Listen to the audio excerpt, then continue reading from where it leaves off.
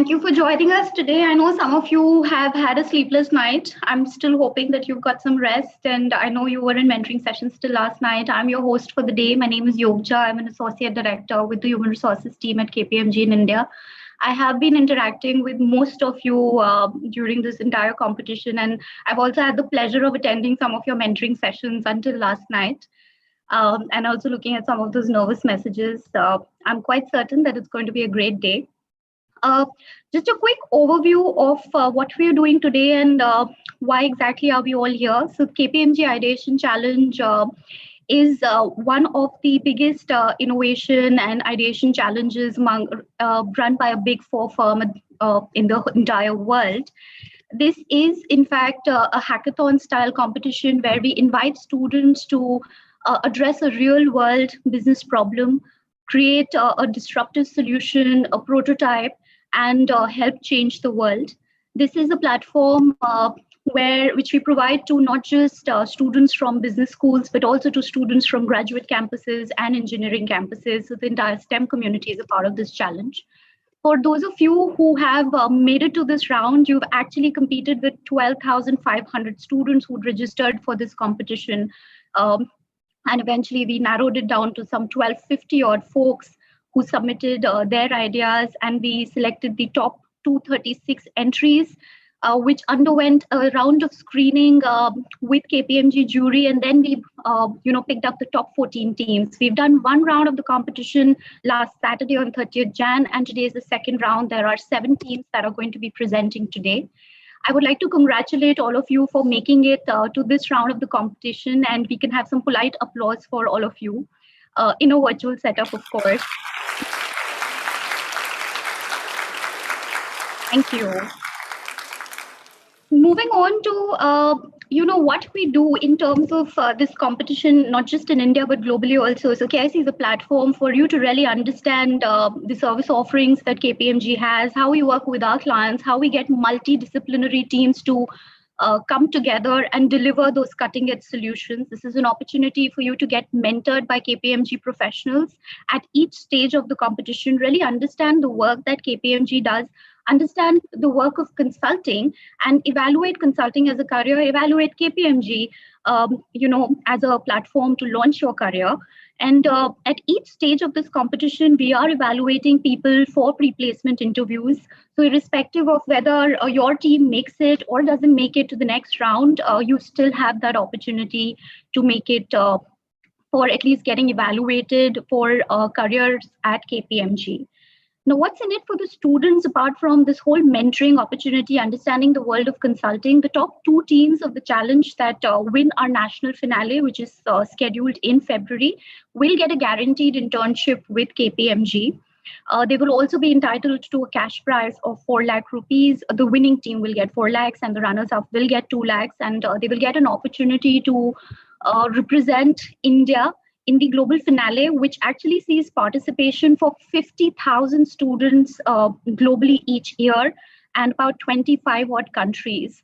And the top, teams from each country come and represent and fight it out for the title of the global champion. So it's a matter of pride for the team that represents India.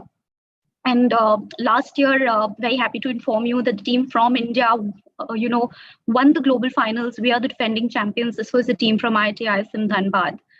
Our objective, of course, is to give you an opportunity to really build your network. The global finale is a 2-day virtual event. In this scenario, we've as well had these competitions in Amsterdam, Argentina, and a host of other exciting places. But given the pandemic, we've shifted to a virtual format. This is a 2-day fun-filled event where you get to interact with a lot of senior folks and partners from KPMG, build your network with people all across the world, benchmark your skills. And, this is a network that's here to stay for life. And, while you do all of that, by way of your interactions, you explore opportunities for your careers, not just, in the Indian context, but globally with the organization. This event sees participation from various heads of HR, from, KPMG member firms, our global head of HR, and also our global CEO from KPMG. So exciting times ahead for teams that move forward. Now, I will quickly run you through the jury for today. So we have our esteemed jury here today. Uh, there are a bunch of KPMG and partners and directors who will be taking you, in fact, taking you to task about your presentations, your ideas. And there are a bunch of very friendly and kind people as well. So please do not feel intimidated. They're here to guide you. They're here to identify what would it really take for India to win that global title. So I'm going to first, before I introduce, we'll just have a quick round of applause for our jury members who spared the time to come join us on a Saturday and be here with us. Moving on to their introductions. So we have with us today Rajendra Kumar, who's a partner with us in our IGH practice, Sonal Waghela, who's a director with us in our IGH practice, and Debabrata Guha, who's a director with us in IGH practice.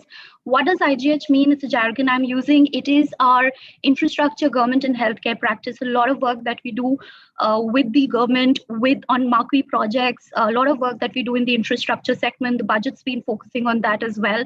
We will talk more about it. We will hear from some of our panelists eventually towards the end of this session about the work we do and why is KPMG a really exciting place to be in. And that information will flow in from varied people in our jury to give you a perspective of different service offerings we have and how can you really build your career at KPMG.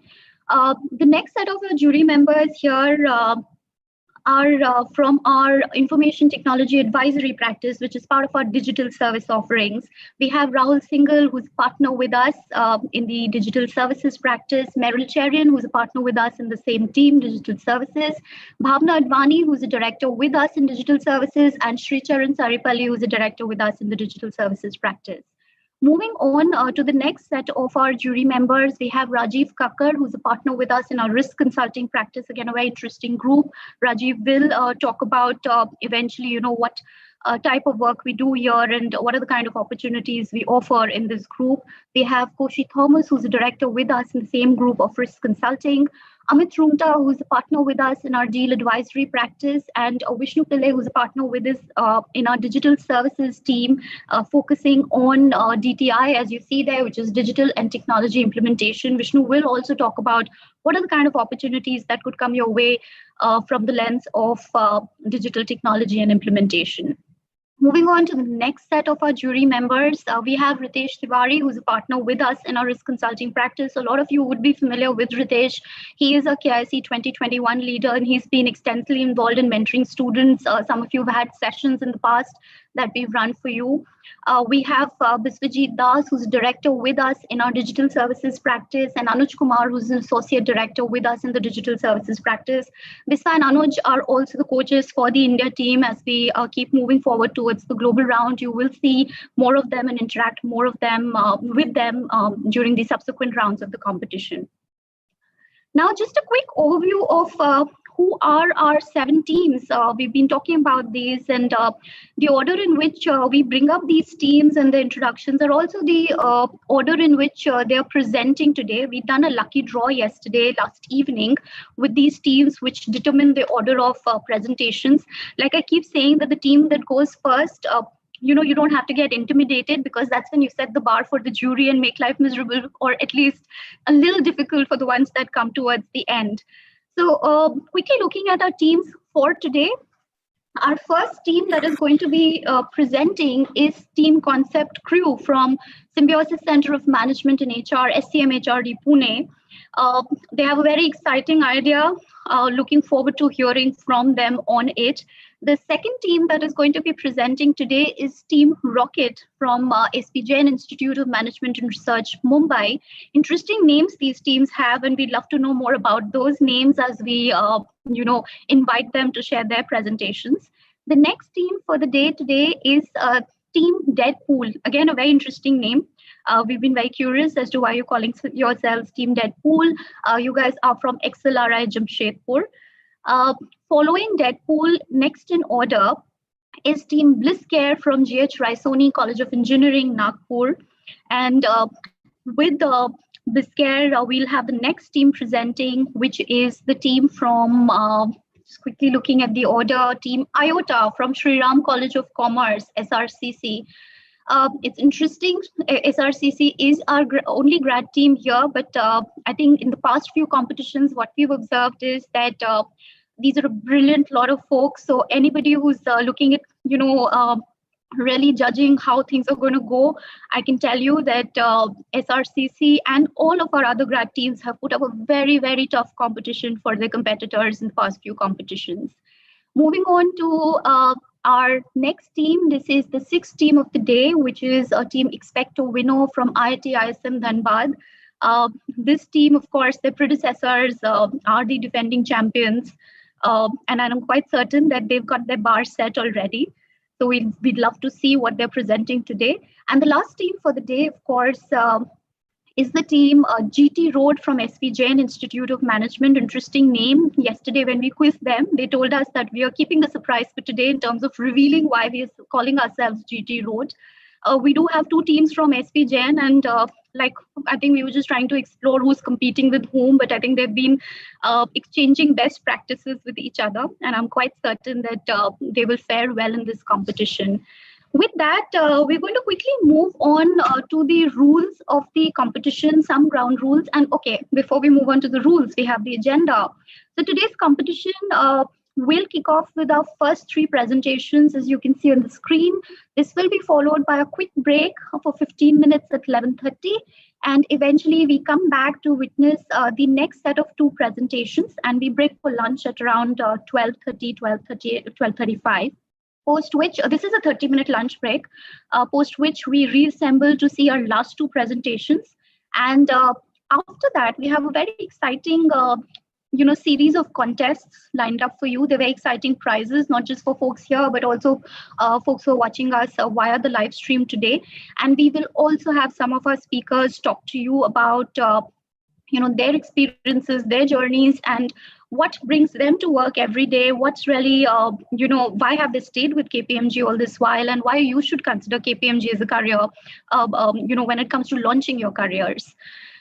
Last, of course, is the judges' inputs that we will seek once they've finished the deliberation and the announcement of the results. And we will be not just announcing the results for the competition per se, but also all the contests that we are running.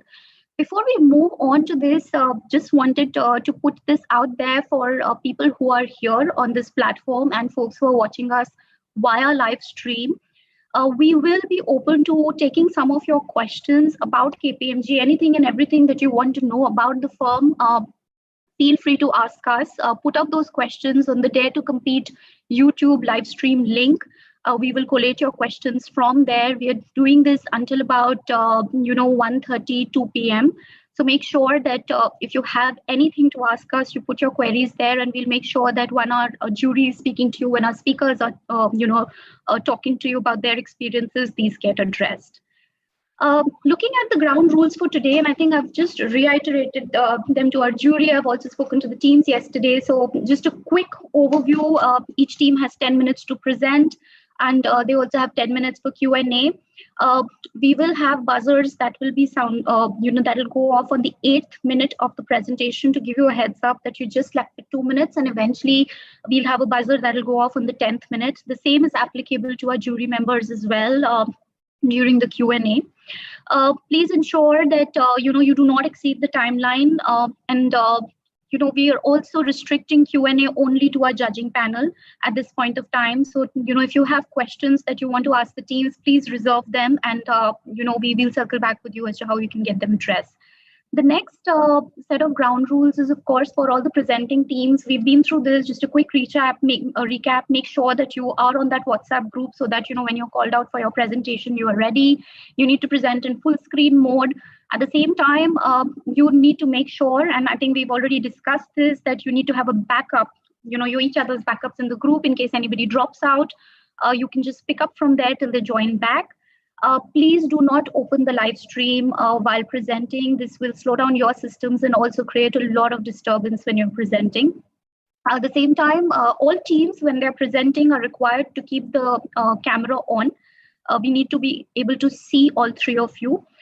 Likewise, the jury will, of course, be visible when they're asking questions to you. Teams need to unmute yourself. I think very important. A lot of times, all of us experience this problem. We found talking without unmuting ourselves. So do check that. In case you have any video that you're playing, make sure you share the audio option when you're, displaying your presentation.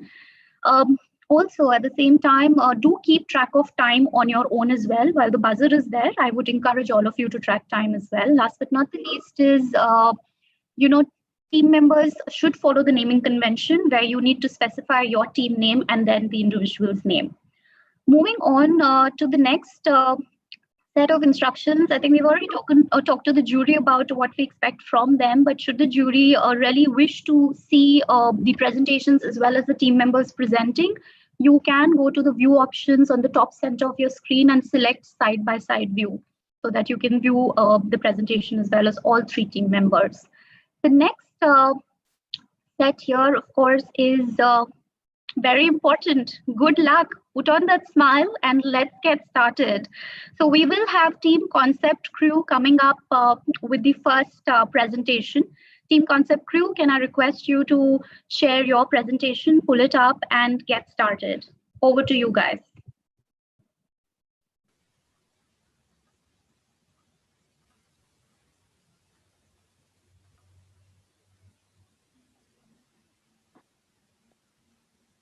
Is my PPT visible? Yes, Diksha, it is. Yes, it is. Am I audible, loud and clear? Yes. Yes. You're audible. Am I audible as well? Yes, you are. A very good morning from Team Concept Crew comprising Diksha Bell with an experience in EPC projects, Rohit, who is an urban planner, and myself, Pooja Mohite, with an experience in project management and execution. We are first-year students pursuing MBA in Infrastructure Development and Management at SCMHRD Pune. We present you Construer, a disruptive and efficacious business solution in the construction industry. We will now illustrate to you with a real-life anecdote. Take John, who is a manager at ABC Constructions, one of the biggest names in the market. But still, the company faces challenges like equipment thefts, misplacements, time lost due to unpredictable breakdowns, and few staff members are always occupied in manual process tracking. Now, this causes significant monetary losses and reduces the efficiency. But not until ABC avails the subscription of Construer, an asset management solution based on LoRaWAN technology. And now the company is able to reduce equipment thefts and misplacement, make operations more efficient, optimize the assets, and in turn create better margins. Now, coming to the market in hand, our secondary research brings out some striking facts, like 6 units of assets at site are lost every month. Also, approximately 3 hours every day are spent on searching and allocating of resources, leading to redundant purchases. Further, our survey of around 43 industry individuals accentuates challenges like cumbersome equipment retrieval processes, time wastage due to downtime, and losses due to inefficient manpower monitoring. Now, the COVID-19 has been a catalyst for change. Under the broader theme of construction management, we have identified 3 major problems originated from the pandemic: increased latency in operations, increase in manpower cost, and lack of skilled personnel. Now, this has further created needs like developing new products and solutions, speeding up construction technology, structural change in the supply side with corresponding tangible solutions like digitalizing the processes, increasing resilience in operations, and optimization of asset management. Over to you, Diksha. Thank you, Pooja. So what are we offering? The LoRaWAN network enabling low power and long distance communication comprising of LoRa tags attached to any kind of construction equipment, be it small, medium or large, like drilling, grinding machines, and the cloud, which will analyze and store the data collected through the gateway. Customers can track, monitor, and manage their assets through the web application remotely. They will be benefited with services like geofencing, manpower monitoring, and equipment health management. From the above mentioned services, we have constituted our value proposition: consolidated asset management solution at an economical price.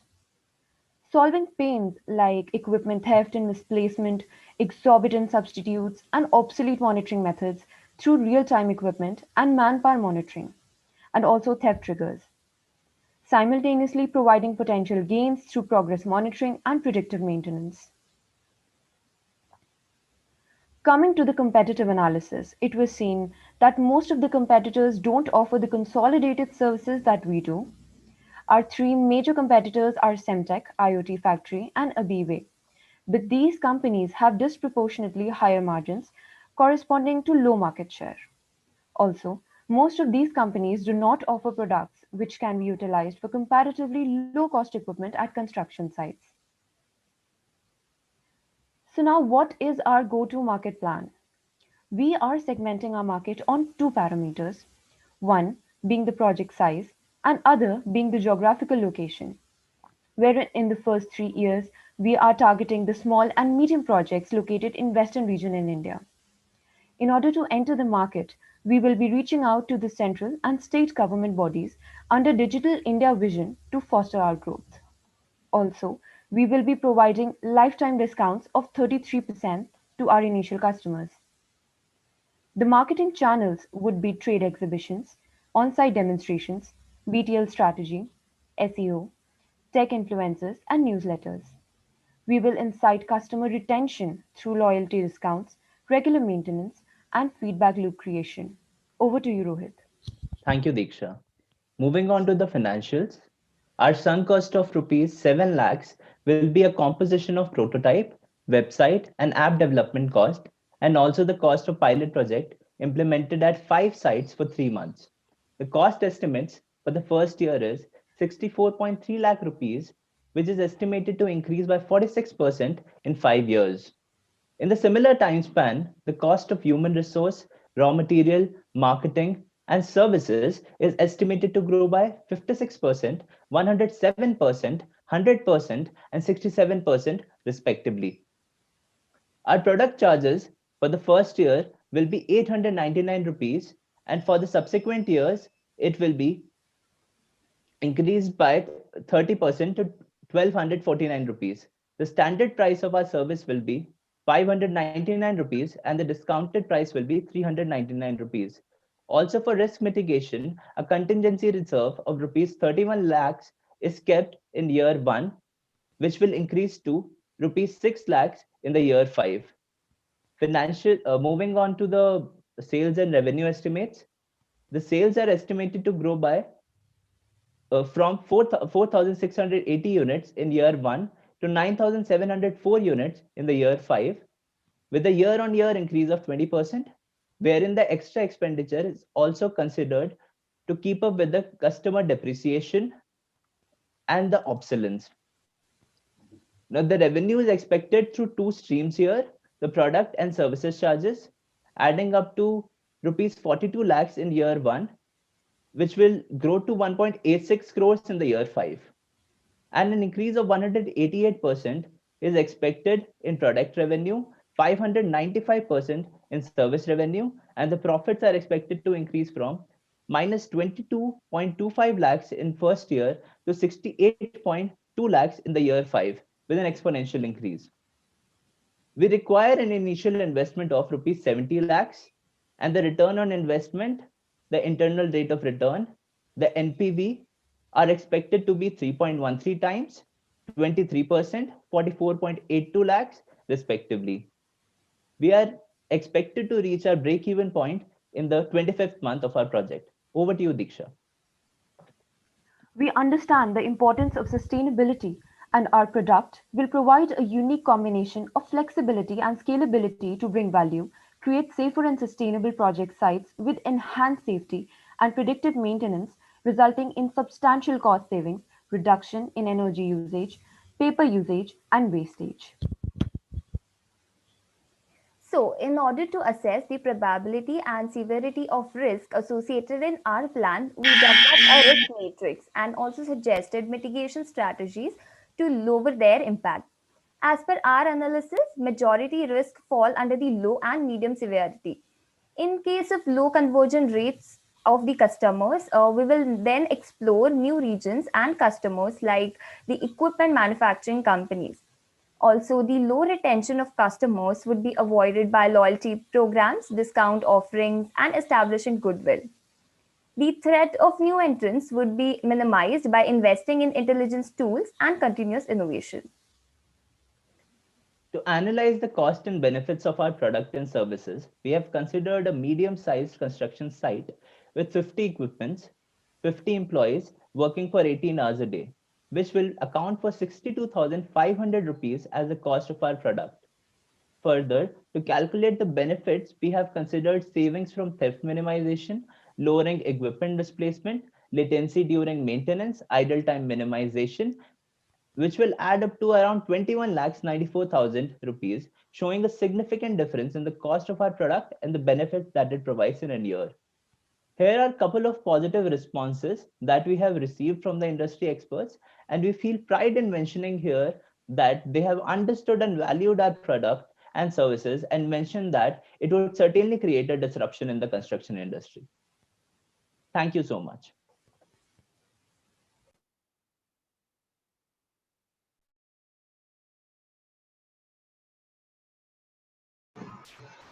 Hi guys, thank you for that. I thought very well articulated idea. I'll just quickly, one question I had is, have you done any thinking around the actual solution itself in terms of the technology, etc.? Have you started on a prototype or an MVP? Give us a little more details on the actual solution per se. Okay, so I would like to take that up. We have identified the technology, we have our plan in place right now. Post which we will be requiring around 20 days for the development of the prototype. And after that, we'll be implementing it. We'll be having a pilot implementation at 5 sites which we have identified. Okay, tough one from my side. Sorry for this, but what exactly is the solution?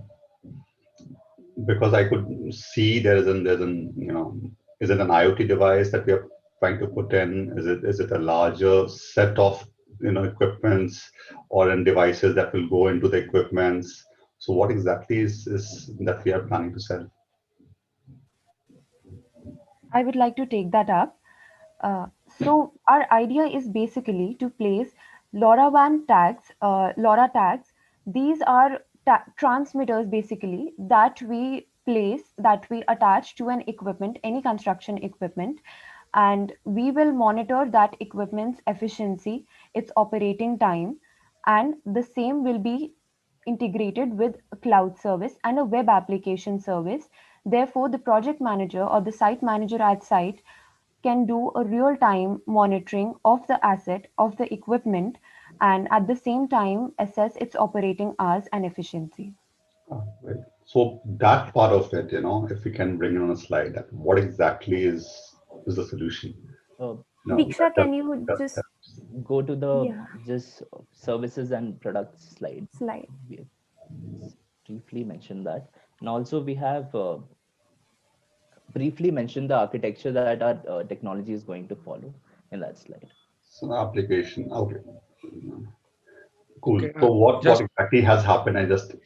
I would have focused more on the left side, what is written, while the right side gets somewhere off my radar. So, and that's your main part actually, so maybe you can redistribute the focus. Yes. Cool. Okay, sure. Just to build on that, in terms of is there any additional infrastructure requirements while you've laid it out on the slide and I can see it, but is there any infrastructure commitment in terms of cost or anything from the client's perspective, which you all have thought of or envisaged, or there is no such things?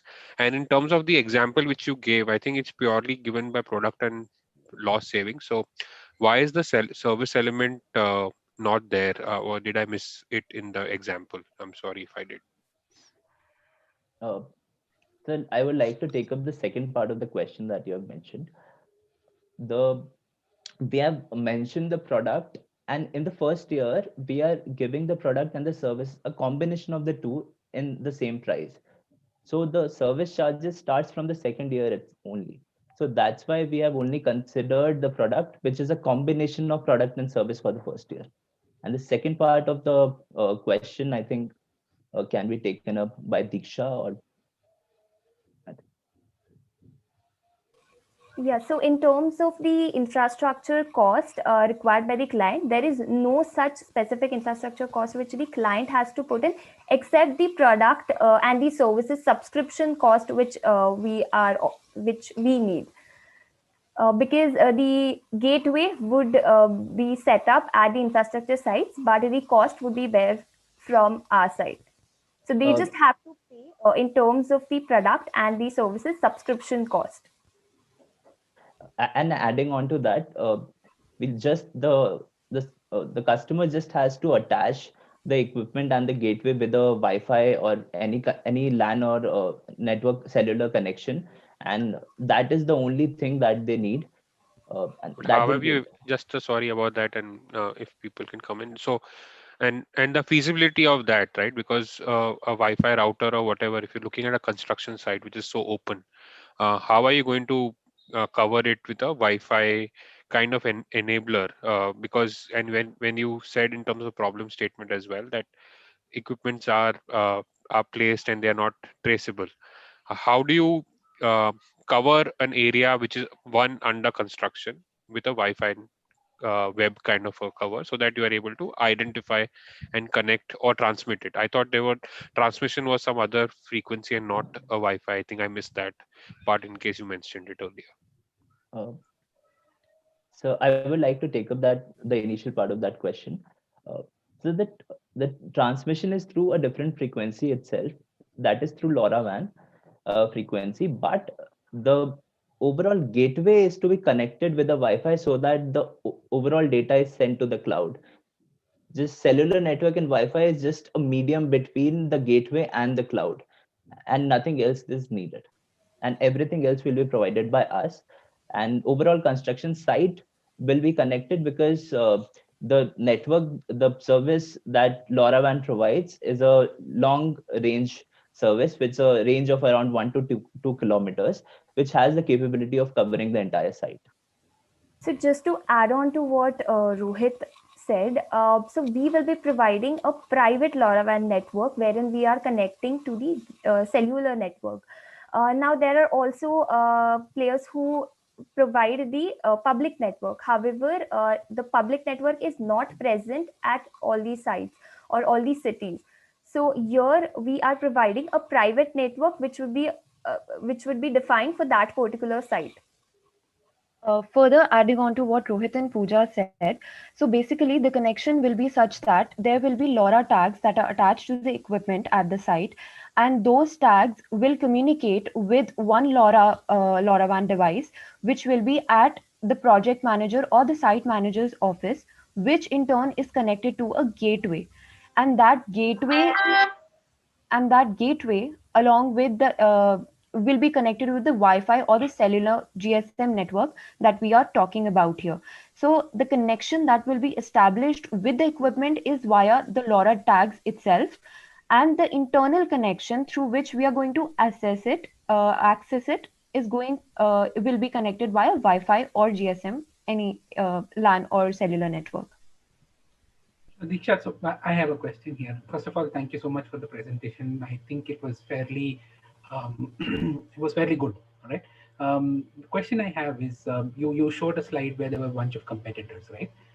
There were, if I'm not mistaken, around 3 people who also had LoRaWAN technology. And I would think the bigger problem here is connecting an asset back to the gateway. That's the bigger problem, right? So a gateway to cloud is fairly ubiquitous. It should be working.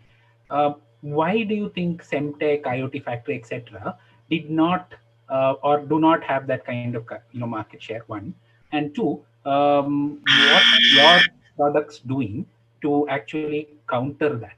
Right? What really is your selling point here? Because if you ask me, for me, if I think this aloud in my head, and I'm not a technology expert or a construction expert, but I would think this is very akin to somebody doing fleet management, right? The Olas and Ubers of the world, they have GPS devices on their cars. Cars go all over the place. They still are able to track it.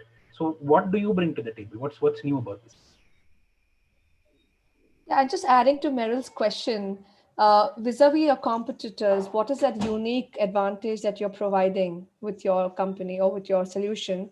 And how difficult will it be for them to just upscale their current technology and do the same thing that you're providing at this point? So first, I will thank you for your question. I would like to take up at least the first part of it. Uh, the different thing that we are offering, we had mentioned in the uh, presentation that these companies have disproportionately high margins. Because of that, their cost of the products that they are giving to the customers is comparatively high. So suppose the tag that they'll provide with the gateway, one tag will cost around 5,000 rupees. On the other hand, what we are offering is costing around 1,249 rupees. So their aim is to have comparatively lower uh, market share but higher margins. But we here are focusing more on our sales and marketing, and that's why we are keeping the cost of our product comparatively low, so that we have a cut to cut benefit of cost. And also it creates a different preposition for those companies who are uh, not adapted to the technologies yet. So there are companies and there are equipments which are smaller which doesn't cost more than 15,000 or 20,000. So attaching the equipment which costs 5,000 to these equipments won't be a good proposition for these companies. On the other hand, if they'll attach our device which cost around 1,200 and give us overall benefits of disproportionately high benefits, these companies will be choosing our product over the other products that Okay, guys. So obviously it's a pricing ploy, right? So one last quick question, because Jujar is really telling us to wrap this up quickly. If push came to shove and you had to put up a very small minimum value proposition, a prototype, how long would it take you? So it will take 20 days. And no, that's the plan. But if push came to shove, how long would it take you? One equipment, one feed, that's it. Not more than 15 days. We can manage in 15 days. Okay, and what would it read of the equipment? What's the information? The operating hours, the temperature of the equipment, and the GPS location of the equipment. And it can also predict whether the equipment is going to have a breakdown or not. So these will be the 3-4 factors. Also, one factor which would be the theft trigger, that also we would be providing. I just had one question on a follow-up question on that. You mentioned it will do predictive maintenance. It can tell you when it can break down, and you're talking about equipment like drilling machines. So how does the tag read that? Okay, so thank you for the question. I would like to take that up. The tags would be also having the temperature and vibrational sensors, as we mentioned. So we would be setting a prior range for particular equipment, and according to those set limits, we would be identifying if the range is going beyond that limit, and if it is, it would give trigger in terms of that the equipment needs maintenance and it is not healthy, and this is how we would predict the maintenance of it. Adding on to what Pooja said, we would also be monitoring the efficiency when it comes to operating hours. Therefore, we would understand whether an equipment has lower efficiency, so we can immediately send off a trigger response, and that is how we are going to monitor the equipment. Okay, guys, thank you so much. I'm sorry, Vishwa, just 30 seconds. Yeah. 30 seconds. Sure. 3 suggestions. One, reconsider the nomenclature of asset management. Infrastructure asset management means something else. It means the actual infrastructure created management of that. Second, your go-to-market strategy, state government and central governments are not your customer. Rethink on that. And third, the pricing, the kind of pricing you have, you are indicating to a volume game. There are very few equipment providers in the country. So you have to rethink about your pricing as well as the target segment part of it. Sir, I would like to say one last thing. As you mentioned, the government, yes, indeed, the government is not our customer. Our customers are the construction companies and the equipment manufacturing companies. They are our direct stakeholders. This is just to clarify this. We will move on to the next presentation. We'll wait for the team to bring up their deck. This is the team from SP Jain Institute of Management and Research, Team Rocket. Can we do a quick test run in terms of your audio video working and pull up your presentation, please? Hello, everyone. Am I audible? Hi. Yes, Nina, we can hear you. I understand you have a video. Please do make sure that you're sharing the share audio option when you are presenting. Okay, you guys can get started. Over to you, Team Rocket. Thank you.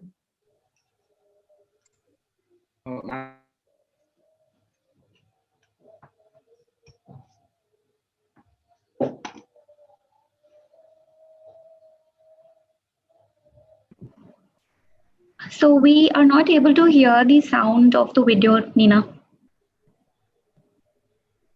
Sorry. No problem.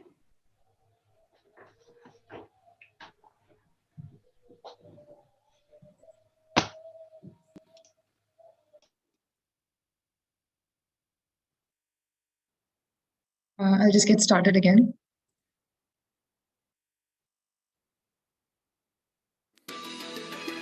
No flights, no travel, no tourism. Tens of millions of jobs are at risk as the pandemic upends holiday plans. So how will tour operators recover? And how can you offer a coronavirus-free vacation? A warm welcome to one and all present here. I am Nina Joseph, and along with my teammates Arun Roy and Hriday Meni, we would like to take you through our idea for the tourism industry. With the intention of making the sector more resilient, we started our journey by understanding from various stakeholders what their pain points were. From among them, we have Maya, who will be joining us in the journey today. Safety concerns, along with the time and effort that takes to designing a fulfilling travel experience, was something that was repeatedly mentioned by our travelers. Moving on to small-scale vendors, they have been gravely affected with little scope of change in the near future. These pain points helped us get to our solution, Humsafar. Humsafar is an AI-based travel companion that offers safe and secure travel solutions. This is brought about by looking at the social media data of the users and analyzing it in order to map the user to a destination. There, the user is being enabled to interact with vendors such as homestays, guides, small-scale retailers, etc., in order to bring this informal sector into the business network. The user data generated while on the experience helps the self-learning model to come up with better solutions as the further user engagements increases. So Maya here is thinking about a trip, and she has decided to come onto a platform with her friend's recommendation. Let's see a glimpse of how she does that.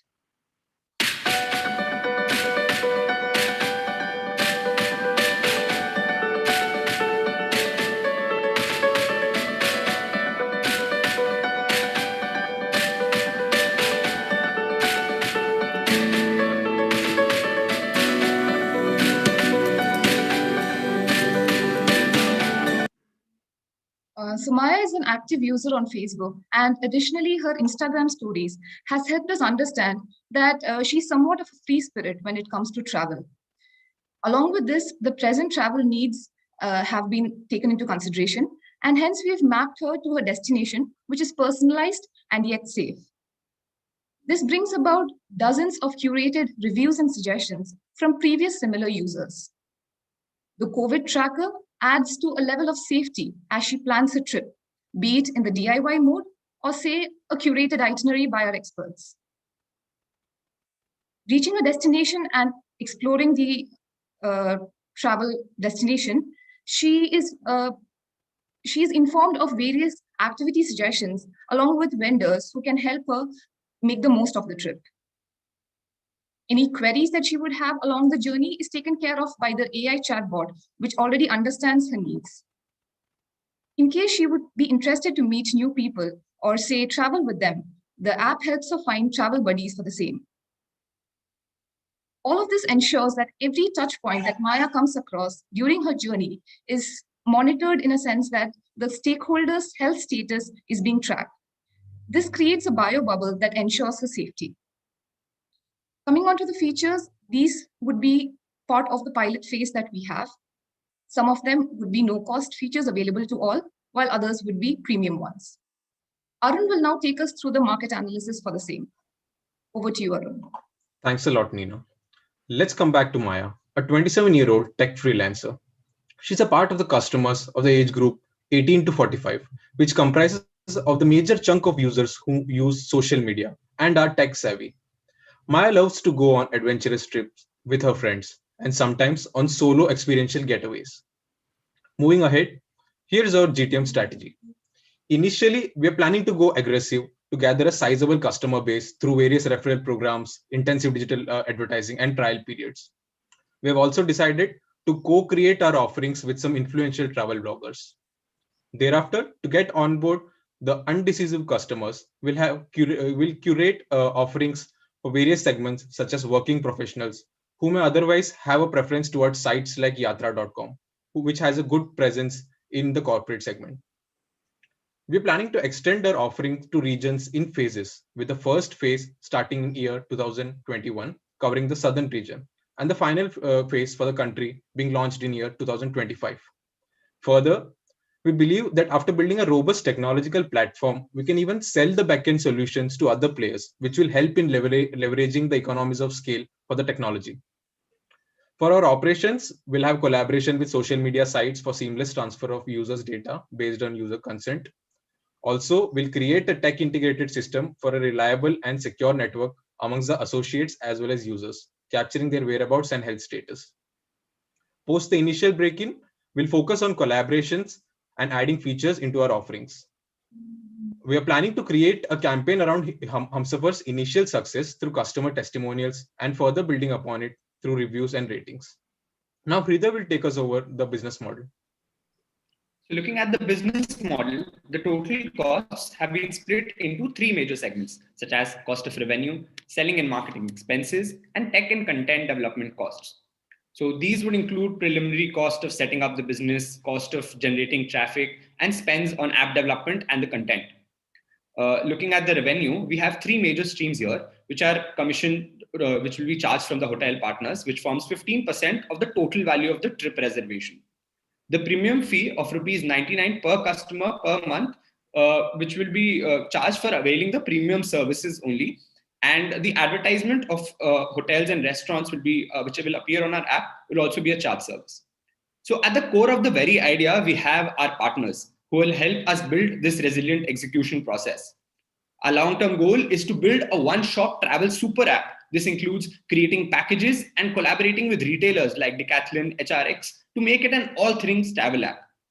Now looking at the financial projections.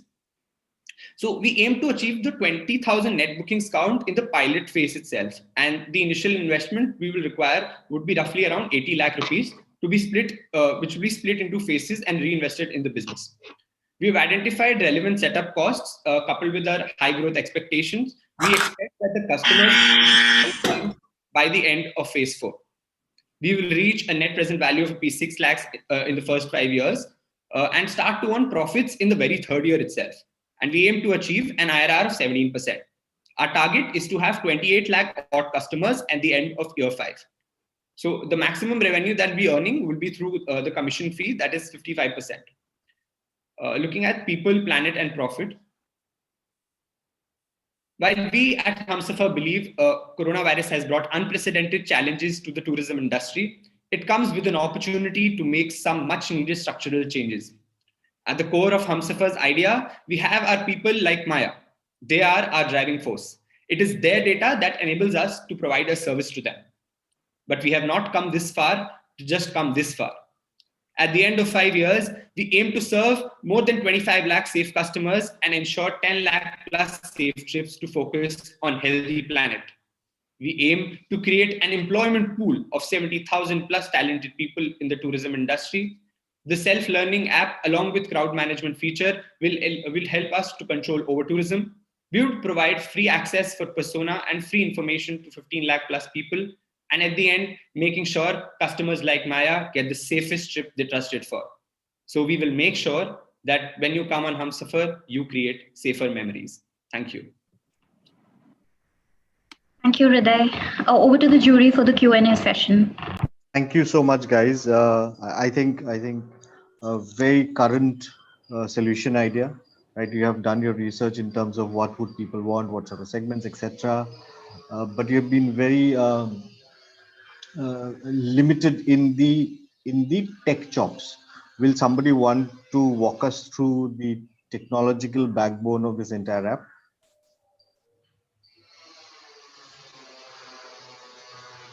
Yeah. So basically, we are what we are envisioning is that we have identified the algorithms which will go in to materialize the idea which we are planning to do. So basically, firstly, we'll have some data scrapping and user data being combined from the social media sites based upon the user's consent.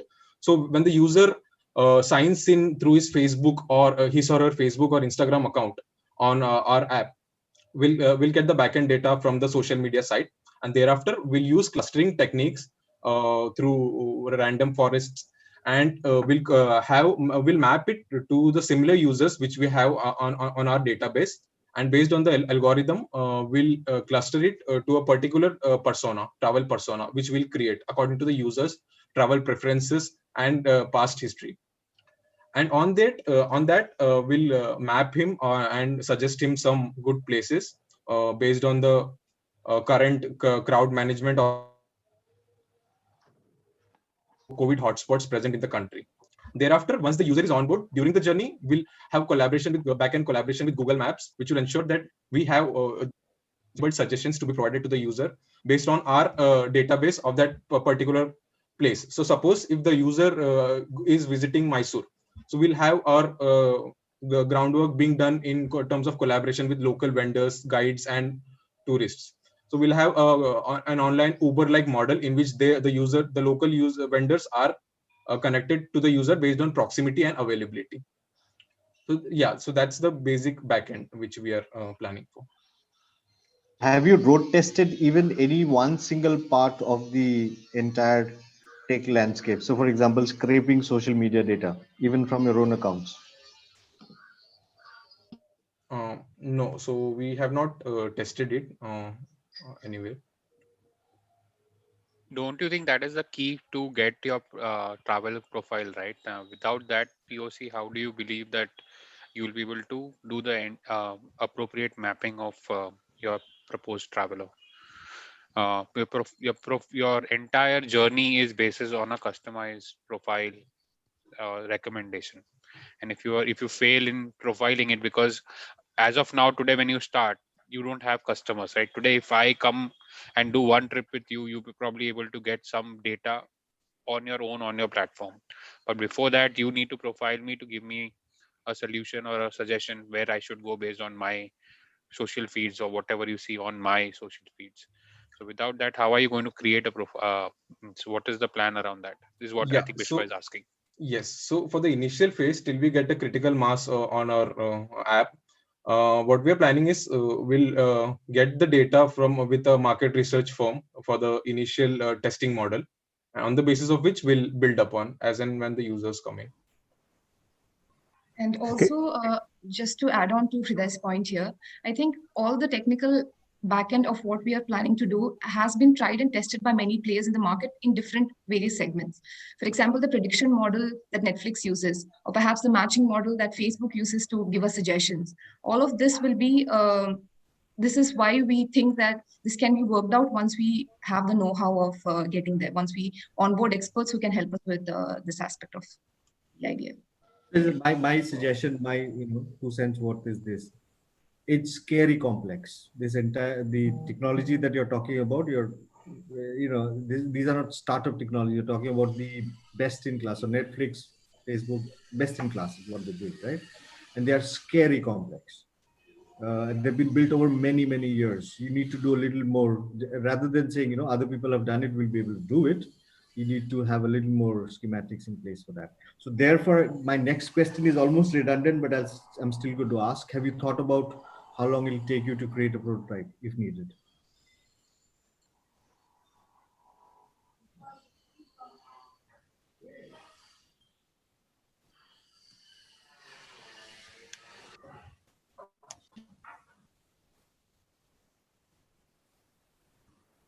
Yes, so in order to get to the prototype, this is a rough idea of what we think our pilot phase would be. So where we're looking at different aspects of getting a basic model in place that helps us analyze data that is already brought from, say, a market research firm that enables so that a part of the data is inputted as a testing variable, and the rest of it is ensure that, the matching, if it happens appropriately. So in that way, the iterations between trial and testing happens. But this is a rough timeline of what we're looking at in terms of the pilot phase. Okay, question. This is quite dependent on scraping of data from social media. Now, as you know, that's a very touchy thing. Okay, how are you going to address the regulatory and the implications of privacy that come when you take data for building your model up? So firstly, we'll have a limited access arrangement with the social media sites for the backend data. And we have planned to ensure that we have some secure cloud providers like reputed players like AWS or Microsoft Azure for server space. And we'll have to incorporate firewall protection and end-to-end encryption in our model. And we have considered that while having the cost of development. And yes, constant updation of backend algorithms and codes will be needed through regular workforce training.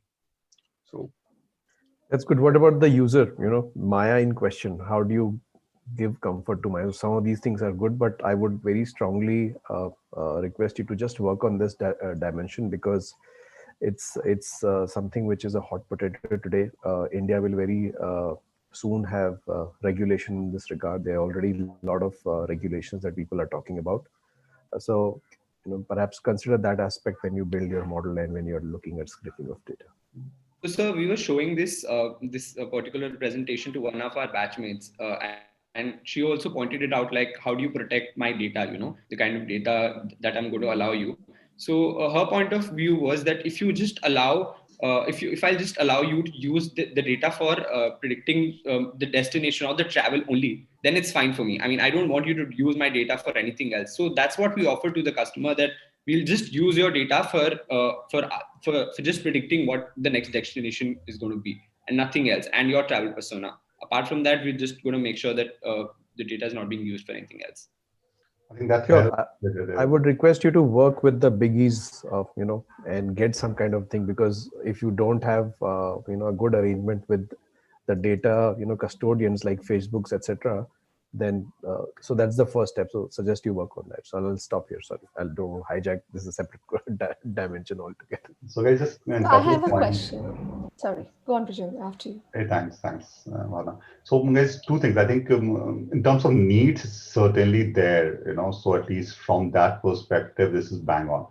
I was reading through it. I said, will I go and subscribe to this? Yes, I would. The question that's one question I had is that why would somebody pay a monthly fees for this? Nobody travels beyond 2 times in a year, mostly one. Now, so this entire model of subscription model of somebody paying 100 rupees every month, it becomes very tricky, because I would not want to pay when I'm not using this app. So that's point number one. And second thing, there's certain things which you have mentioned about, which is maybe we are promising too much, bio bubble. Now, how do you create a bio bubble? The fact is that whether the other person has been a COVID positive, has been, tested, now that information is not readily available for you to incorporate. So those are things probably you may want to have a look at, because there would certainly be questions around it. If I could take on the safety concerns of it, of how we exactly are going about this bio bubble, the idea is that initially the customers are being mapped to lesser known destinations. So we are preventing crowding out in that manner. And then going ahead, so every touch point we are envisioning that happens with, say, a customer like Maya, is all of these vendors that we have on ground. So each of these vendors, because they are in association with us, and safety is the major concern that we're addressing, we'll ensure that their data is regularly updated. So they are already partners with us, which enables that we can get this data accessible from them, their health status, that is, and whether or not they are COVID positive, whether they have been, all of this information will be readily available. So that is what we meant when we say we are trying to create this sort of a bubble. That's the point. That data would never be made readily available. Nobody's going to give you a constant data whether I have been tested, not tested, what is my current status of health. So that's the tricky one. We already have an app running for that, and the app itself is struggling. Anyway, that's a minute point. So Bhavna, over to you. Sorry, I think one last question. Can I go, or can I have one last question? Bhavna, you can go ahead. Okay, thank you, Akshay. So team, I think the basis of your solution is very much a certain age gap, right? From say a 20 to a 40, right? And also assumption is that these guys are going to be on the social media platform. Now, why would your solution target only a certain restricted segment? And your basis of your solution is very much restricted to social media, when the bigger pockets are with people who have families, or who are 40 plus, and maybe senior citizens too, who would like to travel, and have maybe more wider pockets to share. So, and the third question is, why would again the young age gap need your app to find them a humsuffer, if I had to put it that way, right? So they have many other apps. So just work on the solution as to why don't restrict your solution to a certain age gap. Think about other avenues to get your customer base, because that will be your crux of your solution, right? So that's my suggestion. But any answers to that question, you can please go ahead. So initially, I'll take that question. Mm-hmm. So, ma'am, initially we thought that like we would want the most traffic on our app. So, who would want to travel in a pandemic, right? Like at the peak, there would be people who are adventure seekers, are experiential travelers. They are the most ones to be eager to travel. So we started off by targeting them, at least, because their travels, if we meet their travel needs and provide them safety, they would be the first ones to get on the app and travel. So that was the idea behind choosing this particular customer segment. And ma'am, as you rightly said, that probably some years down the line, we would want to incorporate other segments as well once we have everything in place. Thank you, folks. But before we go, just one quick piece of advice. Spend the next 3-4 hours figuring out if you needed to, it's a brilliant idea for the current times, right? Which figure out if you need to put in place a prototype, right? What is the prototype? Very small prototype. What is the shortest period of time you can do it? Because the success or failure of your project, of your idea, actually depends on that. So spend the next few hours just thinking that out between the three of you. Reach out to your friends, colleagues, etc. Maybe by the end of the day, we will ask you that question again. So Biswat, before we go, just one comment I have. Sure. Yeah, I think you've grossly overestimated your revenues. Like Rajendra pointed, I don't think people will be willing to pay for this as a subscription. And you have grossly underestimated your costs. Profits in third year, I doubt any company in this space is able to make profits in the third year. So you might want to really look at that. Thank you, Sri Charan. Interesting idea. I've been contemplating on traveling. So if you get that prototype right, you do have a customer already handy. Okay, with that, we will move on to our next team of the day. This is Team Deadpool from XLRI. can I request all of you to come on the screen and pull your presentation up? And before we really foray into it, we'd love to also hear what made you arrive at Deadpool as a name. I know there was another team name that you'd initially chosen, Jilpar, and then we also saw Deadpool. So maybe you can talk about it and then we can move on. Well, we all like Marvel characters first, and the second thing is that you can't ever write off Deadpool. He always grows. You can't ever kill him.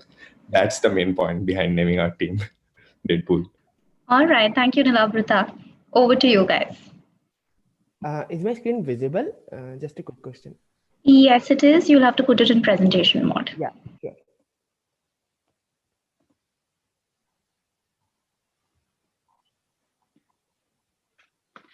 So, good morning, everyone. This is Team Deadpool from XLR Jamshedpur. And here goes my story. So, years ago, when my brother was born, we were all very elated. However, as time went by, we observed him to be much quieter than normal children. Things were going smoothly till the time he went to school. There, he refused to acknowledge when called, hardly spoke to anyone.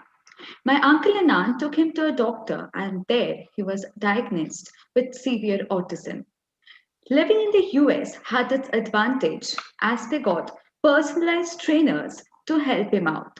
My brother was improving slowly. However, COVID-19 brought everything to a dead stop. The trainer stopped visiting, the doctor appointments got reduced. A lockdown of over 6 months halted his progress altogether. In Western countries, there is still awareness about autism and dyslexia, as well as government initiatives for the same. But what about our country? So, keeping this big problem in mind, we decided to build an ecosystem to spread awareness among people and allow early detection of autism and dyslexia. Our ecosystem is in the form of an app named Distinct, which comes with a tagline, "Every child is unique."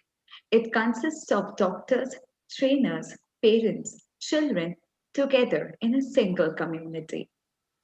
As our big problem is already defined, we use three-step solution in our app. First, the tests are based on machine learning. Next, we have doctor consultation. And third, we have personalized training plan with the help of professionals. So this is the app. Next, we go to the market size data, which is depicted here. In the next slide, we see the gap analysis. We find a significant difference between the number of registered cases of both autism and dyslexia in these two countries, which means majority of the patients in our country is going undetected due to the lack of awareness, and also there's hardly any reliable consistent data collection done for the same in our country. So to explore this huge market and break the shackles of multilingualism, we have our app where the tests of dyslexia are done in regional language. So this is the business plan where we start our penetration with the private schools and the doctors in Tier 1 cities initially. Then depending on our success, we will go to the Tier 2 cities. So our USP is all the tests of dyslexia and autism is in a single app. It is pocket friendly, instant and reliable, and obviously the regional language part. Next slide, please. Here is a wireframe design of our app.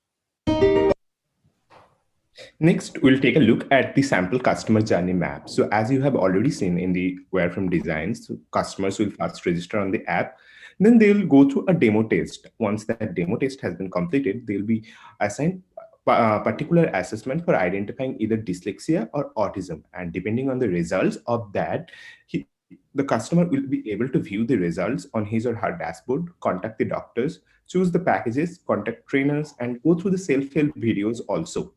We'll also be collecting regular data from our app and in order to update the offerings. Next, we'll take a look at our product launch timeline.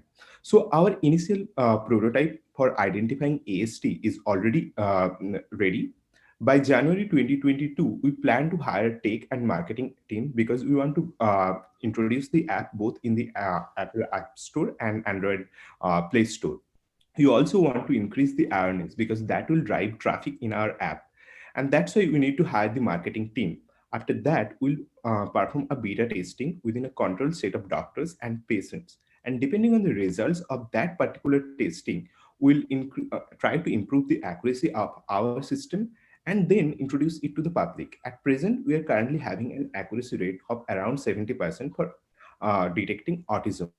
In the next phase, we'll try to build up strategic alliances with clinics, schools, corporates, and other institutional customers like insurance provider. In the next phase, we'll try to expand into tier 2 cities because we are offering regional language support that will help us get more traffic. And in the next phase, we'll try to incorporate other recent technological advancement like VR or AR technology within our app so that we can improve the customer experience. Our go-to-market strategy is really unique because our product pricing is for identifying AST is only 600 rupees per month, and for dyslexia, it's only 600 rupees per month. And for the whole package, we are charging 800 rupees per month.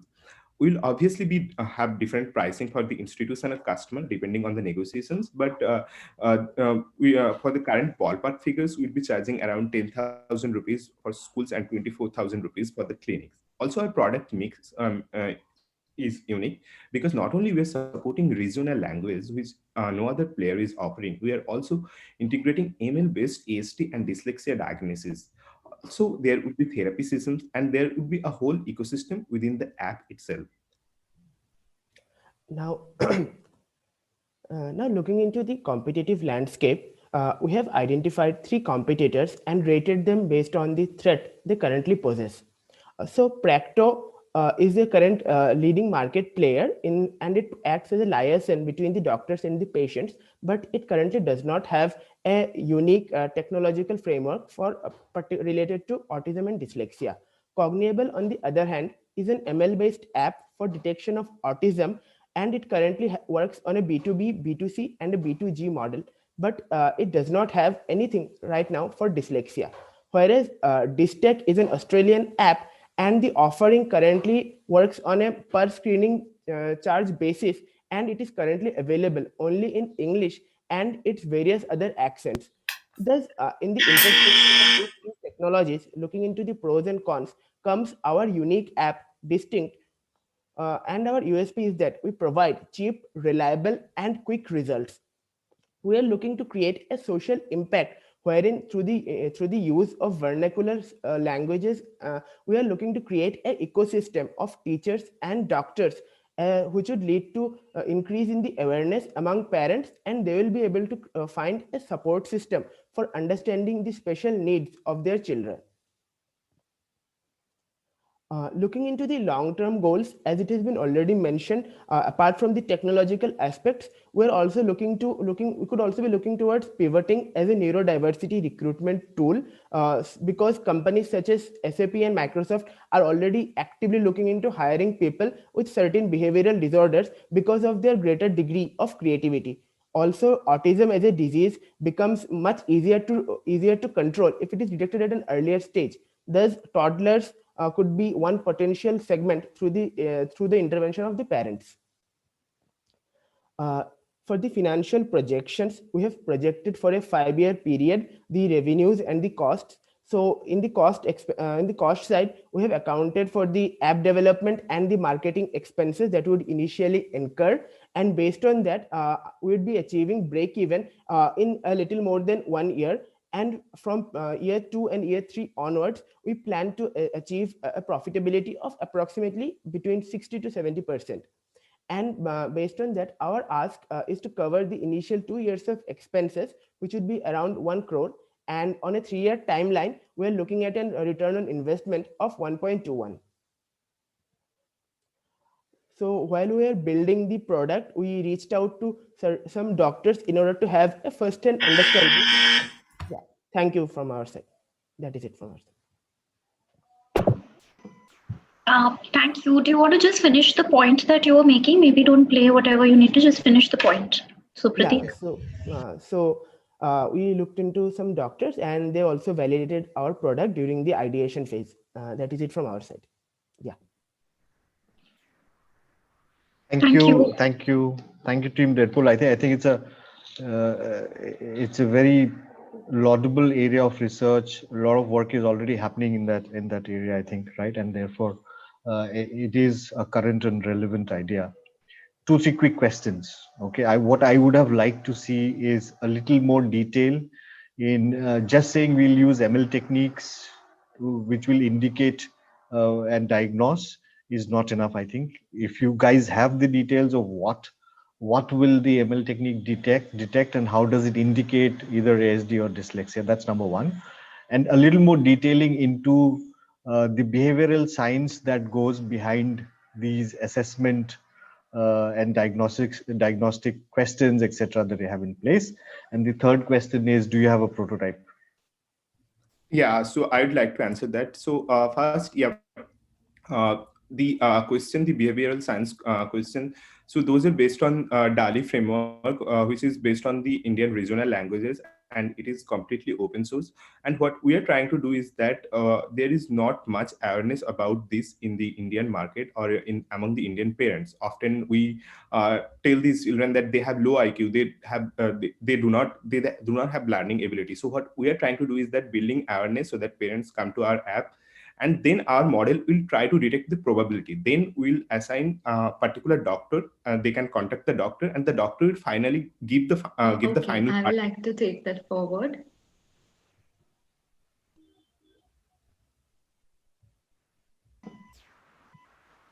Sure, go ahead. Okay. Yeah, actually, my connection. Sorry for that. Yes, for autism, we actually have built a model. Can you go to the previous slide, please? Yes, so this is the model which we have built. So this model is based on facial recognition techniques. And as I have my brother at home, so I have seen him, he speaks very less, and even when he's called, he doesn't answer. So the behavioral patterns are very different from what normal people do. So based on the image recognition, this is the model which we have built as of now, whose accuracy is about 70%, but we aim to get better data and get it to 85%. And for dyslexia, the tests which we have 5 tests, each test having 10 questions. So the first test is, they do not have any behavioral questions. The first test is about whether you're able to distinguish between the various characters. The second test is about memory. The third is about the speed. You're shown an image, whether you're able to retain that. Fourth is about you're shown a video and asked a question based on that. And the fifth is you are played an audio and a question on that. So each of the tests has 10 questions and marks is 0.1 for each. So in the database, we already have the correct answers. So the marks which we get in all helps us in predicting the dyslexia. So, what I was asking is, are these tests similar to tests that a doctor would actually use if he was doing this face? So yeah, as I have already mentioned, the tests are based on the DALI framework, which are currently actually being used by the doctors. And even the questionnaire that you are talking about, that is also open source and that is also publicly available. So those are the preliminary screening questions that the neuro psychiatrist or clinical psychologist, they use to identify these disabilities among children. Limrita, just a quick question, and I would echo what Bishwa is saying. It's a laudable area to address. But I have a question slightly in the same ballpark. But are there any certification requirements for you to actually run this? Because in my head, this is a medical test, correct? And most medical tests need to be calibrated and certified by some agency before you give a result out. That's one. Second, how do you deal with things like false positives or even worse, a false negative here? And how do you keep yourself, I would say, insulated from the impacts of that? I mean, be it a litigation, etc., that comes, because the issues related to both are fairly significant, especially when it comes to reputation and stuff like that. So how do you deal with that? I would like to answer that question. So to answer your first question, yes, we have definitely looked into the regulations. One thing that we like to clarify that our model, the accuracy that we currently have, it does not go ahead and classify someone as dyslexic or autistic. We recommend them to a doctor, and that is where the whole concept of an ecosystem comes in. So after a doctor certifies them, only then are they taken forward to the next stage of treatment. And while looking at the doctors who would be providing clinical therapy, we have looked into certain certifications which are mandatory. So RCI is something that is required for doctors who are practicing the clinical as clinical psychologists. So only doctors who have that certification will be onboarded on our app, as well as the trainers would be requiring certain special training requirements. Only then they would be able to provide the personalized learning plans. So guys, I have a couple of questions, and I luckily have seen a detailed presentation of Cognable and hence see where they currently are. Now, which stage at we are at? I've seen certain codes been written, certain ML have been already introduced. So one is that what is the kind of a test data that you have? Secondly, is that any already an association with an with a medical team which is providing feedback on this? So which stage are we at on this? We currently have a data source of around 2000 images based on autism, and based on that we have used image classification, and we have used five layers to develop the accuracy model, and we plan to build on that by including more data set as well. And to answer your second question, we do not have a collaboration as of now, but during the ideation stage, we had consulted two doctors in order to get first-hand ideas about the model building, and we plan to include them in our further iterations as well. Okay, because that's where in fact we have got a very strong competition, in the same space from India, and which almost works in that area. Dyslexia, I don't think they have something. No. For dyslexia, there are currently no one who specifically operates. There is only one app, and that too is an Australian app, which is Dystech. Also, what we are trying to do is that we are trying to also incorporate regional language support, which is no one is doing at this point of time. Just a couple of questions. Sorry. So one, I is pretty clear on the revenue model, but just wanted to understand if I read it correctly. When you say a subscription model of 600 rupees per month or 800 for both, that is, I'm assuming once the patient is detected and they are coming into regular consultation. But once I just wanted to have two clarifications. One is when a person comes in on the platform and run this initial test, and they are then advised or directed towards a doctor. Is there a one-time charge, or what is the model around that? And where I saw that you're collecting some revenues from schools and training centers and stuff, but what is the arrangement in terms of sharing back with them in terms of cost payouts? Because or under the subscription model, what do we provide? So if the trainers and the patient's arrangement is direct, and that's the reason they pay us 24,000 or whatever, or what is the model? I was not clear on that, please. If you could elaborate. I would answer that. So what we looked at, so in year one, we did not collect any revenue from the B2B side. And for the B2C also, we only took 3 months of revenues after the sales team were able to pitch the product to various customers and get a certain number of subscribers. And answer the second question, why would schools onboard? So we talked with certain international schools that are currently in Kolkata. So branding is something they are very passionate about, and currently there is no branding for specific requirements of dyslexia and autistic children. So our sales team would be physically visiting those schools and provide awareness programs, and in exchange of that, we would be providing our services and they would onboard with us. And that is where the annual revenue model has been prescribed, like 10,000 per year. Okay. And we've also calculated for the sales team and the marketing team. Team Deadpool, thanks for the presentation. I got a question here. While you mentioned that you got a target of meeting so many clients, do you also done a market assessment to see what is the maximum potential you have with this app? I mean, what is the maximum users which could be probably your customer?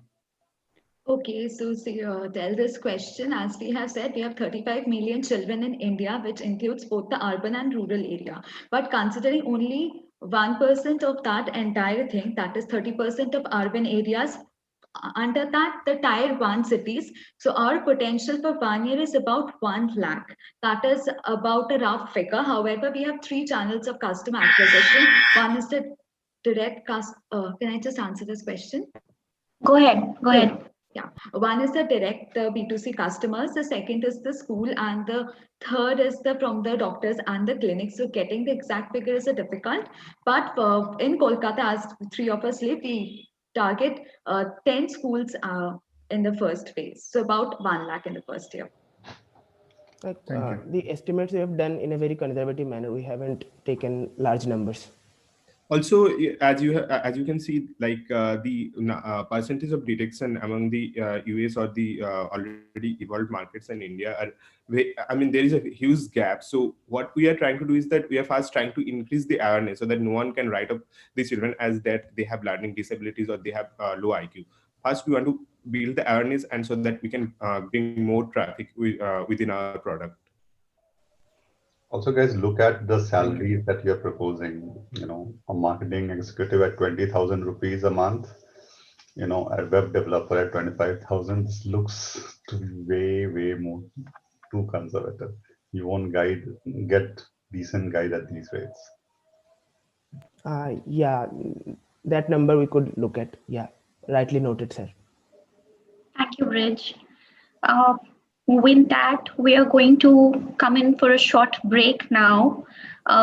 It's 11:36. Can we all circle back at 11:45? This was a 15 minutes break, but since we've overshot our time, please do come back at 11:45, post which we will start with our next 2 presentations. So the next 2 teams, please ensure that you are here on time. Thank you.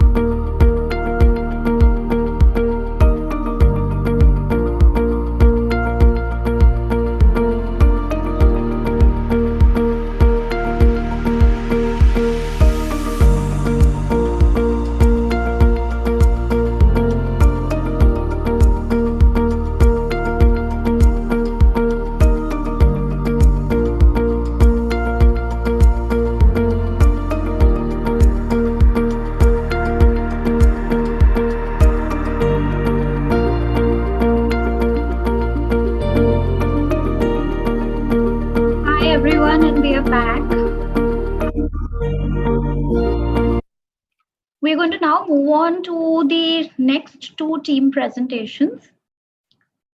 So I'm going to call on team Bliss Care from GH Raisoni, Nagpur to pull up their presentation and turn on their videos.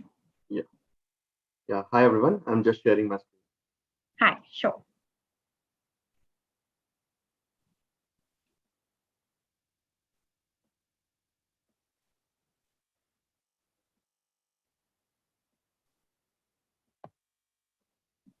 I hope the screen is visible. Yes, we can see it. Yeah. So can we start? Please go ahead. 286 million. That's the number of visually impaired people over the globe who cannot see this beautiful world and are also deprived of a basic education. And 36 million of this are Indian and get only 5% of education due to lack of a braille literacy. So here we are Bliss Care. So our team name suggests that it replicates blind students care, that is Bliss Care. So we have created a solution for the visually impaired that can convert any text, diagram, map into physical dotted braille format to help them in their education. So we are here with a vision. So it says, we believe in creating and nurturing best possible learning environment for the student in specially able community by innovating the way in which the education is delivered to them. About us, we are education technology startup led by 3 students. And what we do, we provide complete braille-enabled classroom solution for the schools and institutes who serve visually impaired. Now, executive summary, what we want to achieve with this particular solution is basically we provide fulfill the need of learning braille as a reading for a braille display system, which can convert any text diagram map into physical dotted braille format. Second, we want them to excel in reading braille. Basically, we want them to make independent of their education so that they can pursue their education independently. If they consider if an individual doesn't know how to read a braille, he can read braille by himself with the help of this solution that we are providing. And third, we want to adapt and standardize the existing curriculum and new educational curriculum. So their education is getting updated every 8 to 10 years, which is lacking way behind in comparison to us. So that is the thing we want to change with the help of our solution. Now, what is the problem actually we are trying to solve? According to the estimation, we have 36 million visually impaired people in India, of which 2.5 million are children, and only 5% get any sort of education due to lack of a braille literacy. Production of a braille formatted book is very expensive and can go up to 15 to 30 INR per page. So consider if they want to read a book of merely 100 pages, it would cost them more than 2,000 to 3,000 INR, which is not at all affordable. Only few of the existing content are adapted according to the needs, and new unupdated contents are not available in the braille format. Also, online and offline content available to us is not available to them. So we want to provide them with this solution. Now, this is a solution.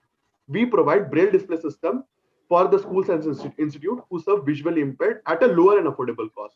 And we provide proper adapted and updated content in a grade 1 and grade 2. So basically, this replicates to different types of braille formats. So there are 2 versions of a braille format, that is grade 1 and grade 2, which varies according to the language. So this replicates that we can provide multiple language through a single solution. So this is a technology illustration. So it is similar structure to that of a tablet, but its surface is quite different. So its surface has a holes and the beads bulges out at a real time, so that a blind individual can touch, feel, and understand whatever is replicated on the same. So it's a touch-based education and the field-based education that we are promoting with the help of this solution, and all it's at a real time. So on the top right corner, you can see the braille getting replicated in a form of N, and blind individual can understand the same in the braille structure. So now we are currently in a prototype stage, which is in testing and validation part, and we have tested and validated a few of them as well. So you on the right hand side, you can see beads bulging out. So that is how we deliver the education, and blind individuals are trying to understand. Prabodh, please take on. Yeah, so moving towards the key aspect behind the technology part. So we are having a unique bulge out mechanism for the specific braille device that we're targeting, which is actually 3 times cost efficient, and it also can be scaled up so quickly. And how we do that? With the help of 2 intellectual properties that are helping as a barrier to entry as well. So we are having one design process patent, and another is process patent, which is a mechanics based patent as well. Now, because of these 2 key aspects, can you please go ahead? Yeah, okay, sure. So we are having low maintenance cost as compared to 25 times as compared to our typical competitors in this braille segment. So Chinma, please move ahead. Yeah, talking about that like market, we are having 286 million visually impaired children across the globe only, which is our total available market, and at the same time 36 million users with severe visually impairedness in India only. At the same time, we are initially targeting 3 million users who are regionally in India as well. So talking about the regional, which is serviceable obtainable market, we are having 5 states in align. Please can you please change the slide? So these are the top 5 with MP as well. So very first is West Bengal with the maximum population of visually impaired people. At the same time, then comes Odisha, Maharashtra, Gujarat, Tamil Nadu, and Madhya Pradesh, to whom we are initially serving. And this is what we are planning to do with initial target students of 50,000 and then target institutes 269, which is what we believe in, like we are serving in the next 1 year probably. Yeah. Nikita, take. Yeah, so let's come to the go-to-market strategy. So we will be approaching with the direct product demo, and we will be launching the MVPs and also forming the Bliss Care community where the meets and the awareness drives will be regularly happening. So the channels which we are using here is the radio, NGOs, media outlets, social forums, and welfare forums. Can we next? Yeah. So let's come to the competitor analysis. So but presently our competitors are University of Michigan Braille device, Project Mudra, Braille Me, and Blight App. So according to our competitors, we are a fully fledged tablet. Also, we have a feature that Learn Braille feature, and we also provide adapted content. And the maintenance and the pricing is also low as compared to our competitors. Yeah.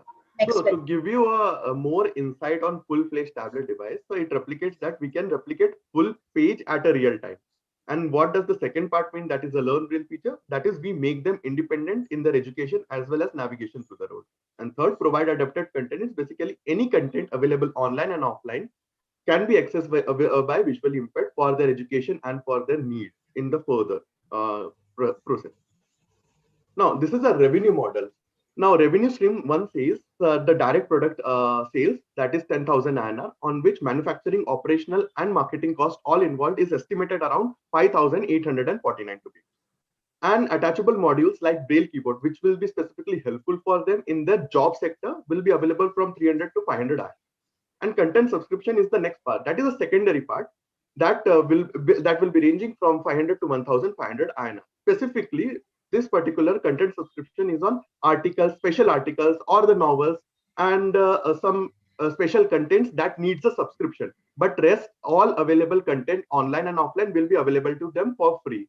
So that's the thing with this. And with this, we are able to reduce the cost of their education drastically.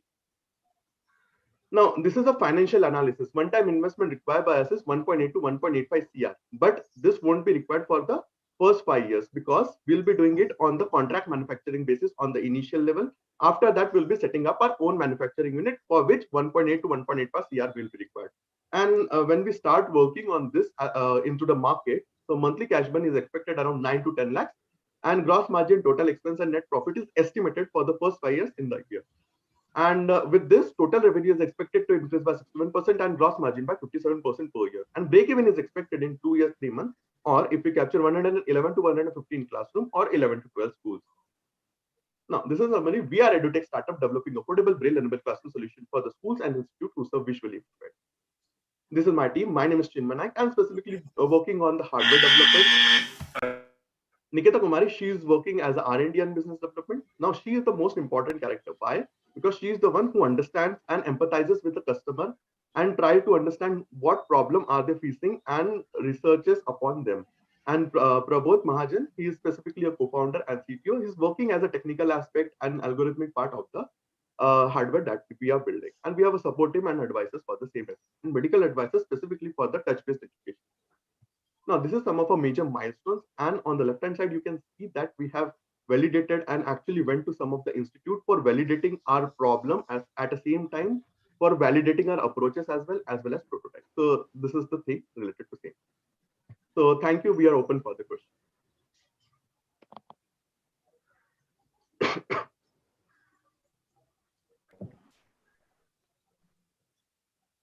So guys, thank you for this. This is actually brilliant, and obviously many brilliant ideas would come up with skepticism, and which I'm sure you would have faced quite a few. Two very quick feedbacks and then two questions. One is that your strength is the patent that you're talking of, and hence you should be speaking more about that. While the market size, everybody is aware, there's a lot of people, the population size is big, which would require this solution. So what exactly is that patent? Where exactly have you reached in that entire cycle of from conceptualization to presentation or to the product actually? Right. The second part is that how many actually pages you have already converted? Yeah, sure. That would be a good place to start, and then I will come to the next ones. Sure. So to start with patent, so there are two types of patent that is possible with our solution. So one is a design patent and second is a process patent. So I would like to start with a process patent. So process patent is basically based on the electromagnetism technology that we are using into the solution, and that is something different and unique that we are bringing into this solution. And design patent is specifically the braille structure, how we are forming it in a form of a stack, and that design patent is like what we are trying for, and it is at present at the attorney stage, which is initially we are filing for provisional patent. Okay, because I've seen at least two startups who are working in this space, who have got similar technologies where the pages can be converted. But have you converted yet any page, even in any prototype? Yes. So basically, what we are presenting is it can convert anything online and offline. So consider if you have a PDF, it can be converted at a real time. So that is the thing we are proposing with the help of this solution. And we have converted few of the pages and tested the accuracy and what is the time it is taking for conversion of the same. So it is quite successful as of now, and we are working more upon same to make it more design friendly at the same time more robust. Any data around this? Any data around this you already have? Yeah, sir, basically we are not actually converting anything. So basically, if you have a PDF, so it scans the whole page and it gives out in the form of a braille replication. So it's a real-time replication that happens. So it's not a data that we are all storing or that could be given out. So it's a real-time process that is happening with the same. So like consider if there is a camera that's capturing the image at a real time. So that's how it is. Okay, so that's what you're saying, that what you're proposing to do, that the camera would take picture and that it will convert, but we haven't yet seen it doing it. Yeah. So we have a few of a video as well for the same. Okay. So should I go for the okay? Yeah. Yes, please. Just a second, I'm sharing.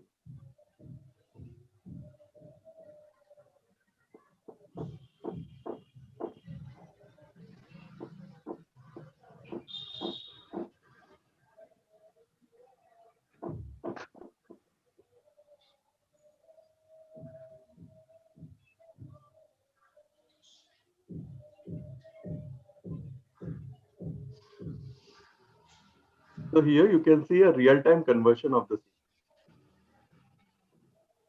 here real-time conversion of the. So we have captured the image of the same so that it could be demonstrated when needed.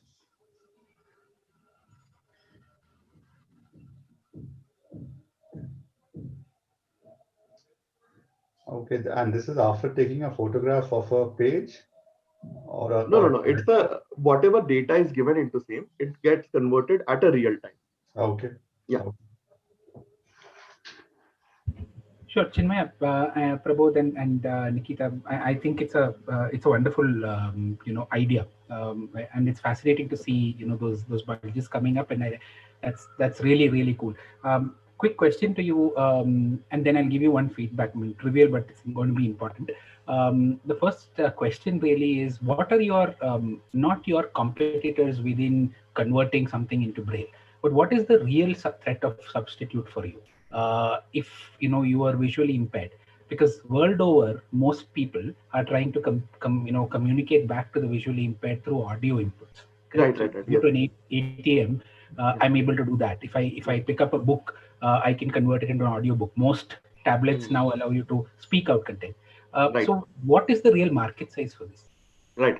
So we actually thought of same, like when we thought of this problem and solving the solution for the visual impaired, we actually thought of a sound-based system that could help them in like converting any text into the audio-based system.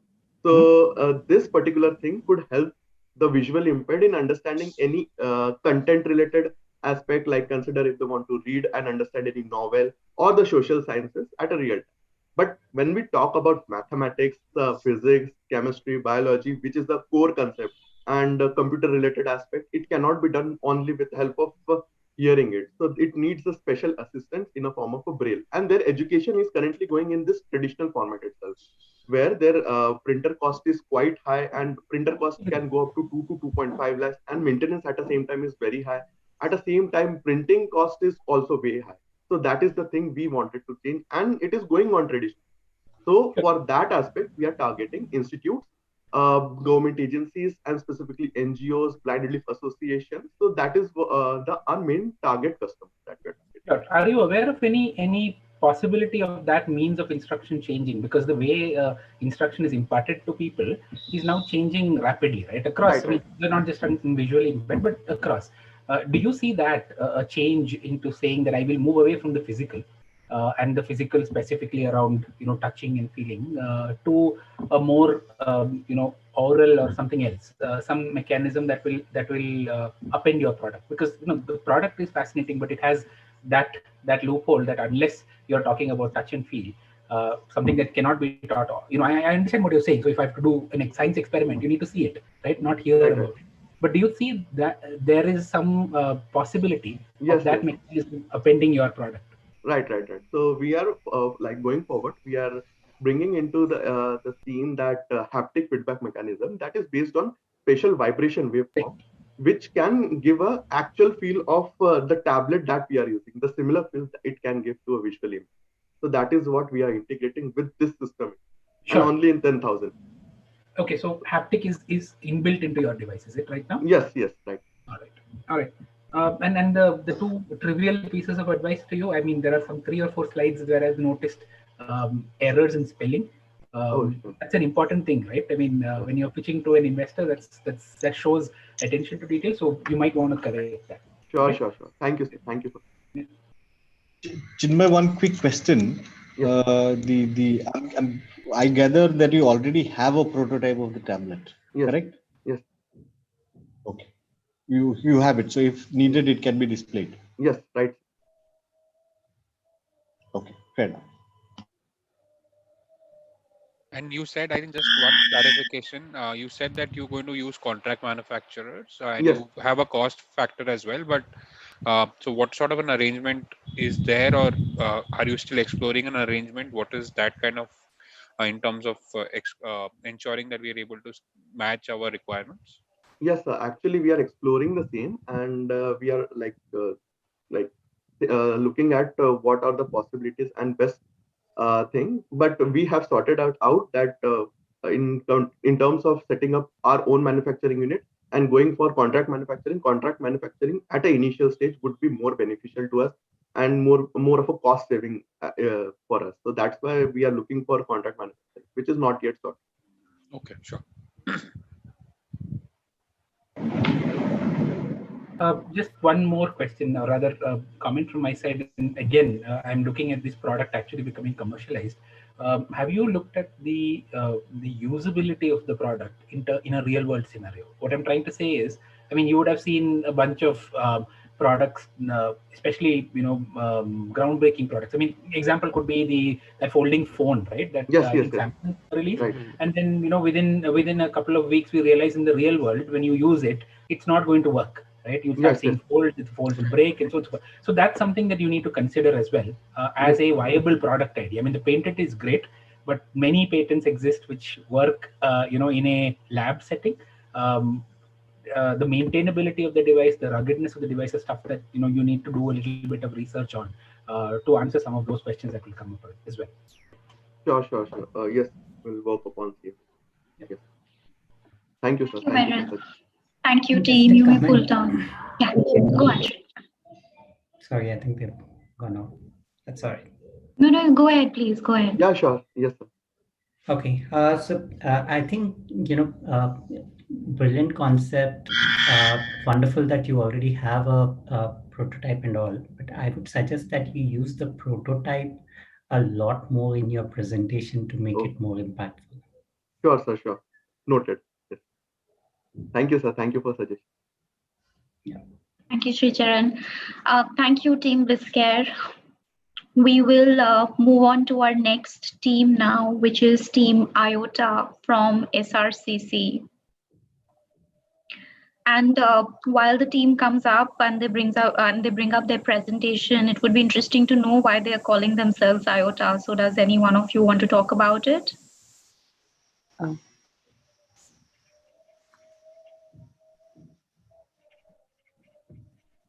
Yeah, so the reason why we're calling ourselves as Iota is, I mean, our motto is to striving things that seems to be unimaginable. That's something that we've also presented on our first slide as well.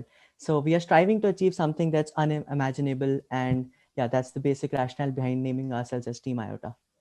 All right. Another possible reasoning we thought of that when you introduced ourselves, you said that we are the only undergrad team present over here. So just like Iota, which may seem small but has the potential to create unimaginable impact. That's fantastic thinking, Raghav. Great to know that, and I'm quite certain that you all will completely rock it. Over to you all. I hope I'm audible, right? Yes. Should we start? Please go ahead. All right. Good afternoon, ladies and gentlemen. I am Raghav Goyal. My teammates are Garvit Goswami and Aarti Muthaiya, and together we are Team Iota. We're here to leverage on the impacts of COVID and bring a change. Sailing through these unprecedented times, and finally a sigh of relief. Finally, there were unlockdowns. But despite everything opening up, were you also too scared to go out? Did you also want to know how many people are already there at your favorite cafe in CyberHub before actually going there? Were you also worried about crossing red zones on your way to your favorite shopping store at CP? Or were you one of the 1,000 retailers, cafe or shop owners waiting for the day when your shop gets full again? But not too full. If the answer to any of these questions is a yes, then ladies and gentlemen, you aren't alone. Because, according to Economic Times, 40% of the population are reluctant to go out, shop, or dine due to the fear of crowds despite unlockdowns. While the Survey of India claims that an alarming 67% of the Indian population gets anxious on the road due to the fear of contracting COVID-19, unfortunately enough, these grave problems have led to an 84% dip in footfall at public spaces like malls, retails, cafes, etc., leading to an 88.4% drop in sales as per business standards. In a nutshell, quoting NDTV, the fear to dine, shop, and travel due to unawareness of crowd count and population density has led to the masses worrying and industries like food and retail bleeding. To pull these industries and the general public out of their woes, we bring to you our mobile application, Sarthi, which is a one-stop solution for a better going out experience.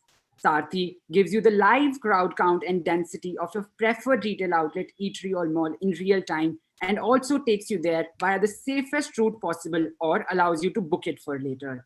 This results in a uniform and a higher footfall at retails, cafes, etc., thus giving the much needed boost in sales. How does it work?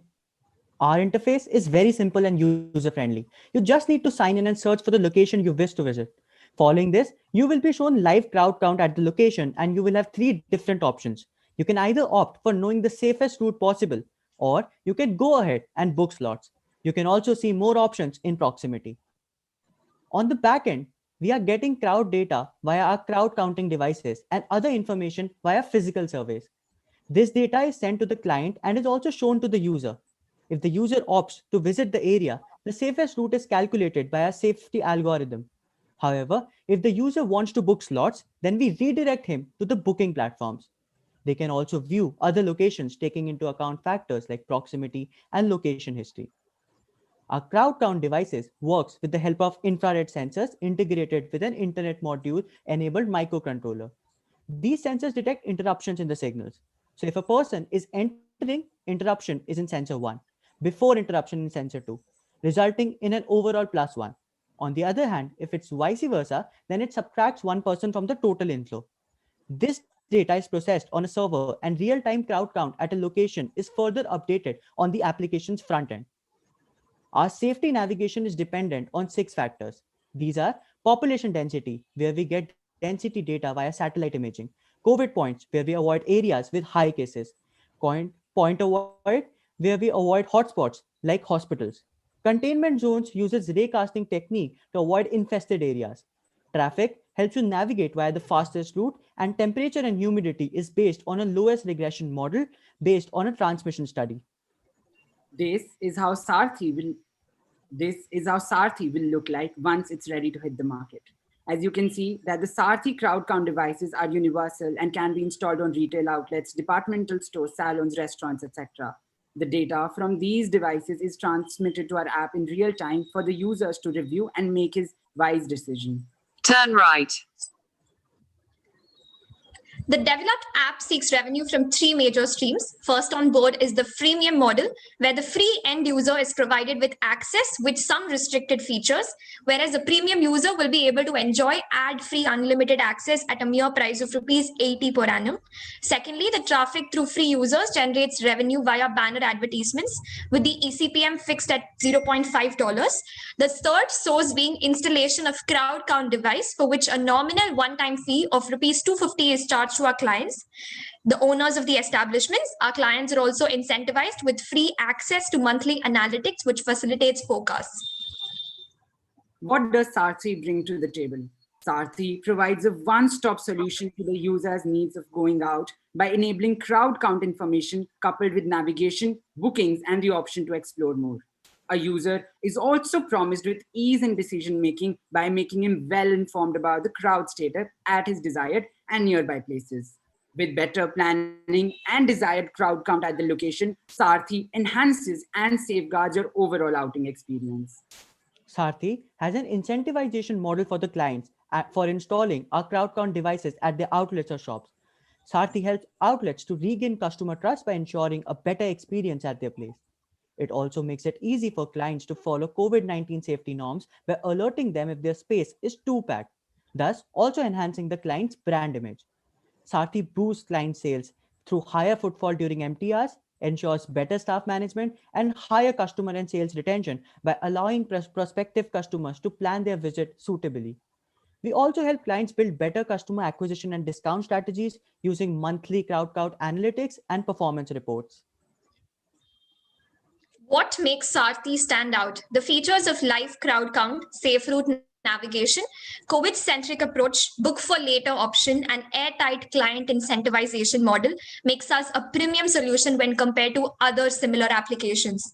While most other first movers in the crowd count segments in the US, such as VCount, Irisis, Wait&, Trafsys, etc., are highly unaffordable, client-centric models which do not cater to the mass general public, Sarthi is a cost-effective solution for crowd count and navigation and an everyday application with potential for an exponential impact.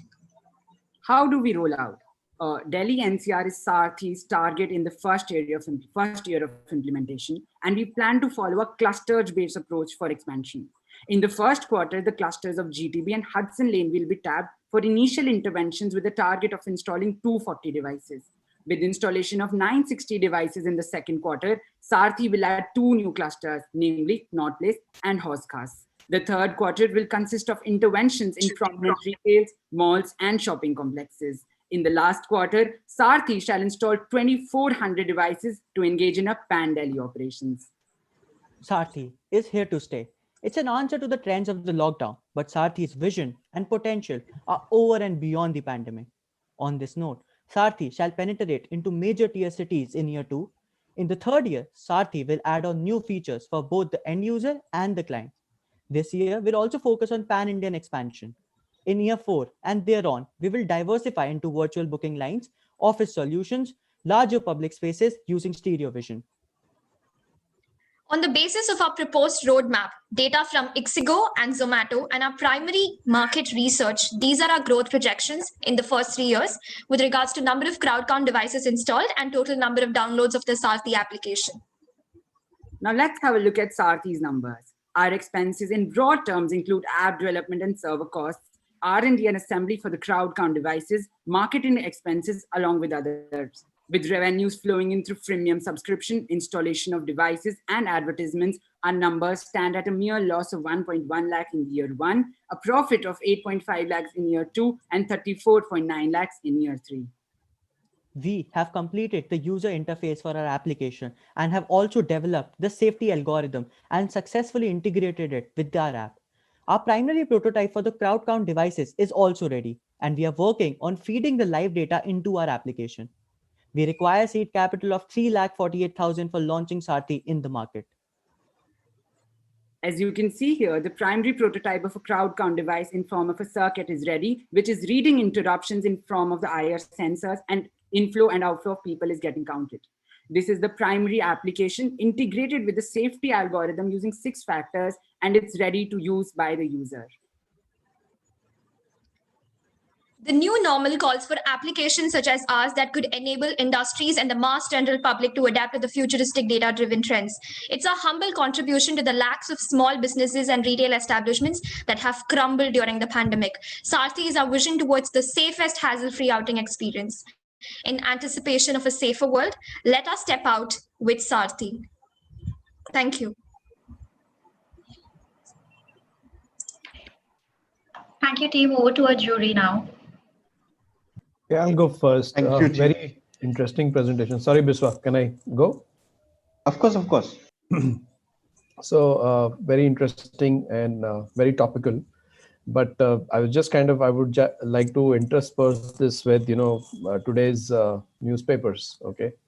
Today's newspapers all say that COVID count is going uniformly down across the globe, not only in India, right? India has been down for quite some time now, well in control. This whole idea is on crowded and COVID being there.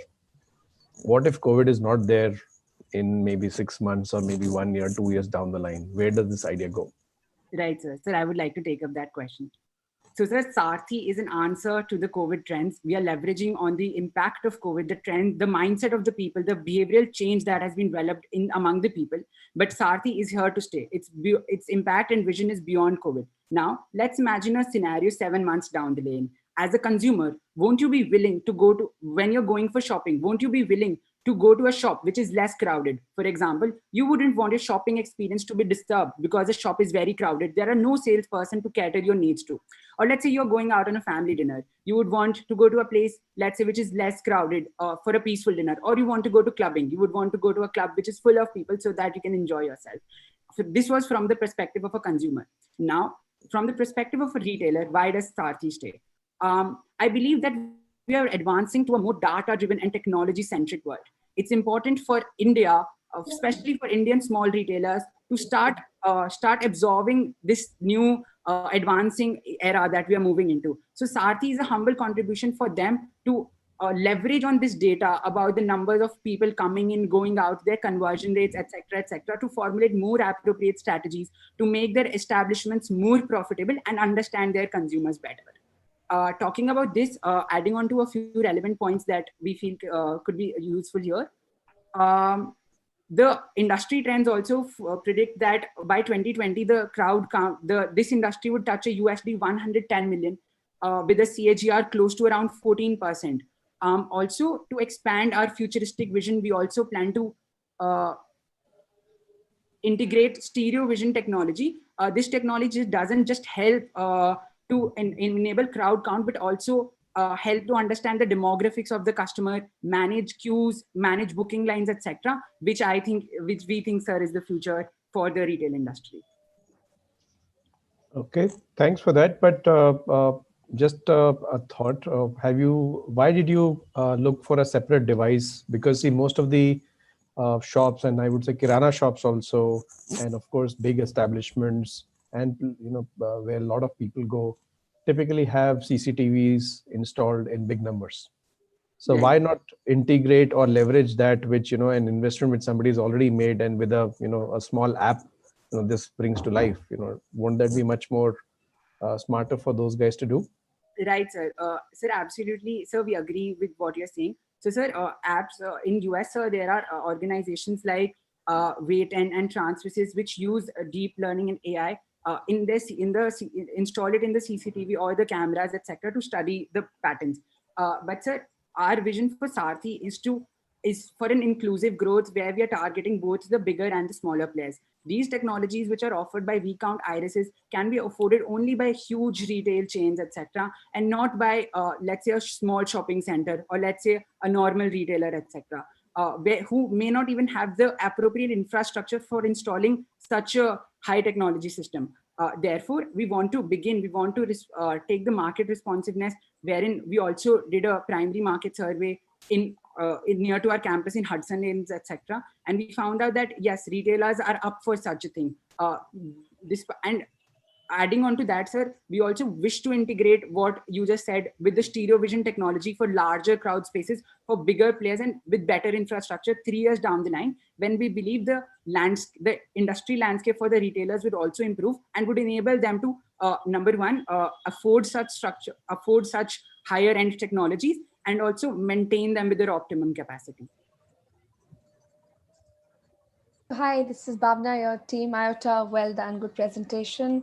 A similar question to Rahul is, like he said, right? COVID is dwindling down, thankfully, and this solution that you presented is a deterrent for these retailers, because their sales is based on the footfall, okay, of consumers. Now, if a consumer says that there is crowd here, the retailer will technically not get that consumer at that point in time, which is a deterrent for the retailer. So why would a retailer take a solution like this, in fact, put a device in his premise and actually give an indication to the client not to come? I mean, no sales happens on that kind of thing, at least in India, right? I can imagine if the solution was put in a country like US or anywhere else where they are very critical about critical mass and stuff, but in India this is not how businesses operate, right?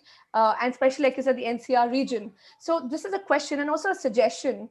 This application of this app could also be used for travel, right? Where you could, if people want to go to a certain place for travel, they're spending more money, they would want to know if that place is crowded. That is where this idea could probably work. But I don't see this, very much in the area of especially sales, or especially like shopping sales, if I'd put it that way. Right. Thank you for your question, ma'am. Absolutely. We were also of understanding of the market that, let's say, in a retail space, why would the retailers want to display the live data at their stores or at their establishments to the users, which might turn them away. But after a primary understanding or primary talking to many retailers, I'll quote owners from the Cafeteria and Co. So what he said, that for him, such an application would be extremely useful because, one, Cafeteria and Co has a I would say a dedicated group of students or people who come there. Now, what happens is that if, let's say, his restaurant is empty right now, there can be two cases. Let's say if his restaurant is empty right now, kids like me would get excited that, let's say, Cafeteria and Co is empty right now, let's go there.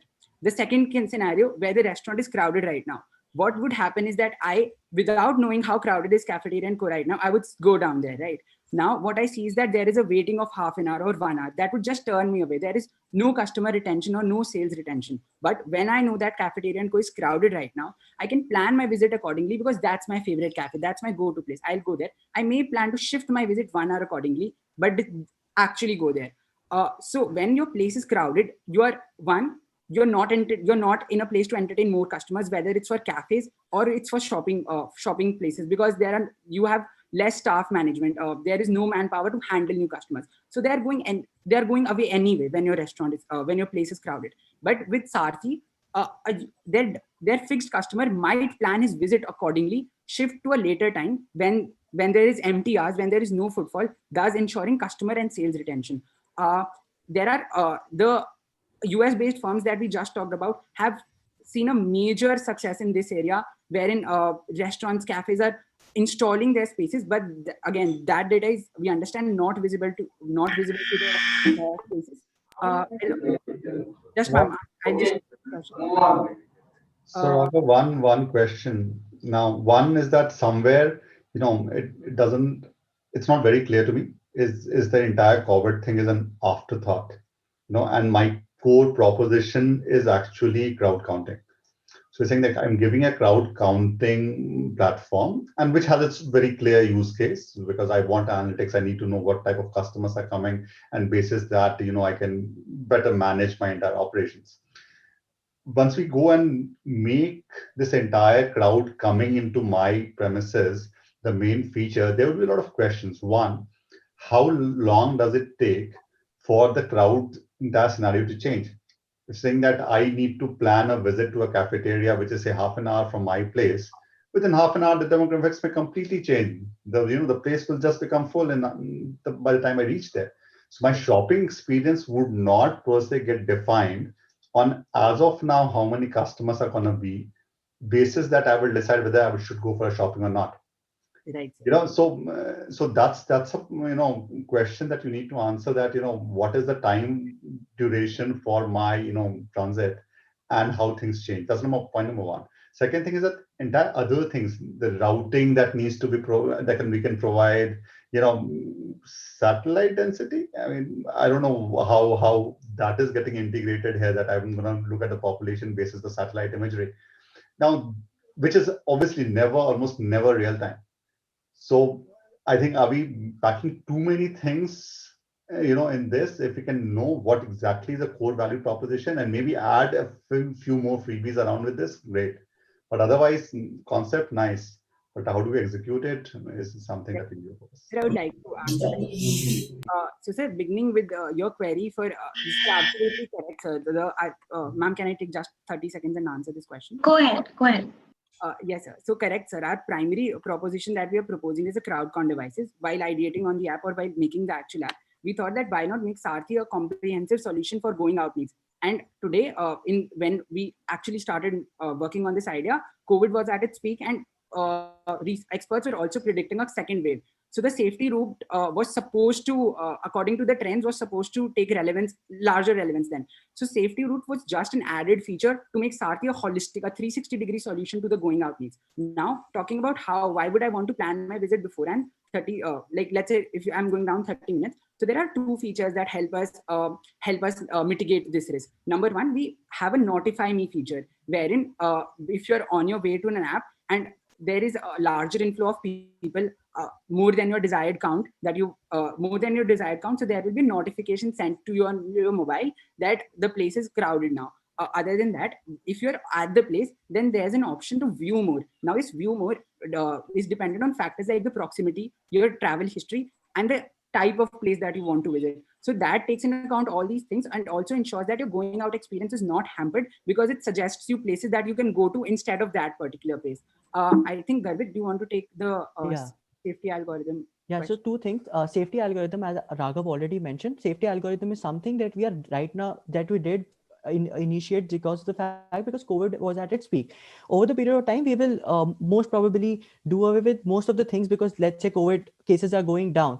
So we will focus only on routing in the future. So population density, very correct that it is not satellite imaging, that is not real time. And the only point of population density was initially to make user stay away from areas that are more populated while routing, and not while seeing the, so these are two different aspects. One is the routing aspect and another is the crowd counting aspect.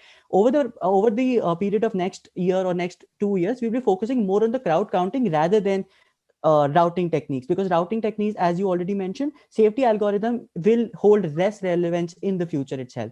So that's something that, So we just wanted to integrate that while we want a navigation to happen, why don't we make the navigation more useful for the consumer or more useful for the user and give them a safety navigation instead of a normal navigation? Another small value proposition which may attract a user to download Sarthi. And so there's the population. We've explained all the 6 factors that we take in account. So safety navigation was something which was very simple to integrate, but we did feel that it was something additional to the app. Thanks, Raghav. I think so just one last, it's not even a question really. I heard the presentation was a wonderful presentation. I should say really well done. Don't start with that whole Iota, because we're undergrads. You guys have done really well. So, throw that out of the window. I think it was fairly nicely done. There are points that we need to take, but I think this is something that can be developed and taken forward. Great job. I take it there are no more questions. So thank you, Team Iota.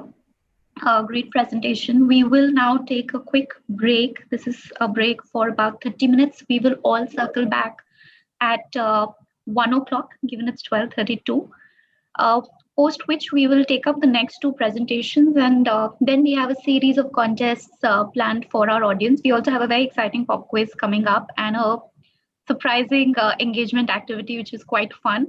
In that duration, the jury is going to deliberate on the outcome, and we'll also come back with our observations once you're through with your activities. Thank you. We'll see you all at 1 o'clock here. Thanks,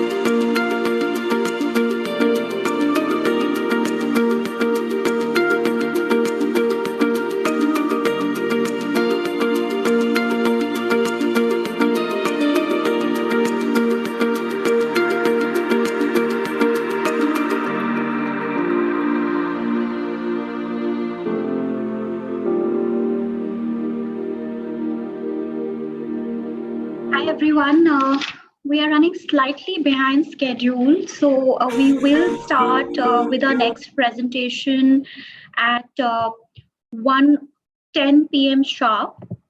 So just be patient with us. We just waiting for some of our folks to join back. Thank you.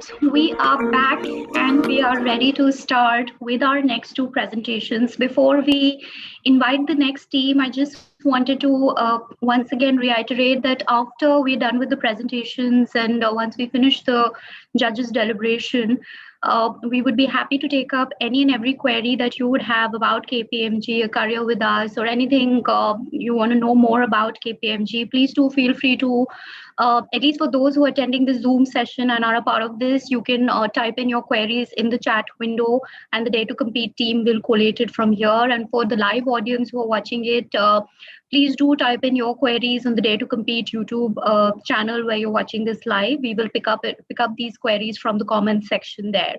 With that, I'm going to invite our next team, which is Team Expecto Winno from IIT ISM Dhanbad, to bring up their presentation and turn on their videos. Over to you, team. Am I audible? Is the presentation visible? Yes, it is, but your sound is very feeble. Is it my voice you're talking about? Even your sound is feeble, both of you. Am I audible? Can you hear me now? Yes, all three of you. Can you just work on your volumes because all three of you are sounding a little feeble. I will talk a little louder. Yeah, okay. So I think you will have to work on getting closer to your laptop if you can't get any louder from there because your sound is not very clear. I think it will be louder now. No, I think that is still very feeble for our audience.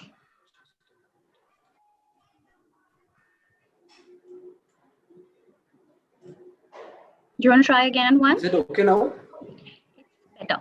Better. Yeah. Okay, sure. Thank you. Okay. Audible? Yeah. Yes, Ashish. Am I audible? Yeah, yes, Ashish. you are.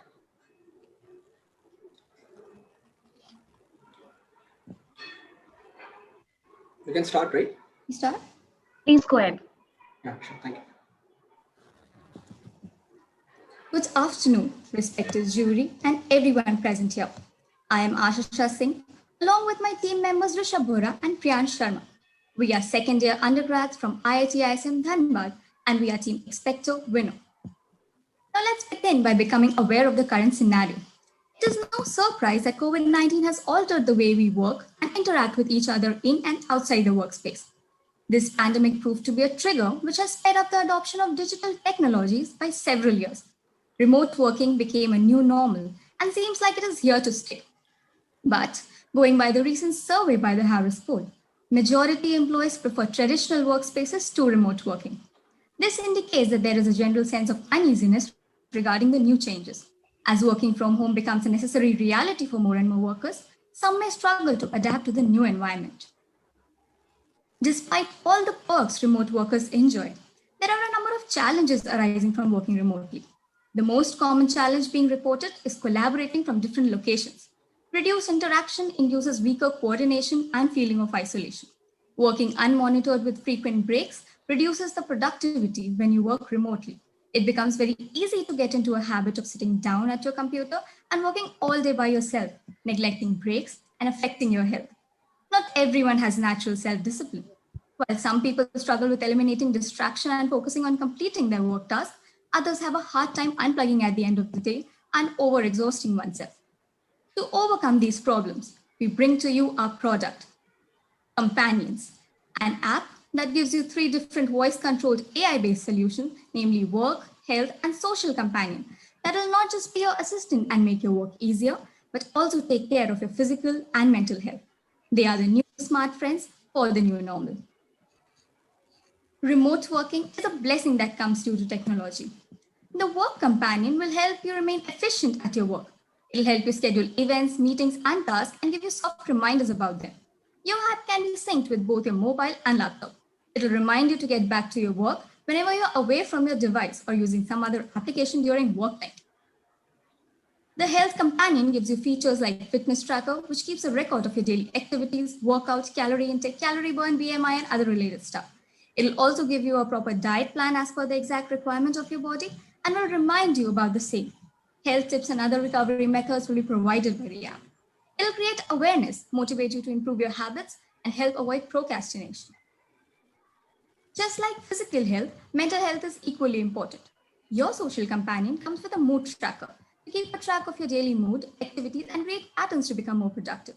Your AI friend will always be there to assist you, or even when you just need to vent out your emotions. It'll provide you with news from around the world and from verified sources to avoid unnecessary panic. Discussion forums will help you connect with users in similar situations and help you cope with the fact that you are not alone. Now, talking about our target audience, our product implements both B2B and B2C models. For B2C, any working professional having a tough time managing remote working, unable to segregate between personal and professional lives, requires assistance in taking care of mental and physical health, in general, struggling to cope up with the new changes can easily download it from the app stores. While for B2B, we plan for a corporate model. This will not just benefit the employees, but also help the companies in keeping a track of the efficiency and well-being of their employees. Now coming to what shall be the potential market for our product. Our app is primarily useful to the professional workforce and a part of the urban population.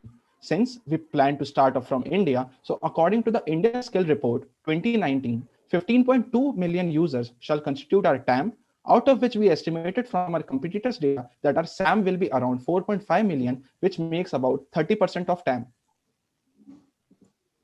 So talking about our revenue model, it is a freemium model with flexible subscription packages.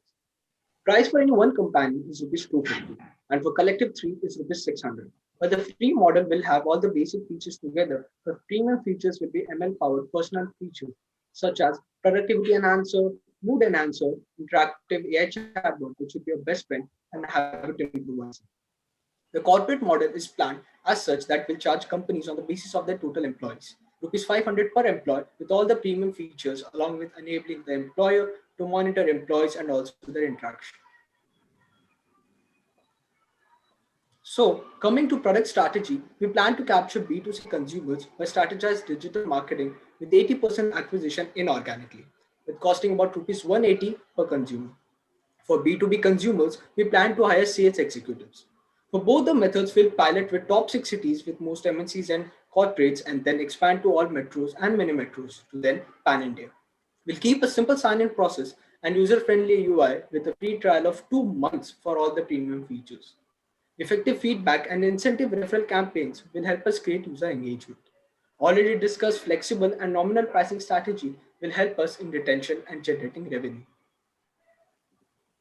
For the first 6 months, we'll focus primarily on product development and we expect to have our MVP by the end of 6 months. Then for the next 3 months, we will soft release the beta product into prime targeted cities like Bangalore, Pune, Hyderabad, Mumbai, NCR. Then from 9th month, we'll implement the feedback and further develop our product and reshape our model. By the end of the first year, we expect to have a stable product and then releasing to other metro and mini metro cities and also launching the corporate variant for the pilot cities.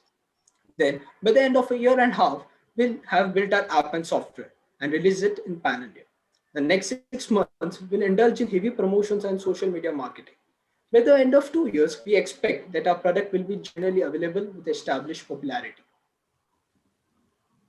This is our consumers and financial projections by the end of 3 years.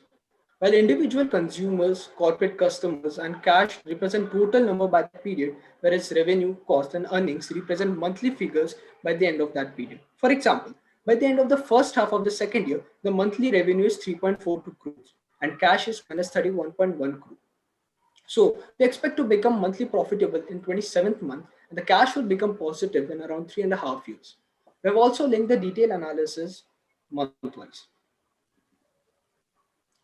So if you think that this is what all we have, you might be wrong. Our plans for future holds student mode, a mode similar to the corporate model, but specialized for schools and students. We are also planning to collaborate with different platforms and companies to enhance our product value. We have a strong plan to develop a smartwatch app to better track the consumer. With the growth of technology, many apps have been developed which provide you with work assistance, help you reach your fitness goals, and take care of your mental well-being.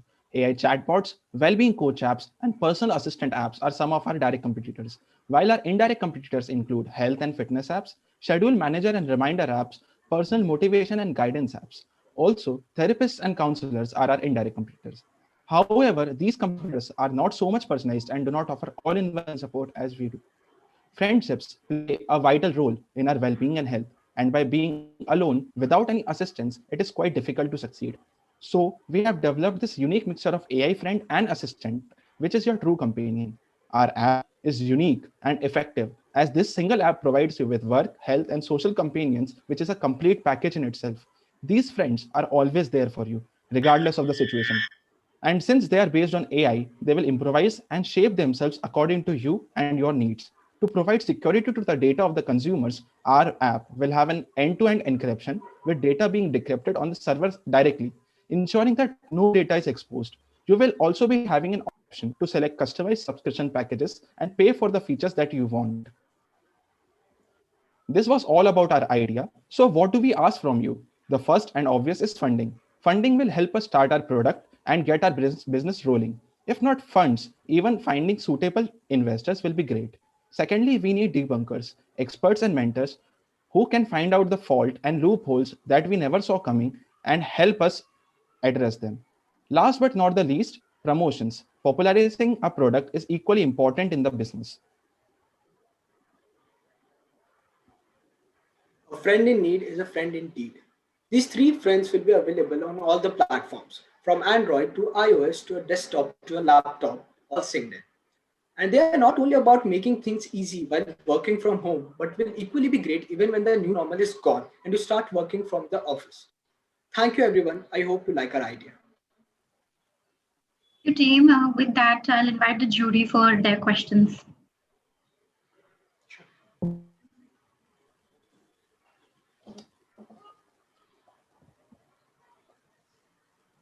Hi guys, very well done. One of the cleanest presentations today, so congratulations on that. And the clarity is awesome. Very quick, question: where are we currently on this? At what stage of development?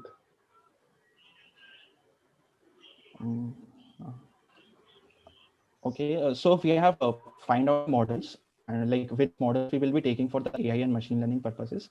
We are just working on the the data set collection and all. So like we have planned that while releasing our product for the first month, we will be taking the user manual input from the customers, and from the second month itself, we will be providing all the AI based solutions with a prediction with a feedback system, which is nothing but self-supervised model. So these what are the features that we will be including, and based on that, all the feedback that we'll be getting, we will improvise our model, and then after the second month, we will be providing complete AI-based solutions. So currently, do we have a model in place? That's the question. Do we have we gone ahead and tested it, sandboxed it, whatever? I mean, what have we done on this now beyond the ideation? Actually, we needed a strong data set for this, and actually we are working on the data set right now. Okay. The cleaning purposes and all the filling up the missing values and all. So presently we are exploring the data set. Okay, all from my side. Thanks. So have you done any primaries for this? Have you interacted with your possible users? Have you taken their feedback on this? And this is the first question. And second question, the financial summary you projected, that might require a huge loss funding in the initial period. And also possibly there will be a working capital gap in the initial period. So how do you plan to manage that part? Okay, sir, I'd like to take the first question. We have talked to many corporate workers and many employees that we know, like who work in MNCs and different companies. So even they have testified that this is a relevant idea, that even they face issues like over exhausting themselves, or sometimes they skip breaks, or sometimes they get too much distracted, they neglect their health benefits, and also they are not mentally restraining, working from home for so much of time. So when they have testified that this is a good idea. Okay. Any thoughts on the second question? Second question, I'd like Ashisha to go to the finances slide. So basically, yeah, the thing is correct that we'll need a lot of fund to support our product development and in the initial stage. And that is because initially we are just focusing on aggressively gathering the consumers and to build the consumer base. So that will require a lot of advertisement cost and acquisition costs. And also the initial, the trial period, the first 2 months we are giving free, though it will cost us on the back end, but we'll generate no revenue on that front. So that is adding up to the cost. But after a time, for about after 2 years, we plan that the corporate model will breathe revenues into our revenue model and will get positive by 3.5 years. Okay. Do have a look at the cash balance position. It's looking little too much on the negative cash balance perspective. Okay, sure. I have one question from my side, team. Good presentation and very smooth. Can you just go to the competitive analysis slide that you just showed? Yeah, sorry, the previous one. Yeah, I just like to understand what is the unique proposition, because the space is very crowded. Okay, the work that you're doing, and the space itself is full of many such apps that you spoke of. So, what is very unique to Companion as a whole, and what is the differentiator that you have versus the other competitors? The same question technically, but yeah. I like to take that question. So basically, the market peers than us, they all are very specific. Like either some take care of your health, either some take care of your mental balance, or either some just your work assistant. But what we are providing is a perfect blend of all the three companions that one needs in his life or her life. And also, the second USP of our product is that it is highly AI and ML driven. So the solutions and results that we'll provide to them will be very personalized. Like after a time, per se, like you have a friend, and after a time he or she gets to know you better. Similarly, our AI ML model will get to know you and your habits better, and can suggest how to improve you better. Can you talk a little bit more about the AI ML Yeah, that's I was going just to going be to used? ask that. Thank you. Yeah, I was just going to ask that question. Can you talk a little bit more, because there's no prototype that we can see. So, how do you plan to use this AI ML that you speak of? Yeah, and embed that into your solution. I can take up this question. Actually, like if we talk about the companion wise, like if we take the example of the social companion, like we have taken the Roberta model, which is by Facebook. It is nothing but it is kind of a sentiment analysis based on the natural language processing. While we are talking with the chatbot or just we are texting with it, it will take all the inputs and we will put that in our model, and accordingly we will get like either it is like in a positive way, in a negative way, or neutral, and like we can categorize them and provide a solution. Like if the person is sad, we can either like play him a song or suggest him some movies and all, and some kind of motivation we can give him. This was about the social part. For the health part, like we have taken a nutrition based data set in which like depending on the region wise, like there will be a question while we are collecting the data, like which region do you belong and what is your like food category, like are you a vegetarian or a non-vegetarian, and accordingly it will suggest you some diets, and like they will be categorized. If suppose a person is like deficit on calories intake, so we will provide them solutions which are like high on calorie intake, so that there is a proper diet balanced. And while if we talk about work space, there will be a proper schedule manager. Suppose that we will be taking like for example, we will be taking the data set from Monday to Sunday. So depending like the work is mostly on Monday to Friday for most of the professionals. For that part, we will be like suggesting the users that on Monday to Friday, you should more concentrate on your work part. And when you have free time, you should like pay attention to your health and all. And this will be categorized by the AI ML model depending on the timeline of that person. I have a question. Yes. Yeah, I'm audible. Okay. So I've been listening to you. I mean, if you ask me straight off the bat, and if I was to use a client's lens, this looks like a coming together of 5 high school projects. okay, in an app, or other 5 small apps that you can probably download from some place, open source. You can re-engineer a bit, because I don't see a barrier to entry even for the amalgamated super app that you have tried and created here, right? And you asked for investment, you asked for mentorship.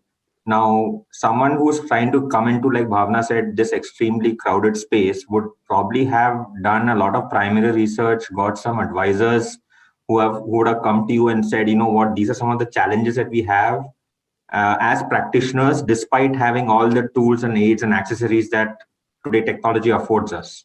So have you done, so there are 2 questions here. Number 1, do you have some sort of a primary advisor who will stay with you through the course of the evolution of this entire business idea, who has probably even helped you conceptualize this? And number 2, what is, in your view, the barrier to entry which will not make you redundant in, say, 3 months?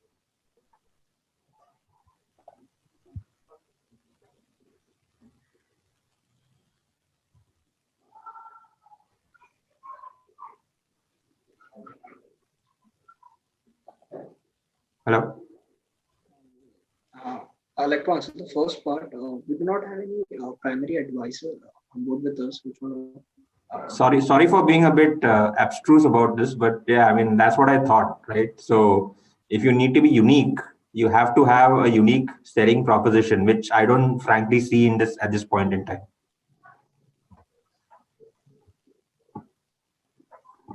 Sir, I'd like to state the USP again. 2 points. The first one, which you also said that we have combined different projects into one-stop app. The second one being the personalized feature, for example, I'll say, suppose you schedule your breaks for after every 2 hours, just a 15 minutes break, and you are indulged in some activity and you just push it off. What normal reminders will do, like if you just push it off, it goes off.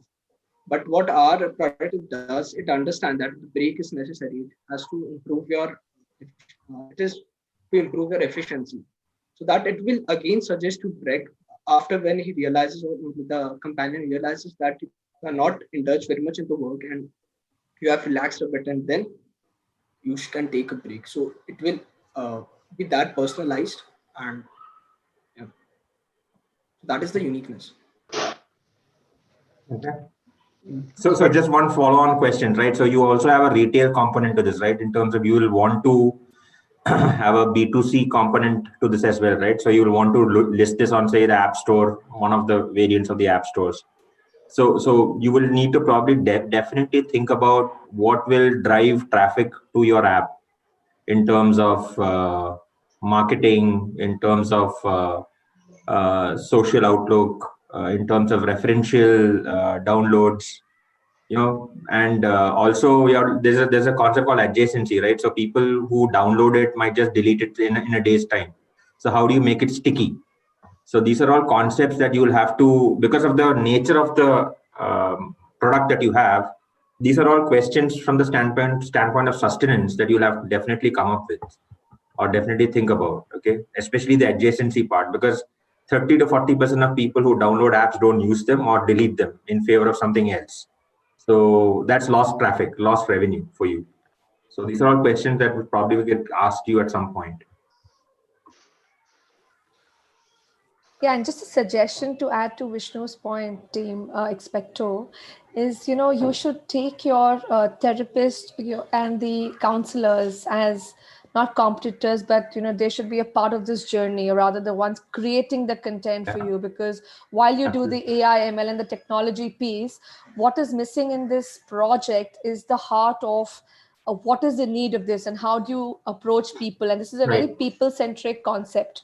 So, Yeah, so just to add to that, before the name slips my mind, you should definitely look at the business model of a company called Yoksa. Okay, take a look at it. It's also a new company headquartered out of Bangalore. It's got both the electronic as well as the brick and mortar presence. It does a bit of what you are trying to do, but of course it has gone extremely into something like what CureFit does, a different type of CureFit. But it's got a good business model, and that's also struggling, by the way. So do take a look at that. You will get some lessons. Thank you. I take it there are no more queries. So thank you so much, Bhavna, Vishnu, for your suggestions to the team. All the best, team. It will be interesting to see how your idea shapes up. Moving on to the last presentation of the day, and I think I'm already literally sweating it out with so many jury members. I'm very glad to be on the other side of this competition today. I don't think I would have survived the pressure. So it's amazing how all of you are holding up there.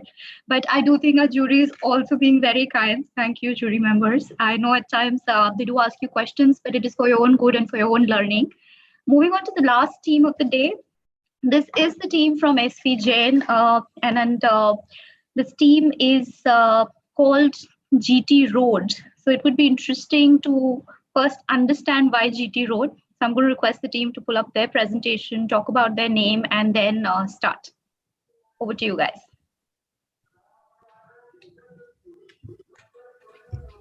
Thank you, ma'am. I'll just do the presentation. I hope I'm loud and clear. Divya, if you can just increase the volume a bit. Okay. Is it better now? Yeah, I think it's good, Divya. Okay. All right, ma'am. Can we start? Please go ahead. Yeah. Good afternoon. Just a second, ma'am. I think I'll just check if the audio is there. Yeah. I'll just check the audio as well. Go ahead. Introducing. Okay, thank you.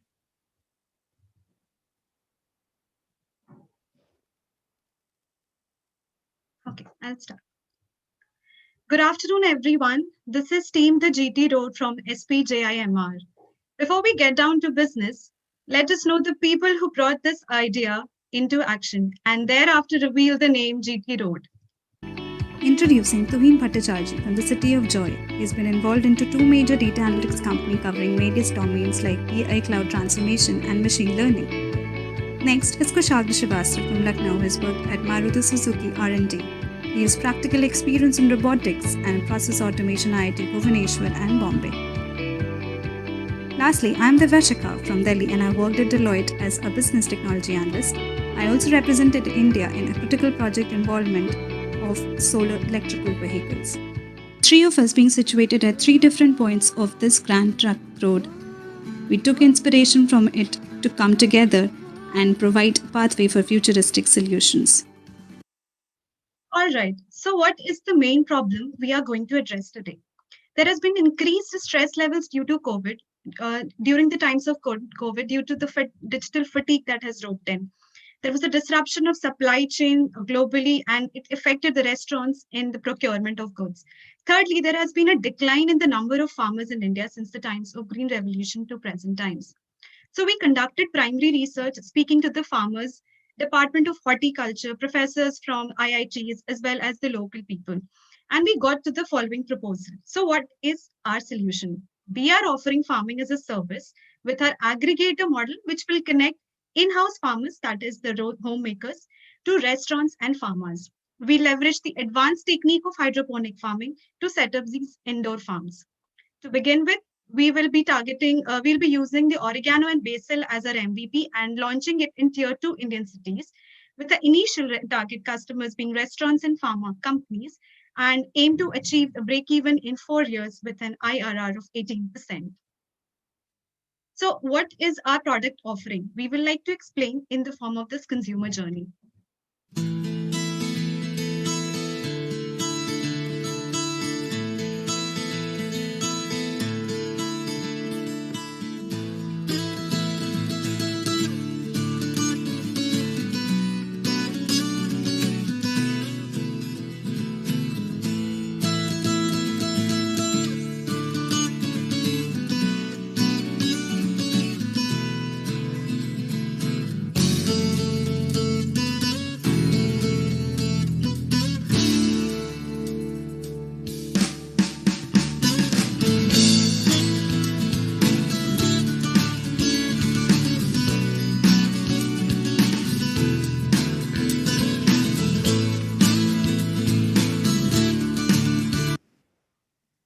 Next, Kushagra and Tuhin will explain the working model of the prototype we developed. Thank you, Divya. So after identifying the problem, we decided to do a feasibility study and decided to build a prototype.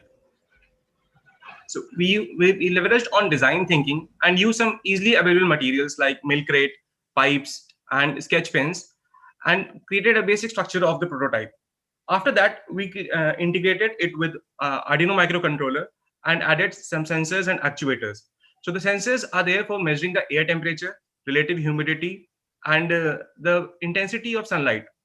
For water characteristics, we also measure the water conductivity, flow rate, and advanced unit also has the pH sensor, and so that the nutrient can also be managed. So by knowing the crop which is being grown in the hydroponics, the characteristics of this enclosed environment can be controlled remotely by us on the data, on the servers.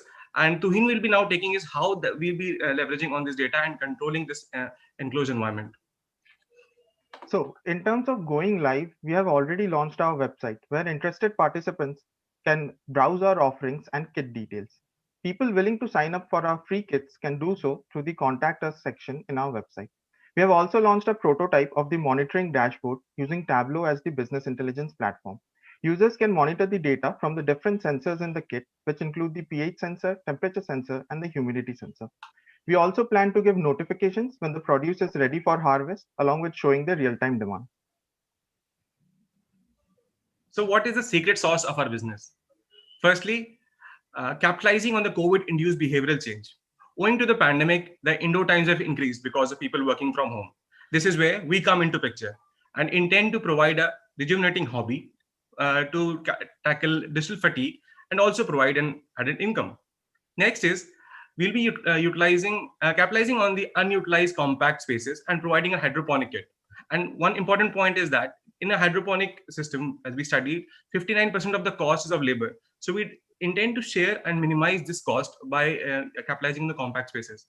Third, and the most important, is the niche domain of herbs and spices that we have chosen that can be expanded to not only the Indian spices, but also the international spices. So what is our model? Imagine sitting in front of the screen entire day. Well, it's nothing to imagine now. It's become the new normal in the times of COVID.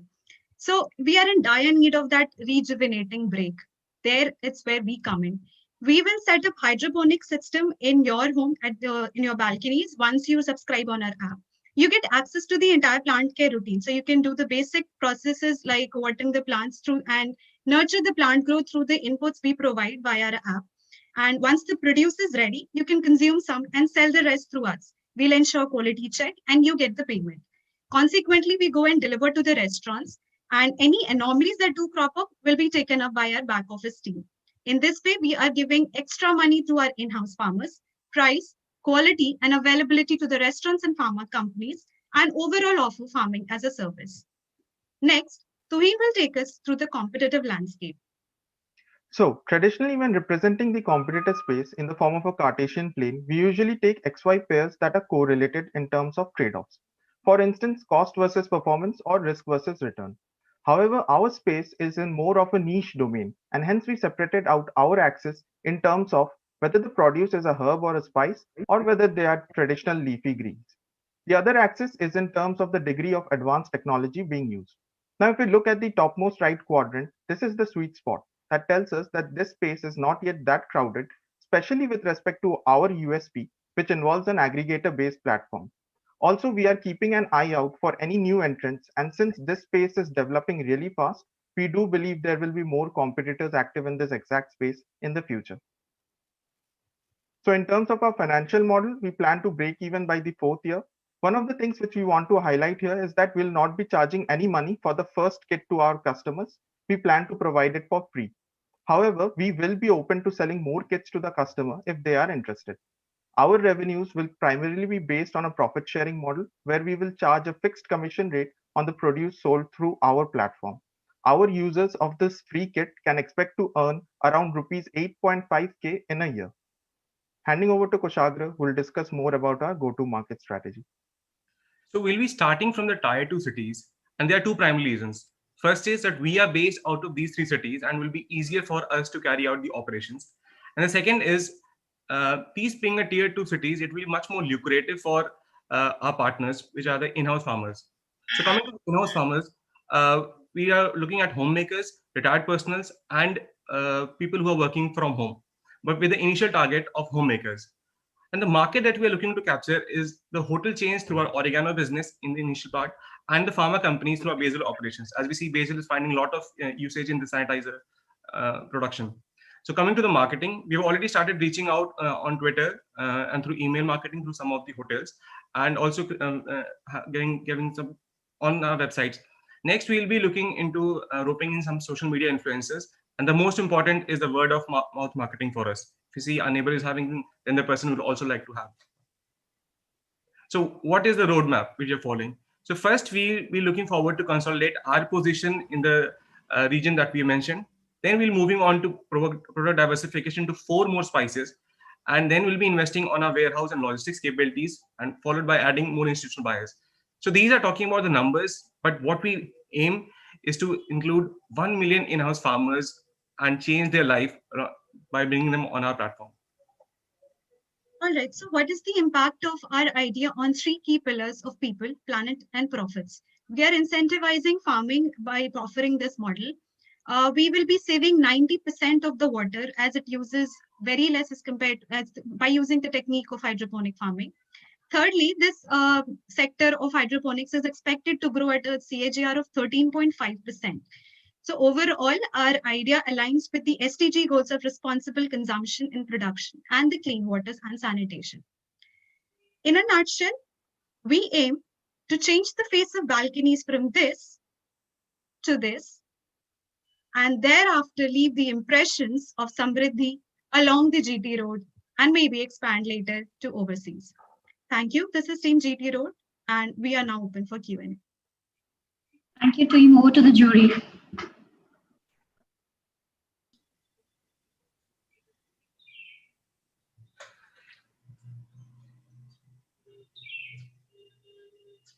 Hi. Go ahead, Rich. Go ahead. No, go ahead. I'll come after you. Hi.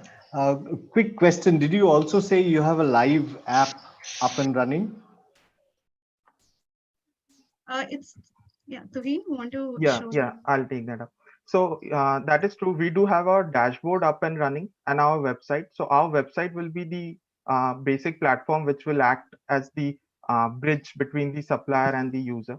So this is currently up and running. However, since we are still providing kits to people and since people are still registering, the exact offering isn't in place. So once we have a good base of customers who are growing these plans through their kits, we'll start putting up that page as well, where real-time people will be accessible and the produce will be shown.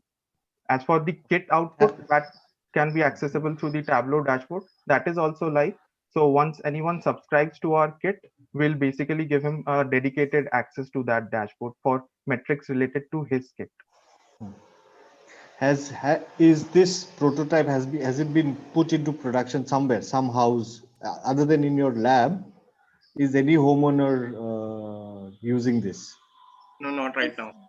Yes, sir, but we do have it in place at Kushal's house where we developed the prototype. He can show you there. So, Chuck, if you can just give a view of that. So, sure. Okay. This is the prototype which we have developed. And this will be the automated control unit. And right now, we haven't. We are not filling the water. So the water will be pumped directly from the nutrient solution, and it will be pumped into these trays where the seedlings will be put in. And we have the relative humidity controller, air temperature sensor, and here we'll be adding the pH sensors to control the nutrient levels of the water, depending. So for herbs and spices, and for them to grow properly, we studied from our research and we discussed with the Department of Horticulture also. So the key things are the pH value, the temperature, and the entire controlled environment. So that can be controlled by us depending on the crop which we are having. And how much are you going to charge the consumer? So the kit will cost around 3.6K. We are providing two versions of the kit. Initially, it will be a semi-automated version, which is priced at 3.6K. At a later stage, we'll have a more advanced, fully automated kit, which will be around 4.5K. So you're saying your production cost is what, $4,000? No, the production cost is much lower. Production cost stands around 2K for each kit. I'm looking at it from the consumer side. If I were a consumer, and I'm assuming I'm going to do this for Dania, you're saying I pay 4.5K to you for the ability for me to do what? No, so if you are a consumer looking to get on our platform, you don't have to pay anything. We are willing to provide the kit free of cost to you. And the only condition is you'll have to sell the produce through our platform, and we will charge a fixed percentage of whatever you are earning. Brilliant. And what is the output of the kit in terms of scalability? So currently the How kit much has Dania is going to come out? Yeah, so currently the kit has 3 layers, which holds around 54 plants. So it is pretty scalable. Like we can just keep on adding layers one on top and increase the kit size. So that is perfectly feasible. And in terms of the output, it comes around to 4.32 kgs for a single harvest. So we have taken into And a fact single that harvest is what cycle? This is How for 4 long does a cycles single for harvest? oregano. So, sir, for oregano, it has 4 cycles in a year. So it's 4.32 kg in a year after taking the rejection rate into consideration. And this is one. Okay, one what's the cycle that you looked at? price? I'm sorry. Go ahead. Yes, sir. So we checked on Amazon and it is priced as 1,000 rupees in retail shops since we are targeting institutional buyers. And speaking to the by the primary research, we got to the idea that we can sell it at 710 rupees per kg or for 1 kilo of oregano. Okay, so here's my next question then. Why even have the consumer angle to it? Why don't you guys just buy a big go down, fill it up with these kits, and run this and sell it to institutions directly, if this is viable that way? Yes, team, I'd like to take that up. So that is feasible what we are talking about, but that is not in keeping with our business purpose. So like we mentioned in the PPT, our aim is not to be like extremely profitable, or our aim is not majorly to make money. That is definitely a part, but our aim is to make a sustainable development of agriculture, and more importantly, to see the balconies, which are currently the last picture which Divya showed, to make a whole about transformation from that stage to something which is more eco-friendly. So that is our main aim, and that is where we hope to build up traction. So I have a question here. GT Road, good presentation and a very viable solution, very sustainable. So thank you for that. A quick question here is, what is the turnaround time for those 54 plants that you're going to put in the hydroponic kit? So, for like the first month, what will be how many plants? And there'll be is there a constant interaction between you and the person who's going to take that kit on board and do that work for you? So how are you maintaining that relationship, and what is the cost of that relationship that you are maintaining, right? So both the questions. One is, what is the turnaround time for the plants over the journey of 1 year to give that kind of yield? And second is, what is your, costs for maintaining that relationship over the months or over the year? Yes, Tuin. So I'll just share this Excel once again. It has the details. Yeah, sure. And meanwhile, I'll talk about the pointers related to that. So I'll answer the second part of the question first. At what level are we integrating with the customer? So one of our motives is to reduce the labor involved in the entire process, right? And that's the basic aim on why we have built the entire dashboard. So what the customer has to do is he'll take the kit, and there will be a one-time visit from us to his home where we will install the kit and make subsequent connections with the dashboard platform. Now, once this is done, he doesn't have to contact us until and unless the harvest is ready. The entire process will be taken care of the dashboard, where the sensors will monitor the amount of the conditions under which the plant is growing, and even the dashboard will notify him that, hey, things like these are going wrong. Maybe the nutrient solution which you are using, the pH level is going down. Your temperature conditions currently are not that good. All those things will be monitored directly using the dashboard, which the customer can do himself. Also, when the harvest is ready, the dashboard will notify him, and at that point of time he'll have to notify us that, hey, I'm going to sell this through your website or through your platform, at which point he transfers the entire produce to us. And we do have quality experts in place who will then verify whether the produce is good enough for our institutional buyers, and accordingly divide the payment and sort out other stuff. As for the first part of the question, what is the exact cycle? So the entire array of 54 plants will take around 3 months for the first cycle of harvest, post which the dashboard will notify him and then he can contact us for selling it through our platform. You have not considered any logistics costs. So we have. Not just logistics costs. The question is also, but you've mentioned some in-house farmers, right? So these are the people who will help you maintain the product at the retail customers' houses, correct? So how do you, in say India, along the GT road, how do you find enough people to form an ecosystem of support staff? You will have to contract with them, correct?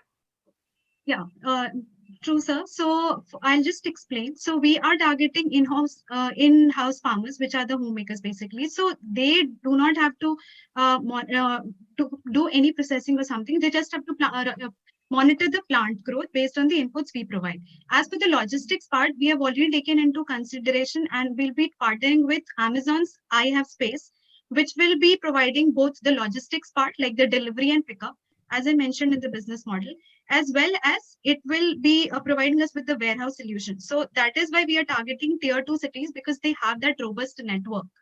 And further, we will also be investing in building up on this, as we mentioned in the timeline as well. So that is the overall plan, and the costs for these have been taken up into consideration. So the only people who are part of this entire ecosystem is you, the warehouse provider and the warehouse and logistics provider, and the end customer, right? These are the three main chains, right? Or parts of the chain, right? Correct, sir. So yeah, so this is the in-house farmers first who will be procuring, who will be producing. We'll be tying up with the delivery team who will be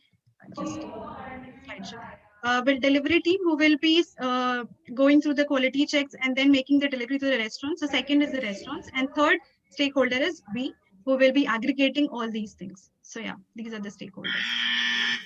So team, I mean, this is one of the very few ones I've seen where a lot of things looks to be tied up, which is pretty good. Now, 2-3 points. One, we're saying that our primary customer or primary focus would be the homemakers.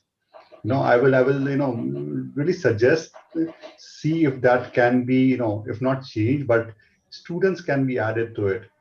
Please understand, this is a very good hobby, and that probably, and more so in a tier 1 cities, because the students would want to see something happening. We have seen online pets being used by these students. This is a much better alternative.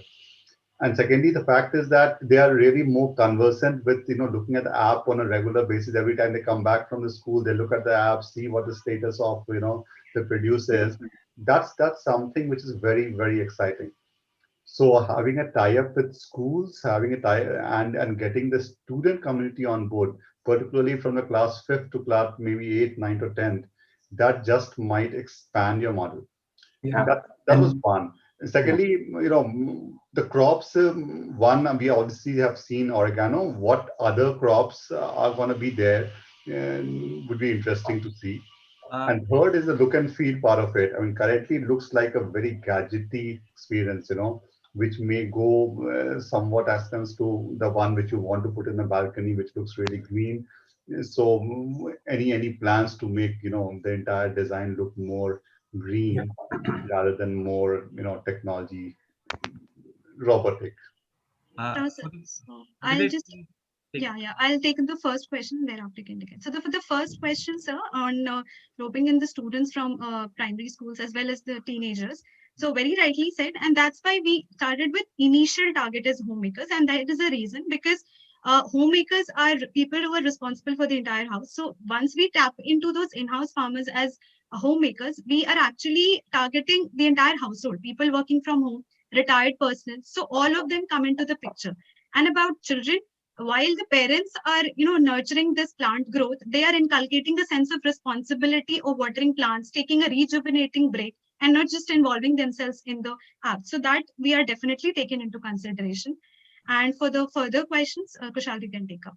Divya, if you can take to the annexure slide, appendix, last appendix. Yes. So right now we have started with basil and oregano, which are the first two products, and the spices which we are looking forward are the chamomile, rosemary, mint, and anise. So the germination days, the pH value, and the light intensities, everything has been taken into care. As we move forward, we'll also be moving into hops, so which is the costliest crop right now. And in the news also, we see a couple of weeks back that it has been started cultivation in Bihar, where one of the farmers are moving into it, and the produce is at 80,000 per kg. So we also had a conversation with Professor at ITBHU and talked about saffron. So if saffron can also be grown into this hydroponic control system, but a little bit of R&D more is to be done. So for the MVP, we took the basil and oregano produce for doing our entire business model. And coming to the last question regarding the prototype. So right now we have built a 2:1 prototype model. So right now it is having 27 plants. So the bigger one will be the actual production will be having 54 plants. And we'll be expanding it, and we'll also take into consideration the design field. We take that as a session, and we'll incorporate the changes so that it can be made much more robust. So right now it's a DIY kit, and we have used just commonly used materials for understanding the working of it, and maybe we'll be integrating and in production. So just one more suggestion, okay? Because there are a lot of derivative applications to this entire concept. So you can actually use some elements of gamification, and going back to Bridget's first question around getting in younger people to be your end customers. There's an element of gamification in terms of getting people to, in a friendly manner, compete against each other, say in similar situations, in similar regions, depending on, say, PIN code, keeping, of course, PII considerations, okay, personally identified information considerations in mind, who's doing better, what sort of diversity of crops are people actually growing, what is the average net value to that particular home grower. So these are all derivative applications that can be sold as fun facts, or also even for commercial value if certain thought is given to it, and that will add the entire marketability coefficient, or add to the coefficient of marketability to this entire value proposition. Okay, so do think of that, because that's what people will look at if you do move on to other ground into the next round. One more thing that I would like to just bring up is, the core idea of this. I mean, yeah, I get the fact that you want to get, people having green balconies, etc. But the core idea of this, when you look at this as a, if I had to spend time on let's say gardening, right? The pleasure that comes out of actually tending to a plant comes from tending to the plant, right? And not from putting completely gadgetified thing out there on my balcony, and it is completely done by an app or a robot or something like that. I mean, there needs to be some amount of interaction for that individual to this kit. If that is what you're trying to tap into, the need for a person working from home to actually do this, right? So that's something that you might want to consider. Is there a way that you, instead of you guys telling these are the instructions, is there a way, even it might just be moving 3 sliders, on an app up and down, so that the individual feels that he is a lot in control, and the output is what you guys gauge. So that's going to be one key factor. And if you build that in, I think that would actually bond the end customer who is actually putting the kit in his house to the whole notion. Otherwise, it becomes like, I've got spare balcony, I'm putting it there for a revenue, and I don't care about the whole garden thing. It's you put it there. So it should not go down to that, and that would be a key selling proposition to you guys. That's one. Question for you is, have you thought about how would you deal with pests? I mean, you were talking about a completely insulated environment. I'm not sure you can do that in a place like India. I'm not sure. Have you thought about it? And if pests come in, what's the next step? I mean, do you throw out a cycle of produce? Because this is they keep circulating inside, right? Inside that box. And if you're talking about 54 plants, one plant or one type of pest or a disease or an infection would take out your entire crop. So how do you deal with that? I will take that, the first part. So, sir, regarding the feel of the hobby, actually, when we are into gardening, we want to be involved in the hobby. So, when we were discussing this with our business consultant, he gave the other option of giving two variants of the prototype. So, we have one basic variant, and the second one is having the pH controller also.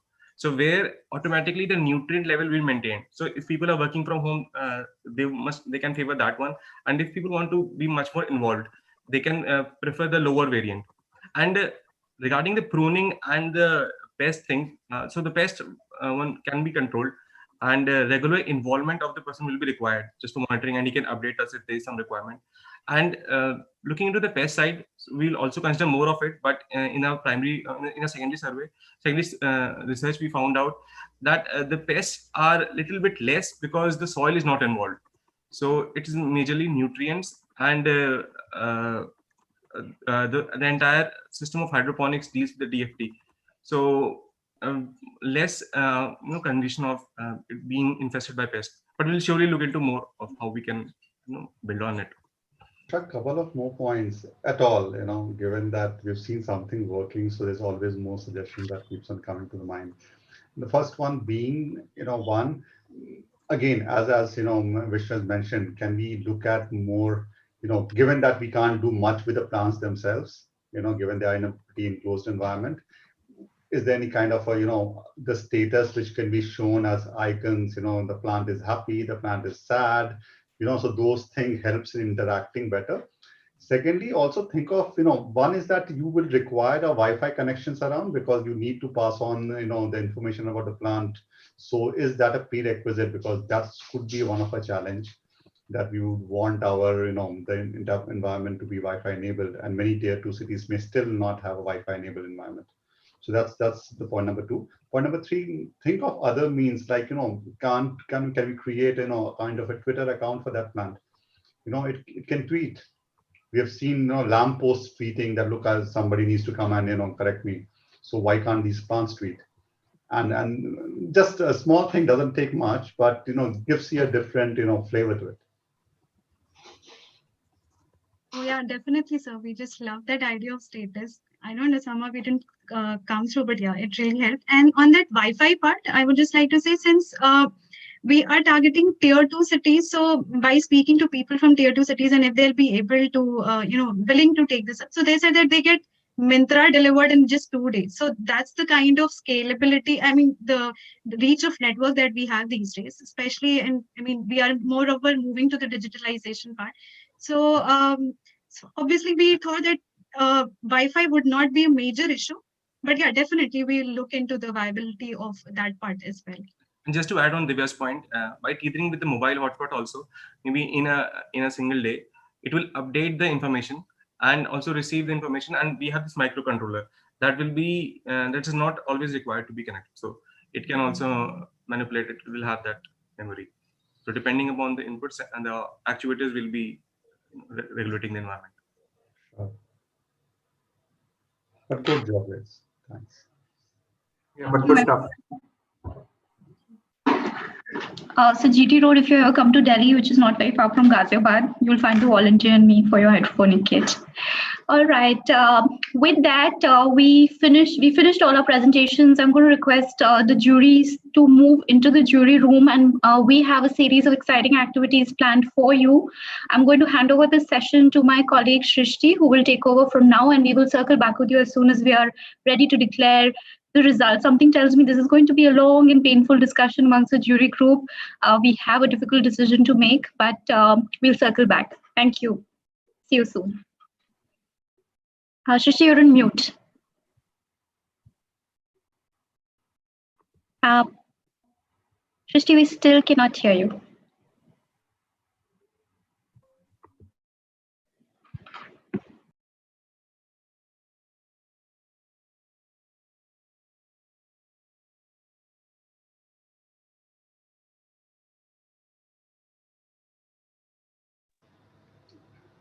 Shrishti, we have an audio issue here. Maybe you have to figure out.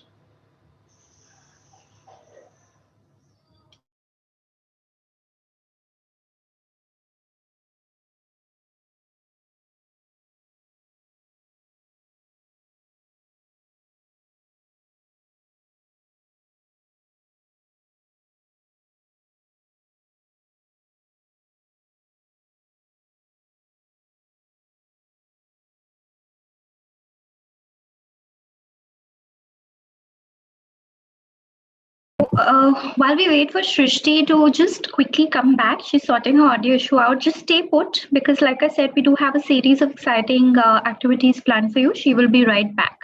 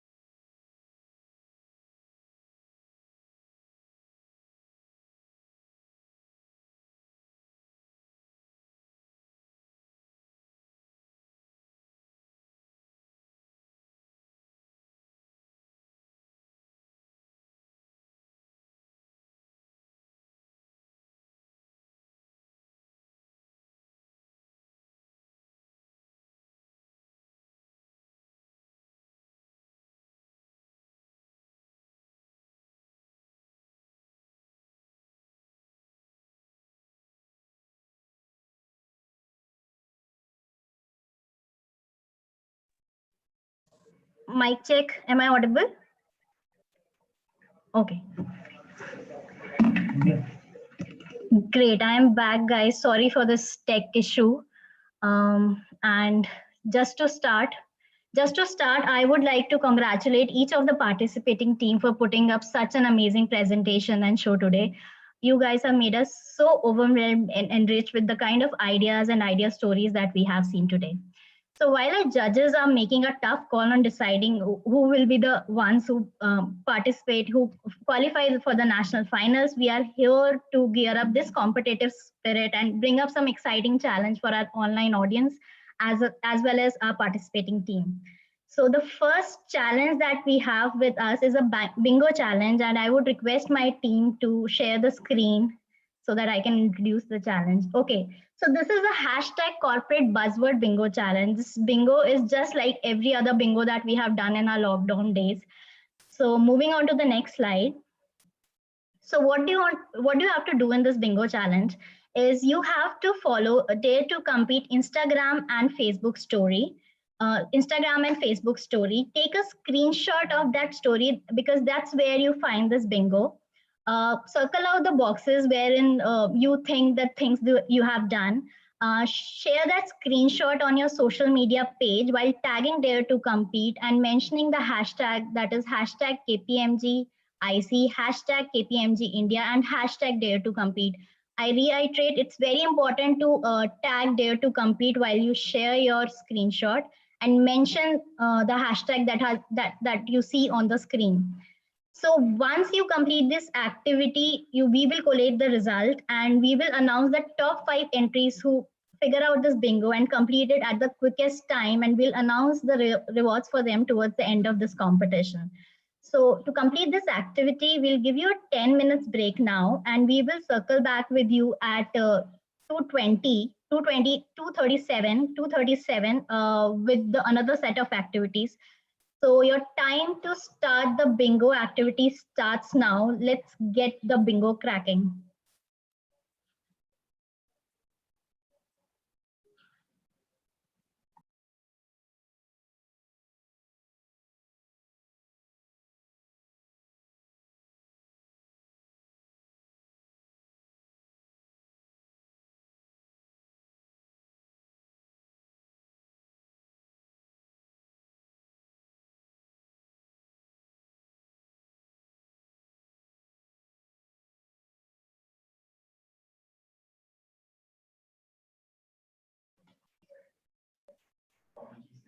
So apologies, the time will be 2:27. We will start with the next set of activities at 2:27. I'm sure you guys have started filling up the bingo activity.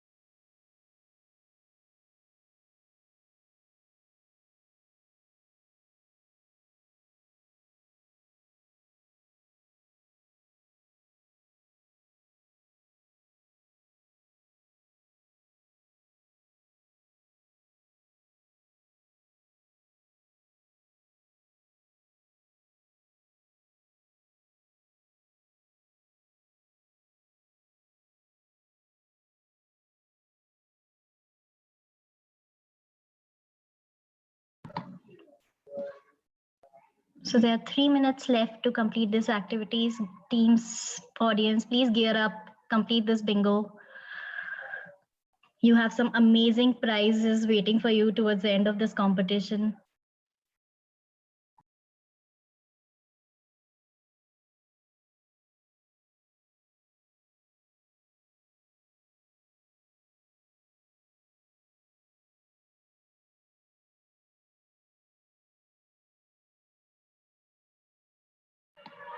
Last 2 minutes.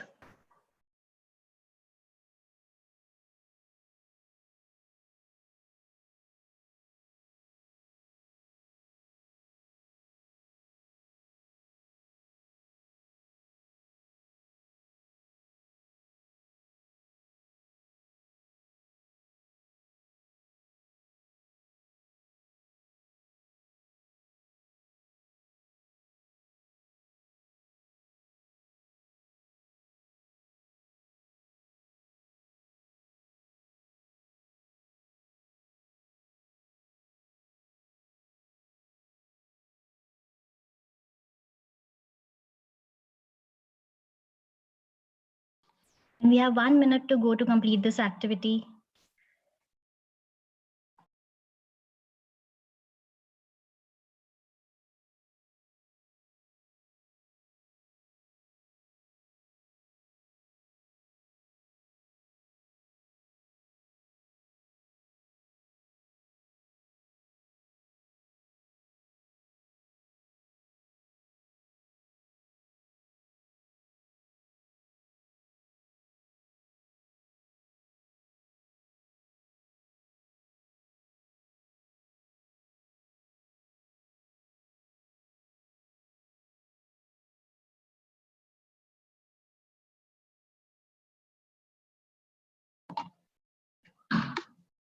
So we have only 1 minute left. Calling out for the final bingo submissions. Team, gear up and show the competitive spirit.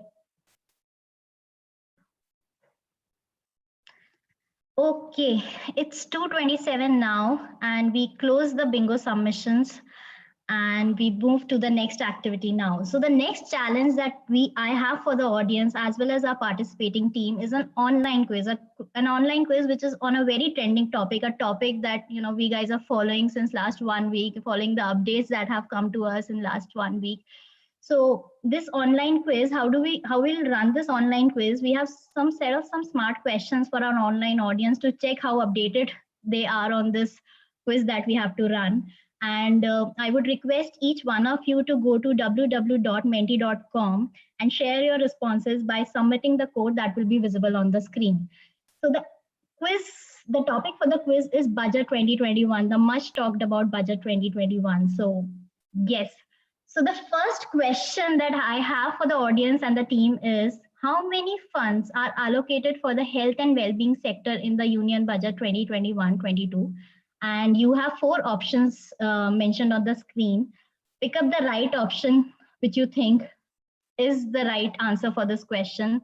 I reiterate the instructions. You have to log into www.menti.com and use the code 780180. And I can see the responses coming in.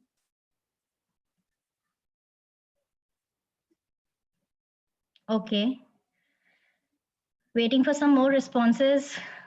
Okay, option A.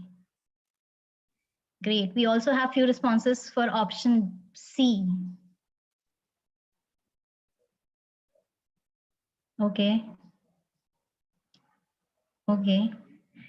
Option A is seeking majority of responses. Guys, waiting for some more responses. Oh, we also have option B.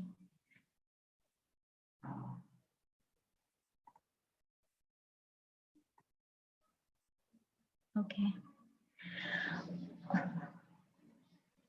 Okay, so the correct answer for this question is option A, and I can see some responses coming in yet. The correct option is option A, which is INR 2.23846 crore. So in union budget, government has allocated INR 2.23846 crore for health and well-being sector. I am very pleased to share with you that KPMG works actively in this sector with our healthcare clients. We support a wide range of services to our healthcare policy making makers, be it consulting, tax, and advisory practice. So the next question that we have on the screen is, okay, which company's IPO will be launched in 2021-2022 as a part of the government's disinvestment strategy? And the options are, the answers have already started pouring in. The options are Air India, LIC, Life Insurance Corporation, IDBI Bank, Shipping Corporation of India.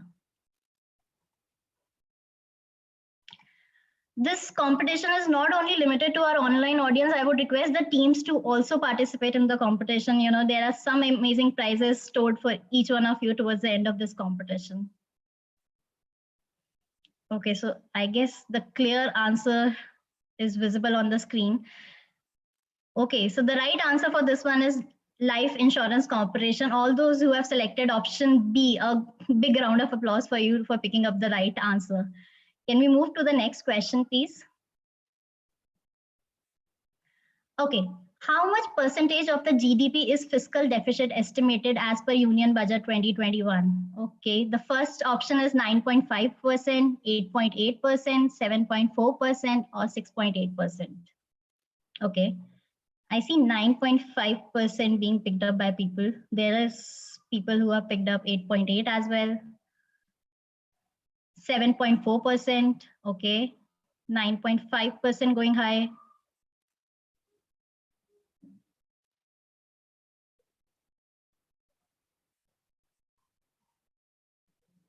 Okay.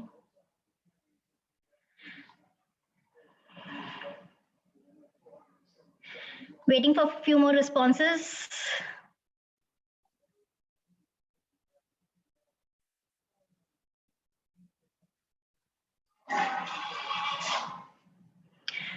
Okay, so the correct answer for this question is 6.8%, with comparison to 9.5% last year. So the fiscal deficit is expected to be 6.8% this year, whereas last year it was 9.5%. So big congratulations to the person who has picked 6.8% over here. Can we move to the next one, please? What amount has the government set aside for COVID-19 vaccine during the period of 2021-22? A very important question. Okay, there are three options running high.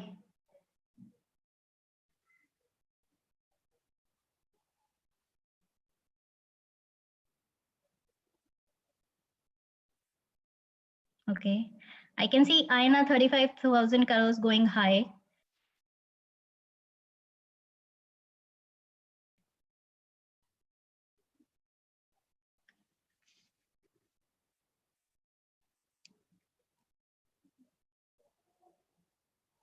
Waiting for a few more responses.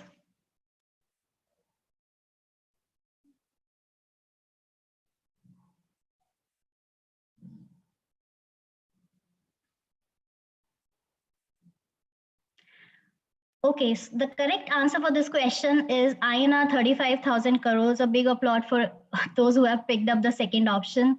So government has set aside a amount of INR 35,000 crore for COVID-19 vaccine. With this, I also want to share with my audience that KPMG is continuously collaborating with state governments to set up the COVID war rooms. We have actively worked with our government authorities during this pandemic in various kind of services that we have provided to, safeguard our citizens from this pandemic. The next question, please. Okay, in how many states and union territory has the One Nation, One Ration Card scheme implemented?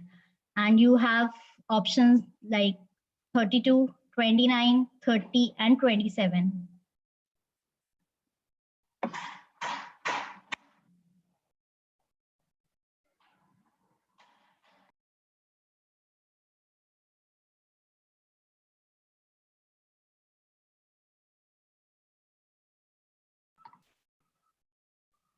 Okay, waiting for some more responses. I can see 32, option A going up.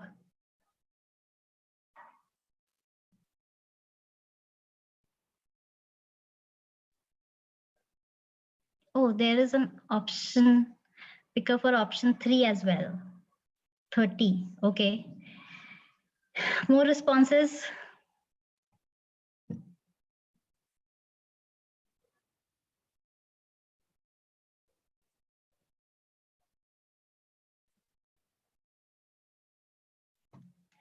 Okay, the correct answer for this question is option A, 32. I can see the dashboard moving. Okay, the next question, please. The next question, the newly announced budget is not focused on which of the following areas of education and skill development sector? Teacher education and development, higher education, innovation, research and development, or digital education? Okay, there are 3 options going high. Waiting some for more responses. Option A is going high. Okay.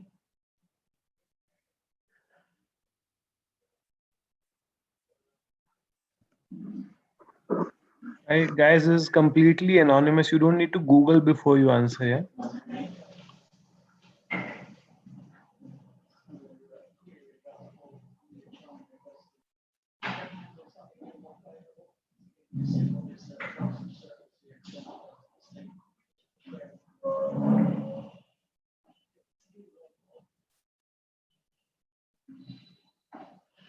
I can see the dashboard moving. Final call for the last responses.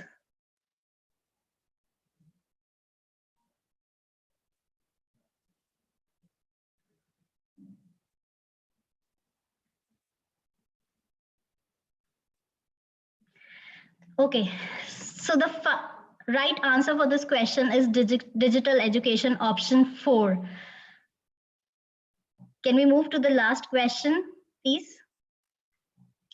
Okay, what is the name of the government program which will be launched to provide tap water connection in urban areas? And you have options like Jal Jeevan Mission, Amrit City, Ghar Ghar Jal, or Smart Cities.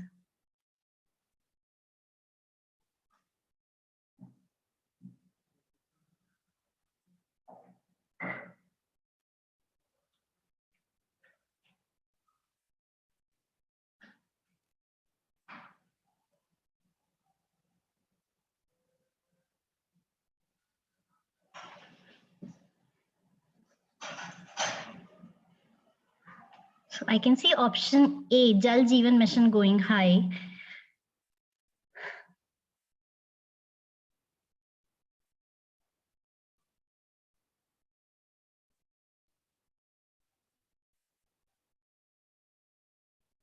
Wait, final call for the responses, please.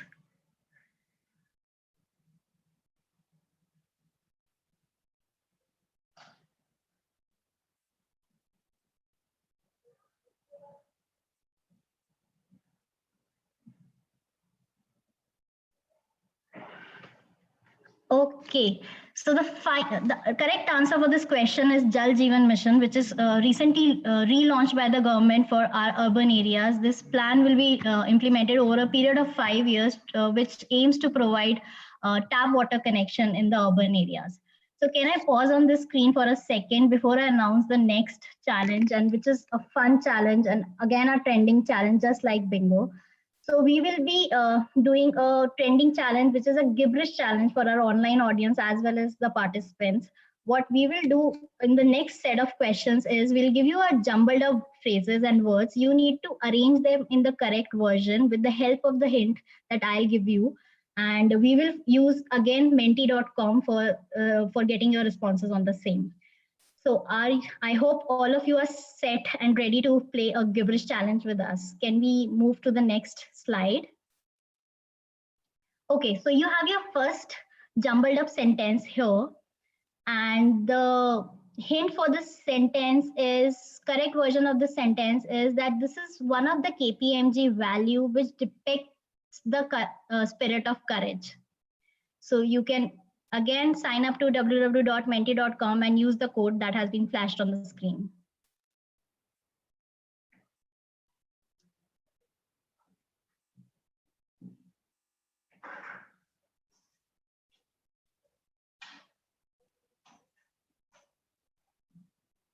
Okay.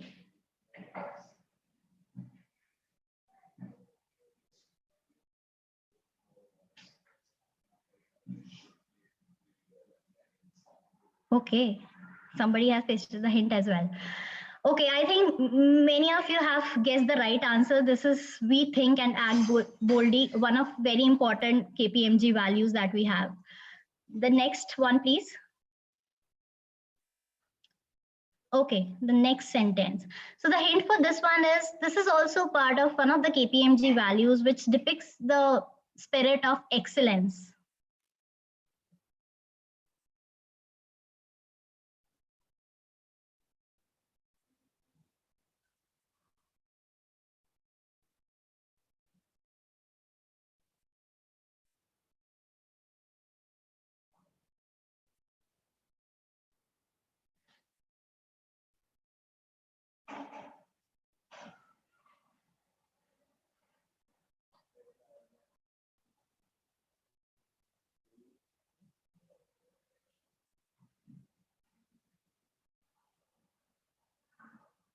Okay, I can understand many of you have got it right. The correct version of this sentence is, we never stop learning and improving. It's part of one of the KPMG core value. So the next one is going to be a little tricky. Can we move to the next one, please? Yes. So the hint for this one is, it's one of the tech or digital buzzword which is used very frequently. So, this word is also used during some of the presentations today, a tech buzzword or a digital buzzword.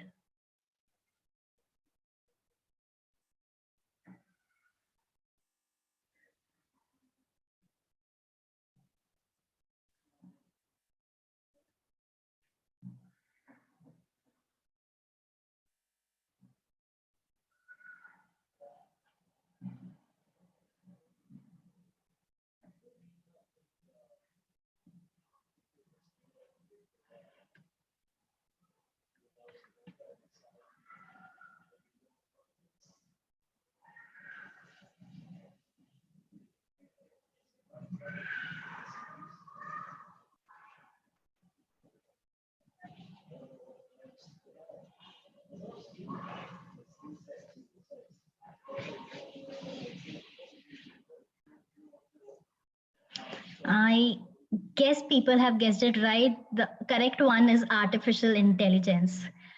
Great. Yes. Can we move to the next one, please? Okay, this is something I'm sure many of you must be saying or using. This is one of the millennial buzzword that we frequently use on our social media or during the chats, something that we frequently use, a millennial buzzword.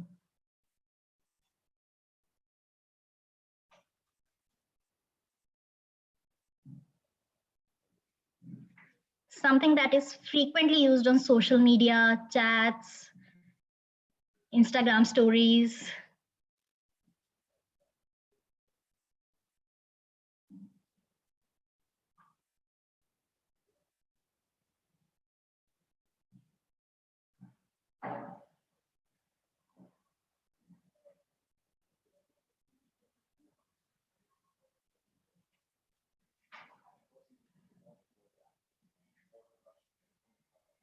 The responses are anonymous. You can type in the version that you think is right.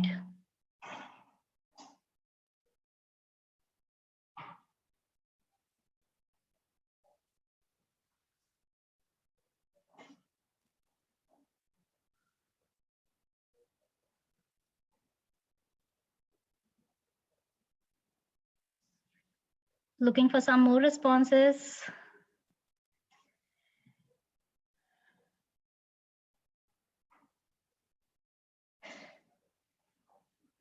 Okay, wear mask while going out. A very important one.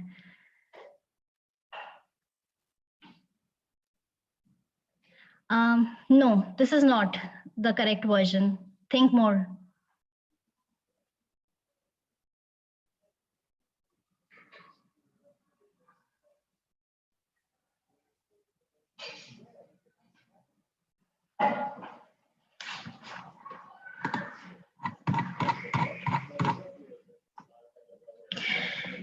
It also depicts a kind of a social anxiety while missing out something. I'm adding some more hints for you to figure it out. A social anxiety of missing out some event or activity, something like that.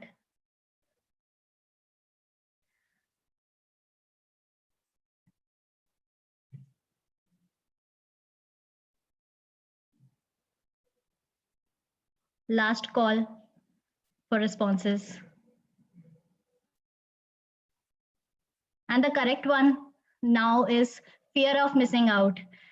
I guess the last few people have figured it out finally. This is fear of missing out. The last sentence, please. Okay.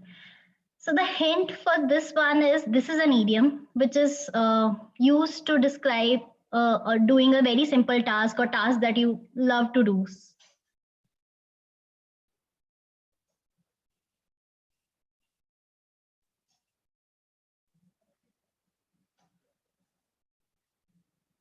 Okay.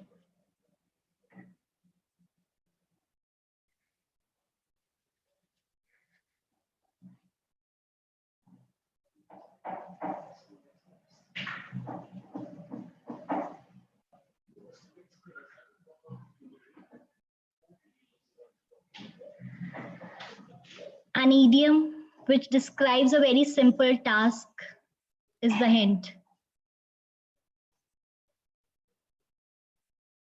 I can see some correct responses flowing in, waiting for the final responses.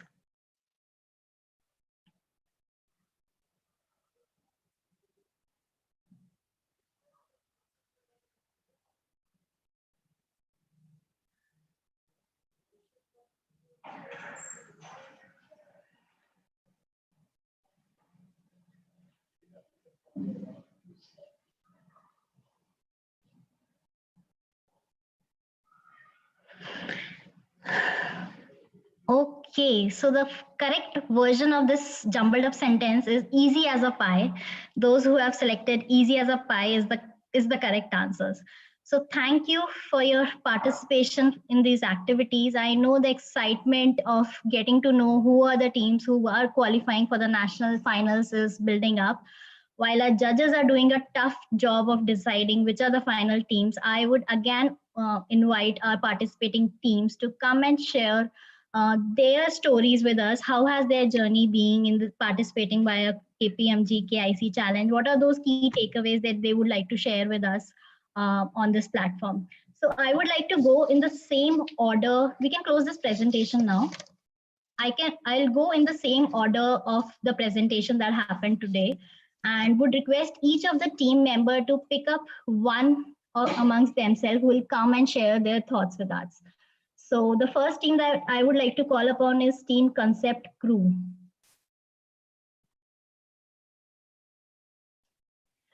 Hi, Pooja. Hi. Hi, Sushma. Am I audible? Yes, you are loud and clear. So what is that one few takeaways that you would like for, us to share for, and how has your journey with KPMG KIC challenge has been?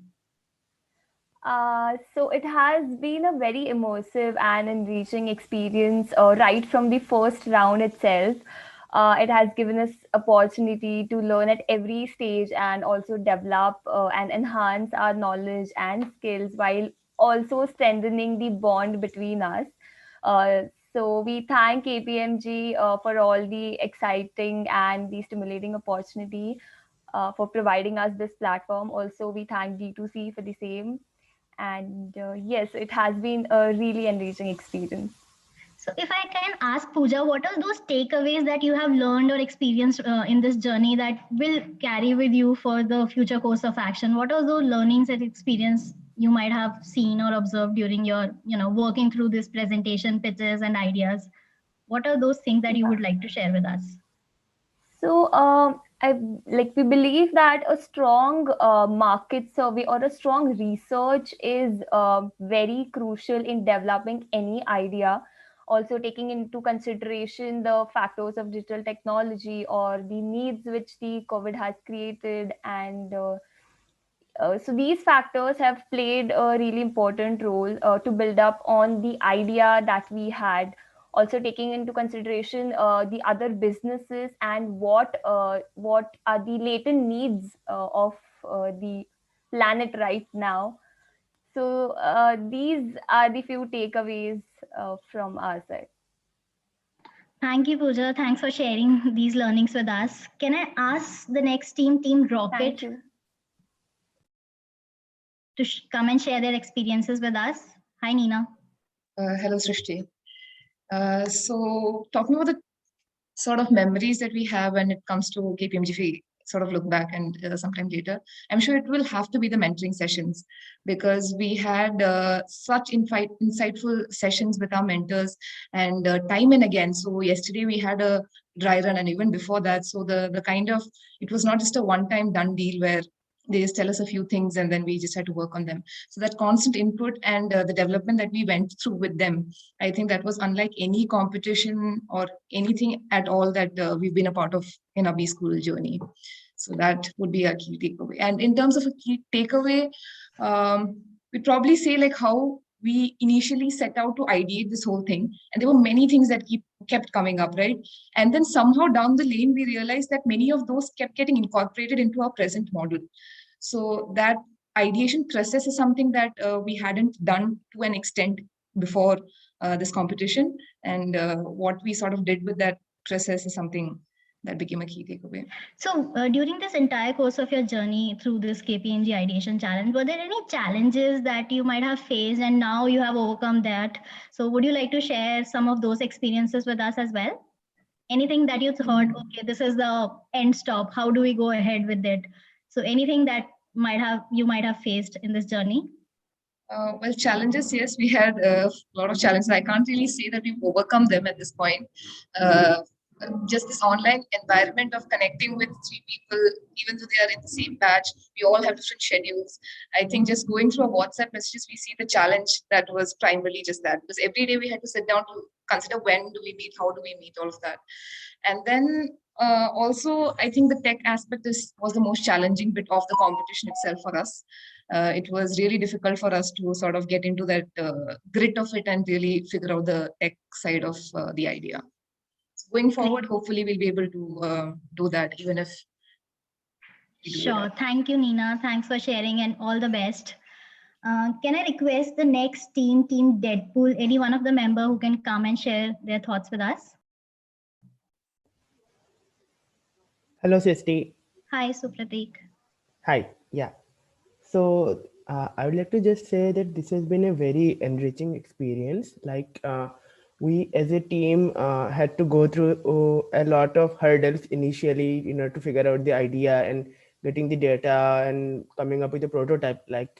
And I think that is where the mentoring sessions really helped, because there are certain aspects that we initially did not think of, like when you pitched the idea for the first time and got in through for the semifinals. But through constant discussions, the idea kind of evolved into something which we initially didn't start off with. So that is something that is my biggest takeaway.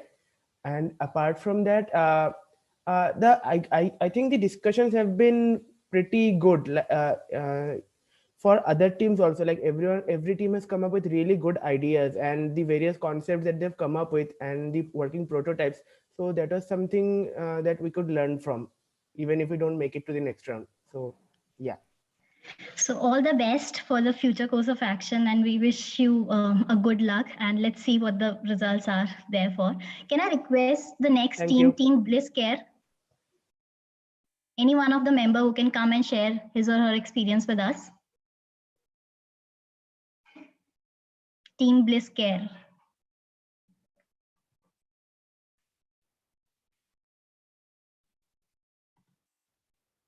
Shashi, we can move on in case Bliss Care is not here. We can move on to the next team. Okay, the next team I would like to invite is Team Iota.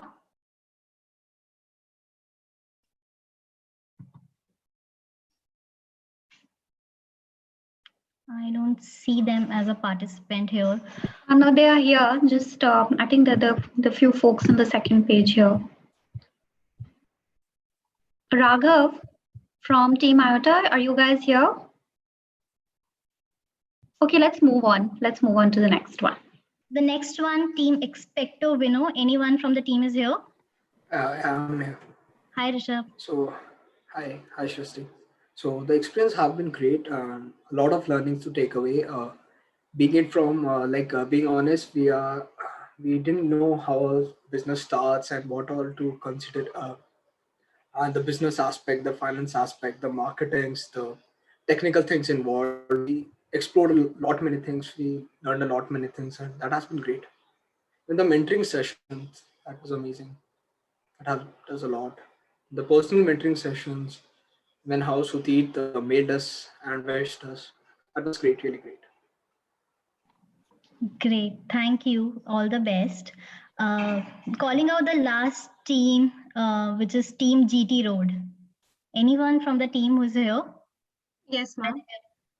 So it has been quite an engaging journey, and as part of an experience, so we several times reached the end, like I would say dead end, and then had to rework the entire thing. So that gave a really good insight into how actually ideas go from the ideation to the final deployment state. And key takeaways would be the constant suggestions and the recommendations we got from our mentors as well as consultants from outside. So that really helped to refine our ideas constantly. So overall, it's been quite a journey. Definitely memorable. Thank you. Thank you, Divya, for sharing your experience with us. Now I hand over the baton back to Yogja for the speaker session. Thank you so much. Thank you, Shrishti. And before we move on, I was wondering we could also do a quick audience poll and see, which team they are favoring in terms of the outcome. So can I request Akriti to bring up the slide, please, for the audience poll?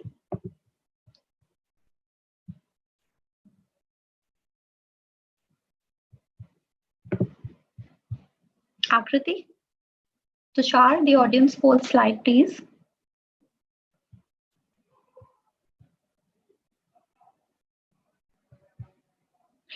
In the meantime, while they're getting the slide up, we also have Raghav here. Raghav, I understand you guys have joined. Do you want to quickly talk about your experience till now of KIC?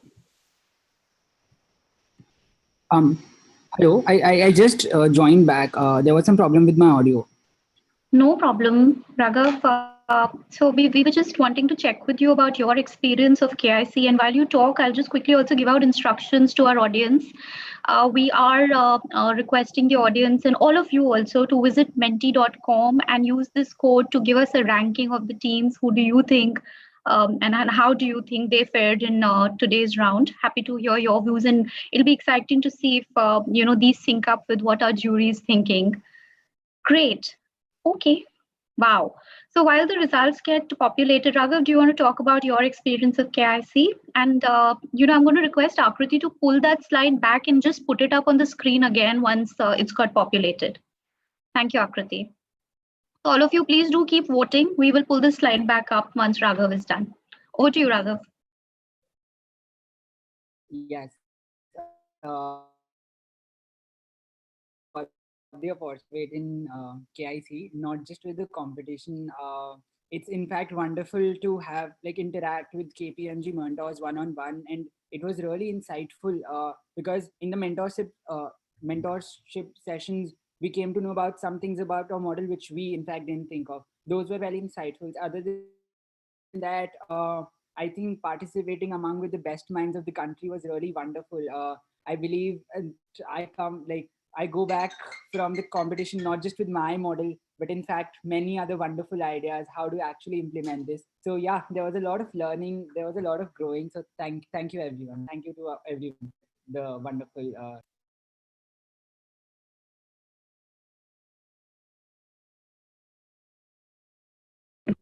Thank you, Raghav.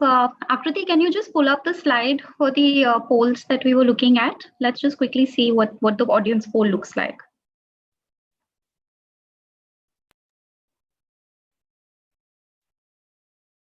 All right, so Team GT Road, you seem to be having a great fan following. And then the second, so okay, the top two teams that feature in the audience poll are incidentally and coincidentally the SP Jain teams. And then there's SAMHRD, followed by ISM Dhanbad, and of course SRCC, Deadpool, and Bliss Care.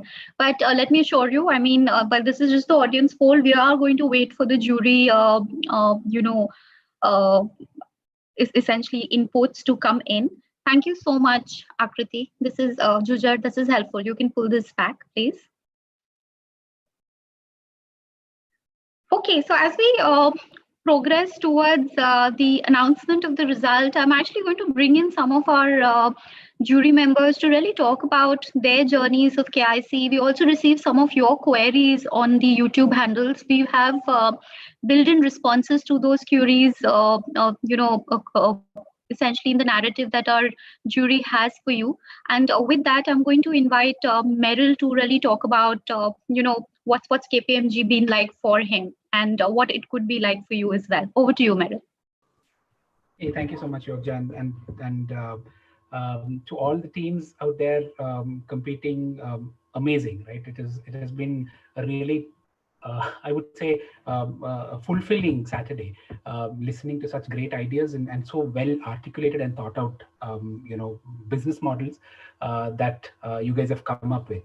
It just takes me back around 16 years. I've been in the firm for 15 years now. It takes me back 16 years when, some of the other jury members that are here, Vishnu, Charan, all of us, we were part of SPJ, and we did this whole business case competition. I mean, not just one, multiple of those, but all three of us, incidentally, were on different teams for one business case competition. And that's just exactly what this thing reminds me of. Coming up there and competing with these ideas.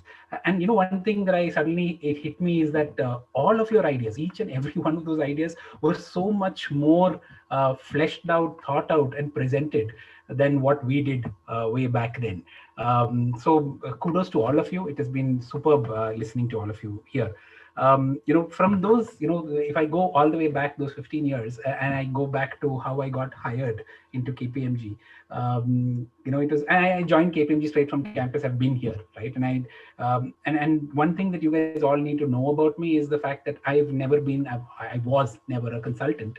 When I joined KPMG, I used to write code for a living, right? And I used to write code for something as mundane as telephone conversations, stuff that you actually on a landline, not even on a cell phone. So stuff that you talk on a landline gets into fiber optics, and that's the stuff that's the kind of code I used to write. I landed up into SPJ and doing information management because I thought I don't want to do coding. It was boring for me. I get bored very quickly. And consulting seemed to me a good way of actually having multiple different projects and not get stuck to a 1 year or 3 year project that I was seeing in IT industry. When I landed up into consulting, and that interview itself is a story to tell you. But once I landed up in consulting, one thing that I realized is while it is true, you do get to work on a multitude of projects, a multitude of industries, and with a multitude of amazing people, right? Both at the client side and of course your own team, which is all fascinating and really gratifying parts of the job. It is a grind, right? So I can't stress that enough. I need to tell you that because each time I come to a campus to hire, be it a B school or an undergrad school or even engineering schools, the first thing that I need to tell you guys and you guys need to understand is it's going to be a grind. When you're on a project, you will do everything to make that project work. The fun is in getting something that somebody thought was not possible. Otherwise, they would have done it by themselves. They called you. You made what is in their heads impossible possible, and that's one of the biggest fulfillments out of this whole consulting job that we do. Get in there, solve a business problem.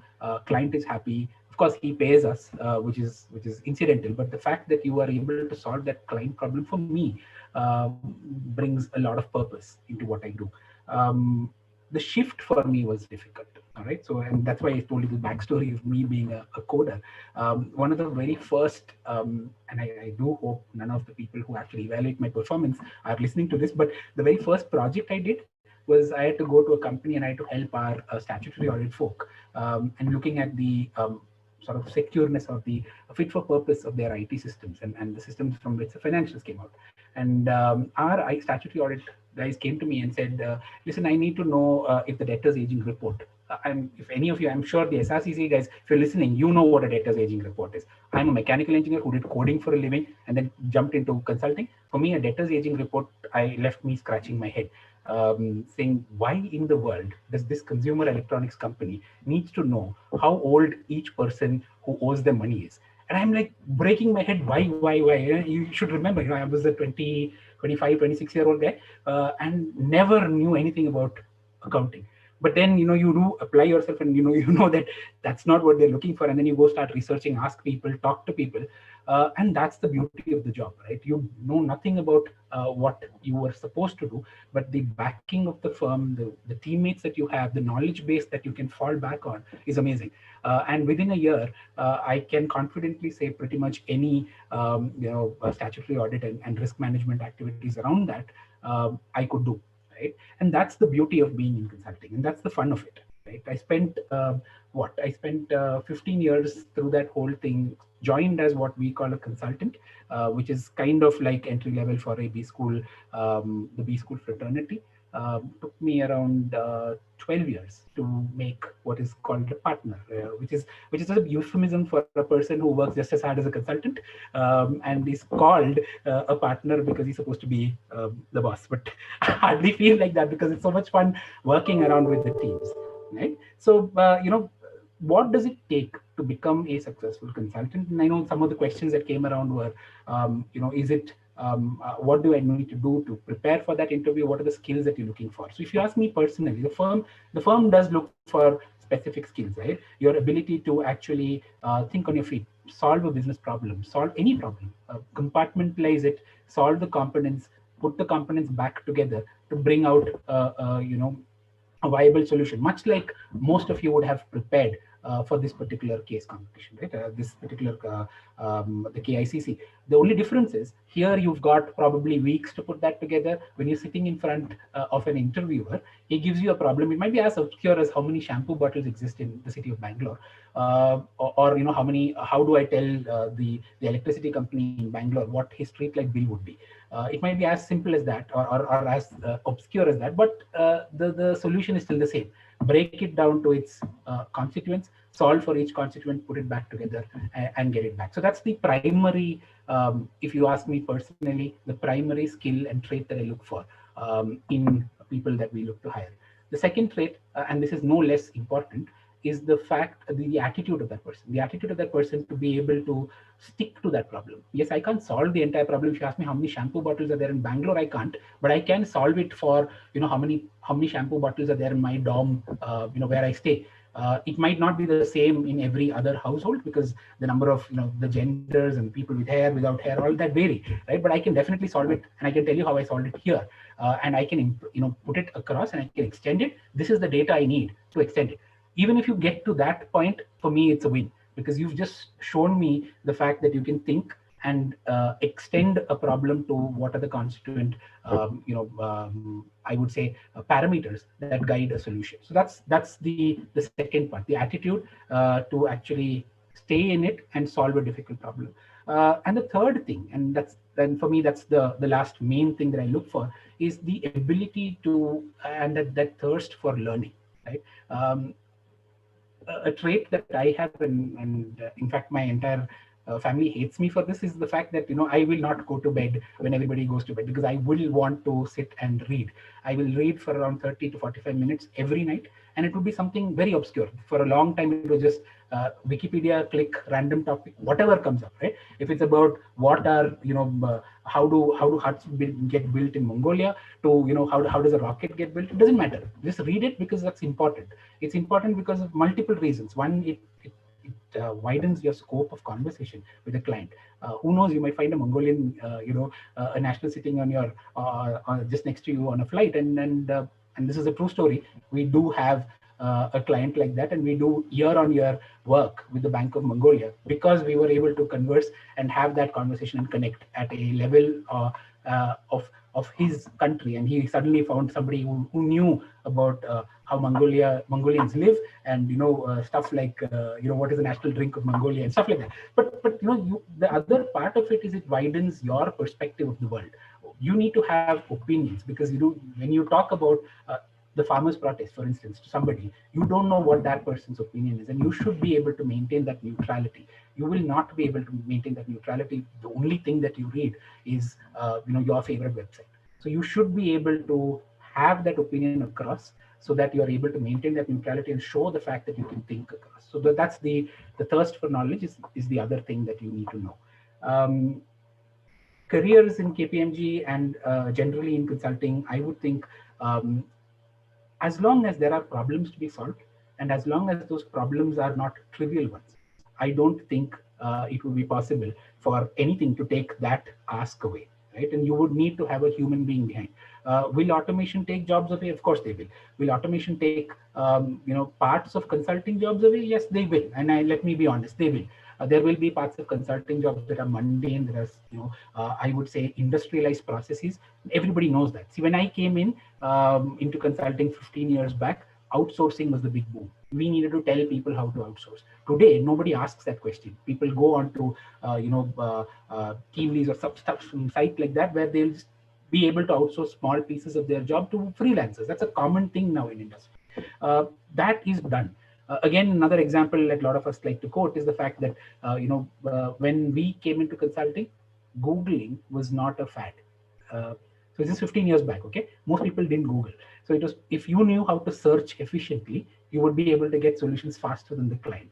Today, I have clients that are definitely younger than I am and are more adept at Googling and finding things off the net. So that ability or that information asymmetry has gone away, and therefore you need to keep learning. So as long as standard solutions are available out there for people to pick up, and you are stuck there, then yes, that part of your your career or your portfolio is a bit shaky. But as long as you are actually keeping that thirst of knowledge in your head, that attitude to learn more, those jobs which people can't solve by just simply going online or by asking within their friends group, those jobs are there for you to solve. And for that, you will definitely need a consultant like me, a bit of gray, I would say no hair, but mustache. So you would need that to actually, you need people like us to actually solve that problem. So that's what I did over these 15 years, mostly solve problems around cybersecurity, information risk, tell companies why it's important for you to have those firewalls, those multi-factor authentication each time you do a banking transaction. If you get really angry because it's asking you for OTP, thank people like me for it, because that's what we try and enforce to make sure that your data, your money, your assets stay within the boundaries that you've put it and are easily accessible to people that you want to. So that's what I do, and I run the cyber practice for a region here and lead business continuity for KPMG, and that has given me a lot of pleasure, especially in this whole COVID scenario. It's kind of like a disaster junkie's dream come true for the last one year, right? Every time I used to cry wolf saying that your business will stop because something happens. Well, guess what? A lot of businesses stopped. There was a lot of ask for help, and has been a great year for us. So that's that. Yogja, back to you. I'm going to request Rajiv also to come in and share his views about KPMG, the work he does, and what brings him to work, and what could be in store for some of those aspirants out there. Over to you, Rajiv. Sure, thanks Yogja and thanks Meryl. I think you covered quite a bit, but I think first of all, I think heartiest congratulations to each one of you. I think the participants, you all have done a fantastic job. And this is my third year as a KICC judge, and I've seen the journey of transitioning from the case competition, which I think Meryl was referring to this innovation challenge, which we came up with 3 years ago. And each year, I must say, the quality of the idea and what it is presented to us as judges is improving multifold than the year before. So I think that's definitely talks about each one of you in terms of your drive and your passion and the way you have taken each of these ideas to a more realistic solution. So I think thank you for presenting to us. I think it was definitely a Saturday well spent deliberating with all of you. So all the best and congratulations.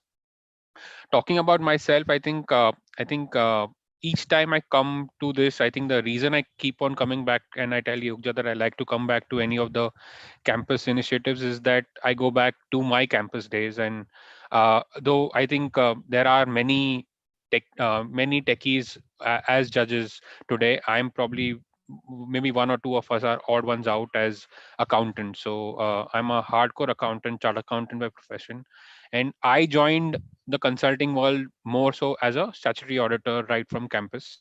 I joined Anderson way back 2 decades ago, more than 2 decades ago, I think today. And I took up the profession of CA, and that's how I came into the large consulting world, but as a statutory auditor. And initial 4 years I spent doing accounting, hardcore auditing financial statements for large listed companies across the country. And come 2004, when the world changed, Enron happened in 2002. Anderson collapsed. We merged with EY in India, but globally some regulations came in, and more so importantly was the SOX 404 regulation, which changed a lot of the world for a lot of accountants like me. Uh, and I think I got the consulting bite at that point of time, because I spent 7 months in the US working with companies, getting them ready into for the SOX journey. And I think and once I came back from US, I decided that that's it. I'm not doing hardcore accounting. I'm going to be a consultant, and that's where I switched my boat from EY, and I joined a few niche consulting firms, and then until 7 years ago when I came and joined KPMG. But through that journey, I had the opportunity to work with various kind of consulting projects, be it internal audit, be it process, be it financial due diligence, be it fraud and forensic. And that journey has actually shaped me as a consultant and as what I am today. And even in KPMG, I've had the opportunity to be part of multiple teams. And today I sit and I'm part of the governance, risk and compliance practice, which is basically the internal audit and risk management practice of KPMG, working with large multinationals on their governance and risk management programs. So I think the overall objective, what we need, and I think Meryl covered a lot of the skill sets which we look from individuals. But and just to build on to that, I think one thing which I'll add is maybe which we closely correlate is the passion. I think while learning goes without saying, one is the passion for what you do and how do you make an impact to your client, right? Because at the end of the day, as consultants, we work for our clients, and unless we are not able to meet their requirements or address their problems, um, um, we may not be satisfied. So I think that entire passion to deliver that value or solve a client problem is very core to defining a very good consultant. So that's one thing which I will call out. And the other thing which I'll call out in today's day and age, I think which none of us can deny, is the technology bend in each one of us. Uh, so today, even me as a pure play accountant, right? If I'm not tech savvy, if I don't imbibe data analytics as part of my day routine in terms of internal audit, I may not be able to do justice. My clients will not be happy with what I'm doing if I'm just doing basic checking 50 vouchers or whatever. I need to give him more value. I need to give him more insights. He's looking as us as consultants to give him or her more for less, is what I think. And from that perspective, so I think that tech bend and tech adaptation is, I think, is I would say a must for anybody in the consulting field. And as Yogja introduced the jury to you, I think we have people from across various practices, and all of us are going to talk. I think we have few more talk. So I think each one of us are part of different practices within the advisory umbrella of KPMG. But I think one thing in common would be the entire tech interplay. I think none of us, two of us, are actually core to the tech tech practice, which is Merrill, and I think Vishnu is going to come after me. But the other, with I would say all of us, without tech, we cannot do our work effectively and solve a client problem. So I think that is definitely what each one of you definitely needs to be mindful of when you're deciding any whatever career or whatever choice of further education which you guys plan for yourself as you move along this journey. So I think that's broadly I would like to share with you. I think I'm going to be mindful of the time as well. With that, Yogja, I'll hand it back to you so that we can take it forward and not take more time from the group. Rajiv, I'm going to request Bridge to come and talk about his area of work and all that KPMG is doing here and what kind of careers can folks look at in his domain. Over to you, Bridge. Hey, thanks, Ogja. And guys, before I start, let me once again congratulate you. And it's all the more reason why I think I'm in a better place to congratulate you, because as KPMG IGH practice, which is infrastructure, government, and healthcare, we run the Startup India for government, and in that capacity, we end up actually taking presentations from so many startups, and the ones who have got a Series A funding and pretty mature ones. And it was so heartening to see actually, that people who are just getting out of the college, mostly in college, even graduate students, and the level of confidence that you've shown, and even in certain cases we have seen even a prototype being built, which is almost equivalent to the very, very mature startups. So from that perspective, a very, very well done, guys. And I don't know who exactly actually has also come and mentored you, but I would really give them a credit for the job that they've done. About me, so what we do is government consulting. It's something which is not understood very well across, because consultants are normally known to be working for very large corporate houses, and we end up working with the government, and which will include people like somebody who is there working in a village, somebody who is working in a really, really remote part of the country. So as we speak, I have personally worked in around 24 odd states, and it's gives you a lot of purpose in the kind of work that we do. Almost like 15 years back, when I jumped into my first company, I have always been a consultant. I've never done anything else, no coding, nothing else. So 15 years back, I joined as a consultant, and I'm still a consultant. And not one day has passed, where I have felt bored.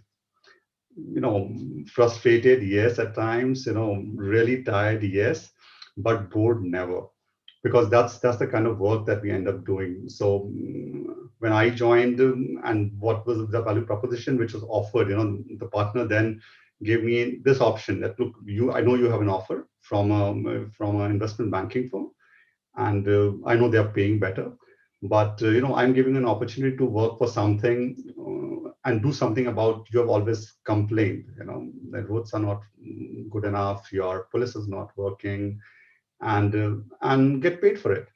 So why won't you not take our offer?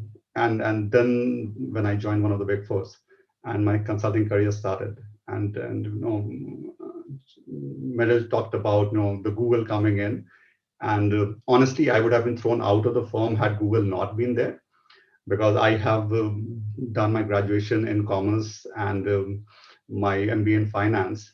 And the very first project which I got was a land records transformation, which was almost half IT, half process.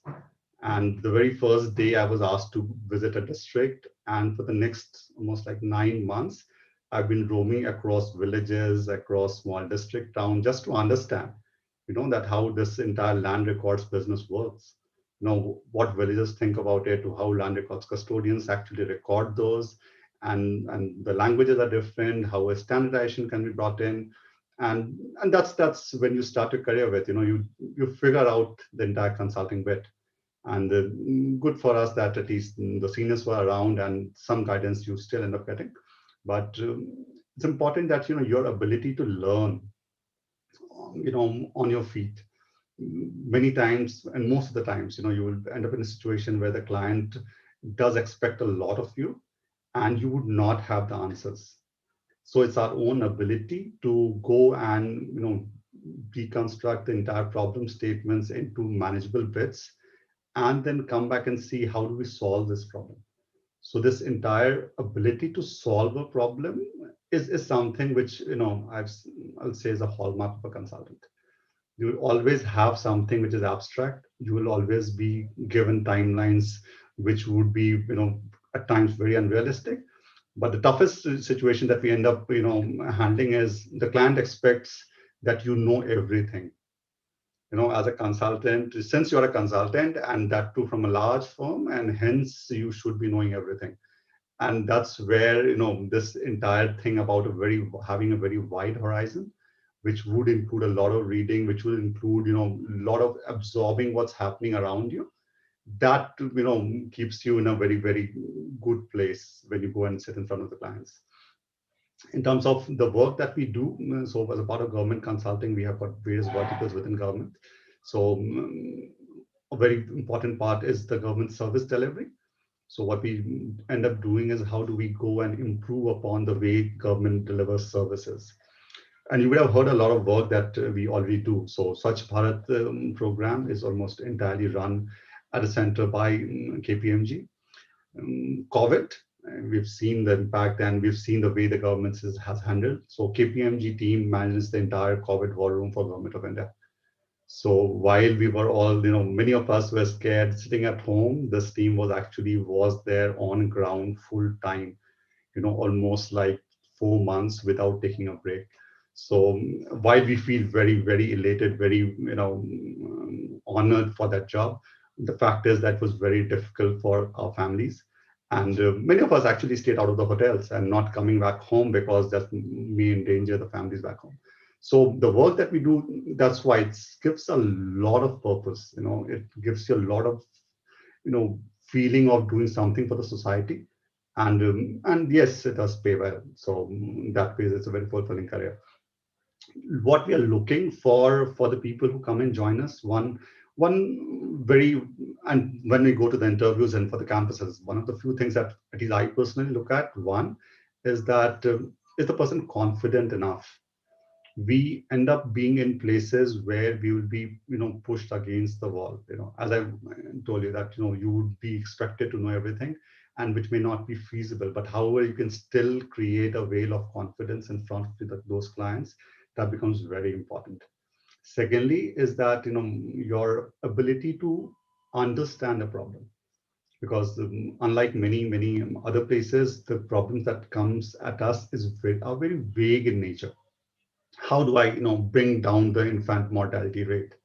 Now this is such a vague statement, because there would be 20 things that go and contribute towards bringing down infant mortality. So if you're able to break those statements, of one statement into various aspects which can be solved, then you have, maybe you're the right person for us. I have in fact asked questions. Now PM has gone and told that, look, I would make the entire country Wi-Fi. Okay, so what do you think is that how many wireless access points that will require for that? Now somebody who is, there are quite a few guys who were able to answer that. And the answer was that how do you break things up? Who would need a internet connectivity? Now, where would those places be? Be it bus stations, be it railway stations, be it schools, and you add up those numbers and then come with an answer. Nobody's actually looking for a right answer. It's what they're looking at is what's the approach that you're taking to actually reach to an answer. So that's what we look, so somebody who's extremely confident, somebody who is able to break the problems into something which can be addressed. And third is that a wider understanding of what's happening around you. It may not be, it's not a GK question, but do you understand what's happening around you? What's this protest is all about? What could be a possible reasons for this? And then the kind of abilities that we look at, and it's very different, what role you are getting hired for. So we do something like a Swachh Bharat, as I told, where we're actually looking at somebody who is having an experience in sanitation, to what we do with income tax, where we actually look at people's, profiles, the kind of interactions they have done, the kind of, money that they have spent, what is there in the bank accounts, and bring it all together to see that how much tax they should have paid. And if they do not, then we go and find out, how to go and catch them. So the work is very varied, very exciting. And we keep on looking for people like you, who are passionate enough for the work that we do. And that's all what we do. So here we go. Over to you. Thank you, Bridge. And our last speaker for the day, Vishnu, over to you. Hi, the compulsory question, am I audible? Yes, Vishnu, you are. So that's part of the behavioral change for all of us now. So instead of saying hello, you say, am I audible? Right? So again, you probably heard three of the best guys who can actually sell a concept, make you believe it, and then follow it through with implementing of the concept. Okay, so I'm told that I'm also someone who sort of does a lot of that, but what got me here is something that might be a bit of an interesting story. So I'm a mechanical engineer who somehow wandered his way into Cognizant to do some amount of coding in COBOL and SAS way back in 2001, and then figured out that he could actually do better things with his life and time than sit in front of a computer screen. So I went and got admitted into a small B school at that time. It's called SPGen, slightly bigger now. Was there for 2 years, survived there for 2 years because nothing prepared me for life like 18 to 20 hours of work at SPGen. And I'm not just talking about a catch. The guys who are from the institute will understand what I'm talking about, right? So, and I mean, if you can survive a spot test at 2 a.m. in the night, I think, yeah, I still do that with clients. So I get the same treatment from clients now. Now, I mean, I emote with a lot of what Meryl said, and then of course the other two gentlemen also said. See, there's what is consulting? Consulting is all about making people believe that we have a value proposition, and the value proposition is pretty much an answer to a vaguely stated problem. I say vaguely because no client knows what he or she wants. So it's a vaguely stated problem, and then we need to have the force of conviction to be able to drive the point home, saying that, hey, yeah, we have the solution to your problem. It's only during delivery and implementation that that clients actually start realizing that, you know what, it's actually coming together of the problem or coming together of the solution, or is that the consultant and the client comes together to solve the problem, and it's not just because they have paid KPMG that KPMG comes to the solution. And the reason why that approach is most optimal is, you know, KPMG or any other consulting firm is not going to be there for 100 years with the client. We are there for an engagement for a year, 2 years. After that, the client has to run the solution set by himself or herself, right, by itself. So it's important that the solution that we bring to the table is sustainable. And that's why we need young folks such as yourselves. I keep telling all the people who I work with in my team. So the average age of my team is between 23 and 27. Okay. The best years of consulting are those 4 to 5 years. The moment you hit 30, you are expected to mentor people who are below 30. Okay. So the best solutions that I brought to the table was when I was when I was a young guy in consulting, that is between the ages of 25 and 30. And why do I say that? That's because, you know, you are not burdened with experience. You are able to take risks. We need people who can take risks and not afraid to take risks. Of course, if you make the same mistake twice, you get a rap on the hand. Make the same mistake thrice, you're playing stupid. So there's some element of judgment also that needs to go into how much risk you can take. But it's all a question of, we are looking for people who are, if I can call it, who are well-rounded. When I say well-rounded, that means you come with a certain amount of gravitas. You should be able to communicate well. You have an understanding of the problem, and you should be able to convince people. So if you can, I mean, we're not in the business of hiring people who can talk a dime a dozen. We're in the business of hiring people who can communicate and articulate. And I was very happy to see that most of the teams today did a fab job in that particular area. Of course, some of the ideas could have been better thought through, but the ability to articulate, which we sometimes fail to grasp as being an important aspect of our mental and our growing up, is something which sets a consultant apart from an industry guy, howsoever good or bad he or she is. So like Bridge said, you can be a consultant for life. And if you're a consultant for life, you have a certain set of character attributes. You can always go to industry like I did. I got bored of KPMG after 4 to 5 years. Then I went to a bank, stayed there for a couple of years, figured out that, staring at a wall again like I did at Cognizant was not exactly the way I was brought up at KPMG. I came back to the firm. And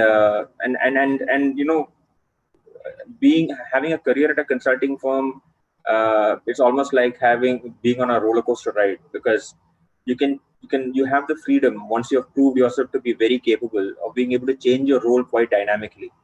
So while I joined one team, I think I've today worked across at least 5 different teams within technology. If you're looking at a sectoral play, I might have done between 10 to 12 sectors at any point in time. Any point in time, we have roughly around 12 to 14 assignments that I oversee. And no consultant does less than 3 to 5 assignments in a year. So what's an assignment? An assignment is anything that has got to do anything you can think of from the standpoint of technology. The client has a problem with the cost of his enterprise systems. The client has a problem with the fact that when he walks in, his various system, when he walks into offices, various systems keep going down and do not sync with the global systems. He has a problem with auto face recognition as part of his identity and access management. We are supposed to have answers to any and every problem that has got a business technology interface touch point. Now that being said, okay, so what are the sort of people that we hire? Now I heard a question. KPMG hires from the top rung B schools. KPMG also sometimes hires from not probably the top 10. So how will that person from the not so top 10 B school come and adjust? If see, it's a fair question, but again, what I keep telling everyone is we are not hiring from the standpoint of just from a B school. We're looking for 2 aspects, attitude and aptitude. If you're able to, like Bridge said, go to a problem and make it your own, and then come up with a solution. Okay, that is attitude. If you're able to go to a problem and then go to a client very quickly and say, these are 5 ways to solve it, that is aptitude. If we have both these 2 things very closely interlinked when you communicate with us, you fall into that small set of people that we consider as potential KPMG employees. And of course, such evaluations like what you've been through today is probably an opportunity for you to showcase your expensive wares to us, and we are the buyers in this particular case. But do understand that whenever you talk to us or any other consulting firm, it is these 2 attributes that are most important, and you must take any and every opportunity to embellish those 2 attributes, because we are always watching. Okay, the way you answered a question, the way you were listening to us, the way you emoted during a difficult interlocution between us and you during this entire presentation, you're always being watched. Okay, because we are in the business of watching, observing, analyzing, and talking back to the client, right? So we tick off various mental registers in our mind. So what I was just trying to outline here over the last 5 to 7 minutes was a quick overview of the sort of people that we're looking for, the background that I come from, and what I do. We all want to be successful, but it's a question of the shortest path that you try and take to get to success through legitimate means that actually makes you successful, right? And doing a good job every time. You're known by the last job that you do, and it better be good. Okay, that doesn't mean that you will not have failures. You will have failures in life, but as long as we pick ourselves up, dust our backs, learn, and not make the same mistake again, I think you will get on the shortest path. Okay, so best of luck to all of you. We hope to see all of you. I know not all of you will make it, but at least a lot of you in the next round. And with that, over to you, Yogja. Vishnu, so that was consulting and what it's all about.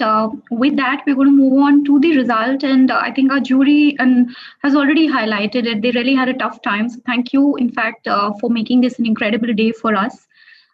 with the energy and the sincerity that you brought to this challenge. Thank you to our jury members for taking out the time on a Saturday to join us and spend their day with us. For teams, as I'd highlighted earlier, we are also evaluating individual team members for pre-placement opportunities with us. We will get in touch with your placement cells. We've already identified a few of you here. And then we'll inform your placecom. So congratulations to those of you who get to hear from us at a later stage. We'd also run 2 competitions today, which was, we were doing a gibberish challenge, which I, got inputs on that there was a lot of excitement around it. The other was the corporate buzzword bingo. So we do have the winners from the corporate buzzword bingo, and you're in store for, we have some Swiggy vouchers in store for you, which will reach you over an email, the latest over this weekend. This is Abhishek Agarwal from Narsimunji, NMIMS Mumbai. And we also have one participant from here, that's Kushagra Srivastava from SPJN, who won the virtual corporate word bingo contest today. So congratulations to both of you. Without further ado, coming to our results, or should I spend some more time just thinking, buy more time from you? And then before I announce the winners, just wanted to let you know that all of you are entitled to a certificate for the KPMG Ideation Challenge. Those of you who qualify for the national finals, which is scheduled on the 27th of Feb, will not get this certificate. You will fight for it in the nationals. The rest of you who do not make it will be eligible for a certificate, and you will receive it over an email. Once I announce the winner names, essentially the people who've qualified for the national finals, technically are national finalists, and this is in no specific order. I would request each team to quickly turn on their video, come on screen, and just share how they're feeling. What's the sentiment? Happy to hear that. So with that, the first team that's qualified for our national finals is Team GT Road from SPJN. Can we have you on the screen, please? Yes, ma'am. Thank you. Thank you so much. Great. So what plans now for the national finals? Ma'am, I would like to appreciate those valuable suggestions which were shared by your mentors. We made a note of that also. So we will definitely try to incorporate them. So yeah, and Tuhir and Kashai, you want to share something? Maybe after today, but today we'll celebrate a little bit and then we'll sit down again and prepare for the national finals. All right. Thank you, team. I'm going to request my next team to come up, and I think that name's already come up. Team Deadpool from XLRI. Can we have you on the screen?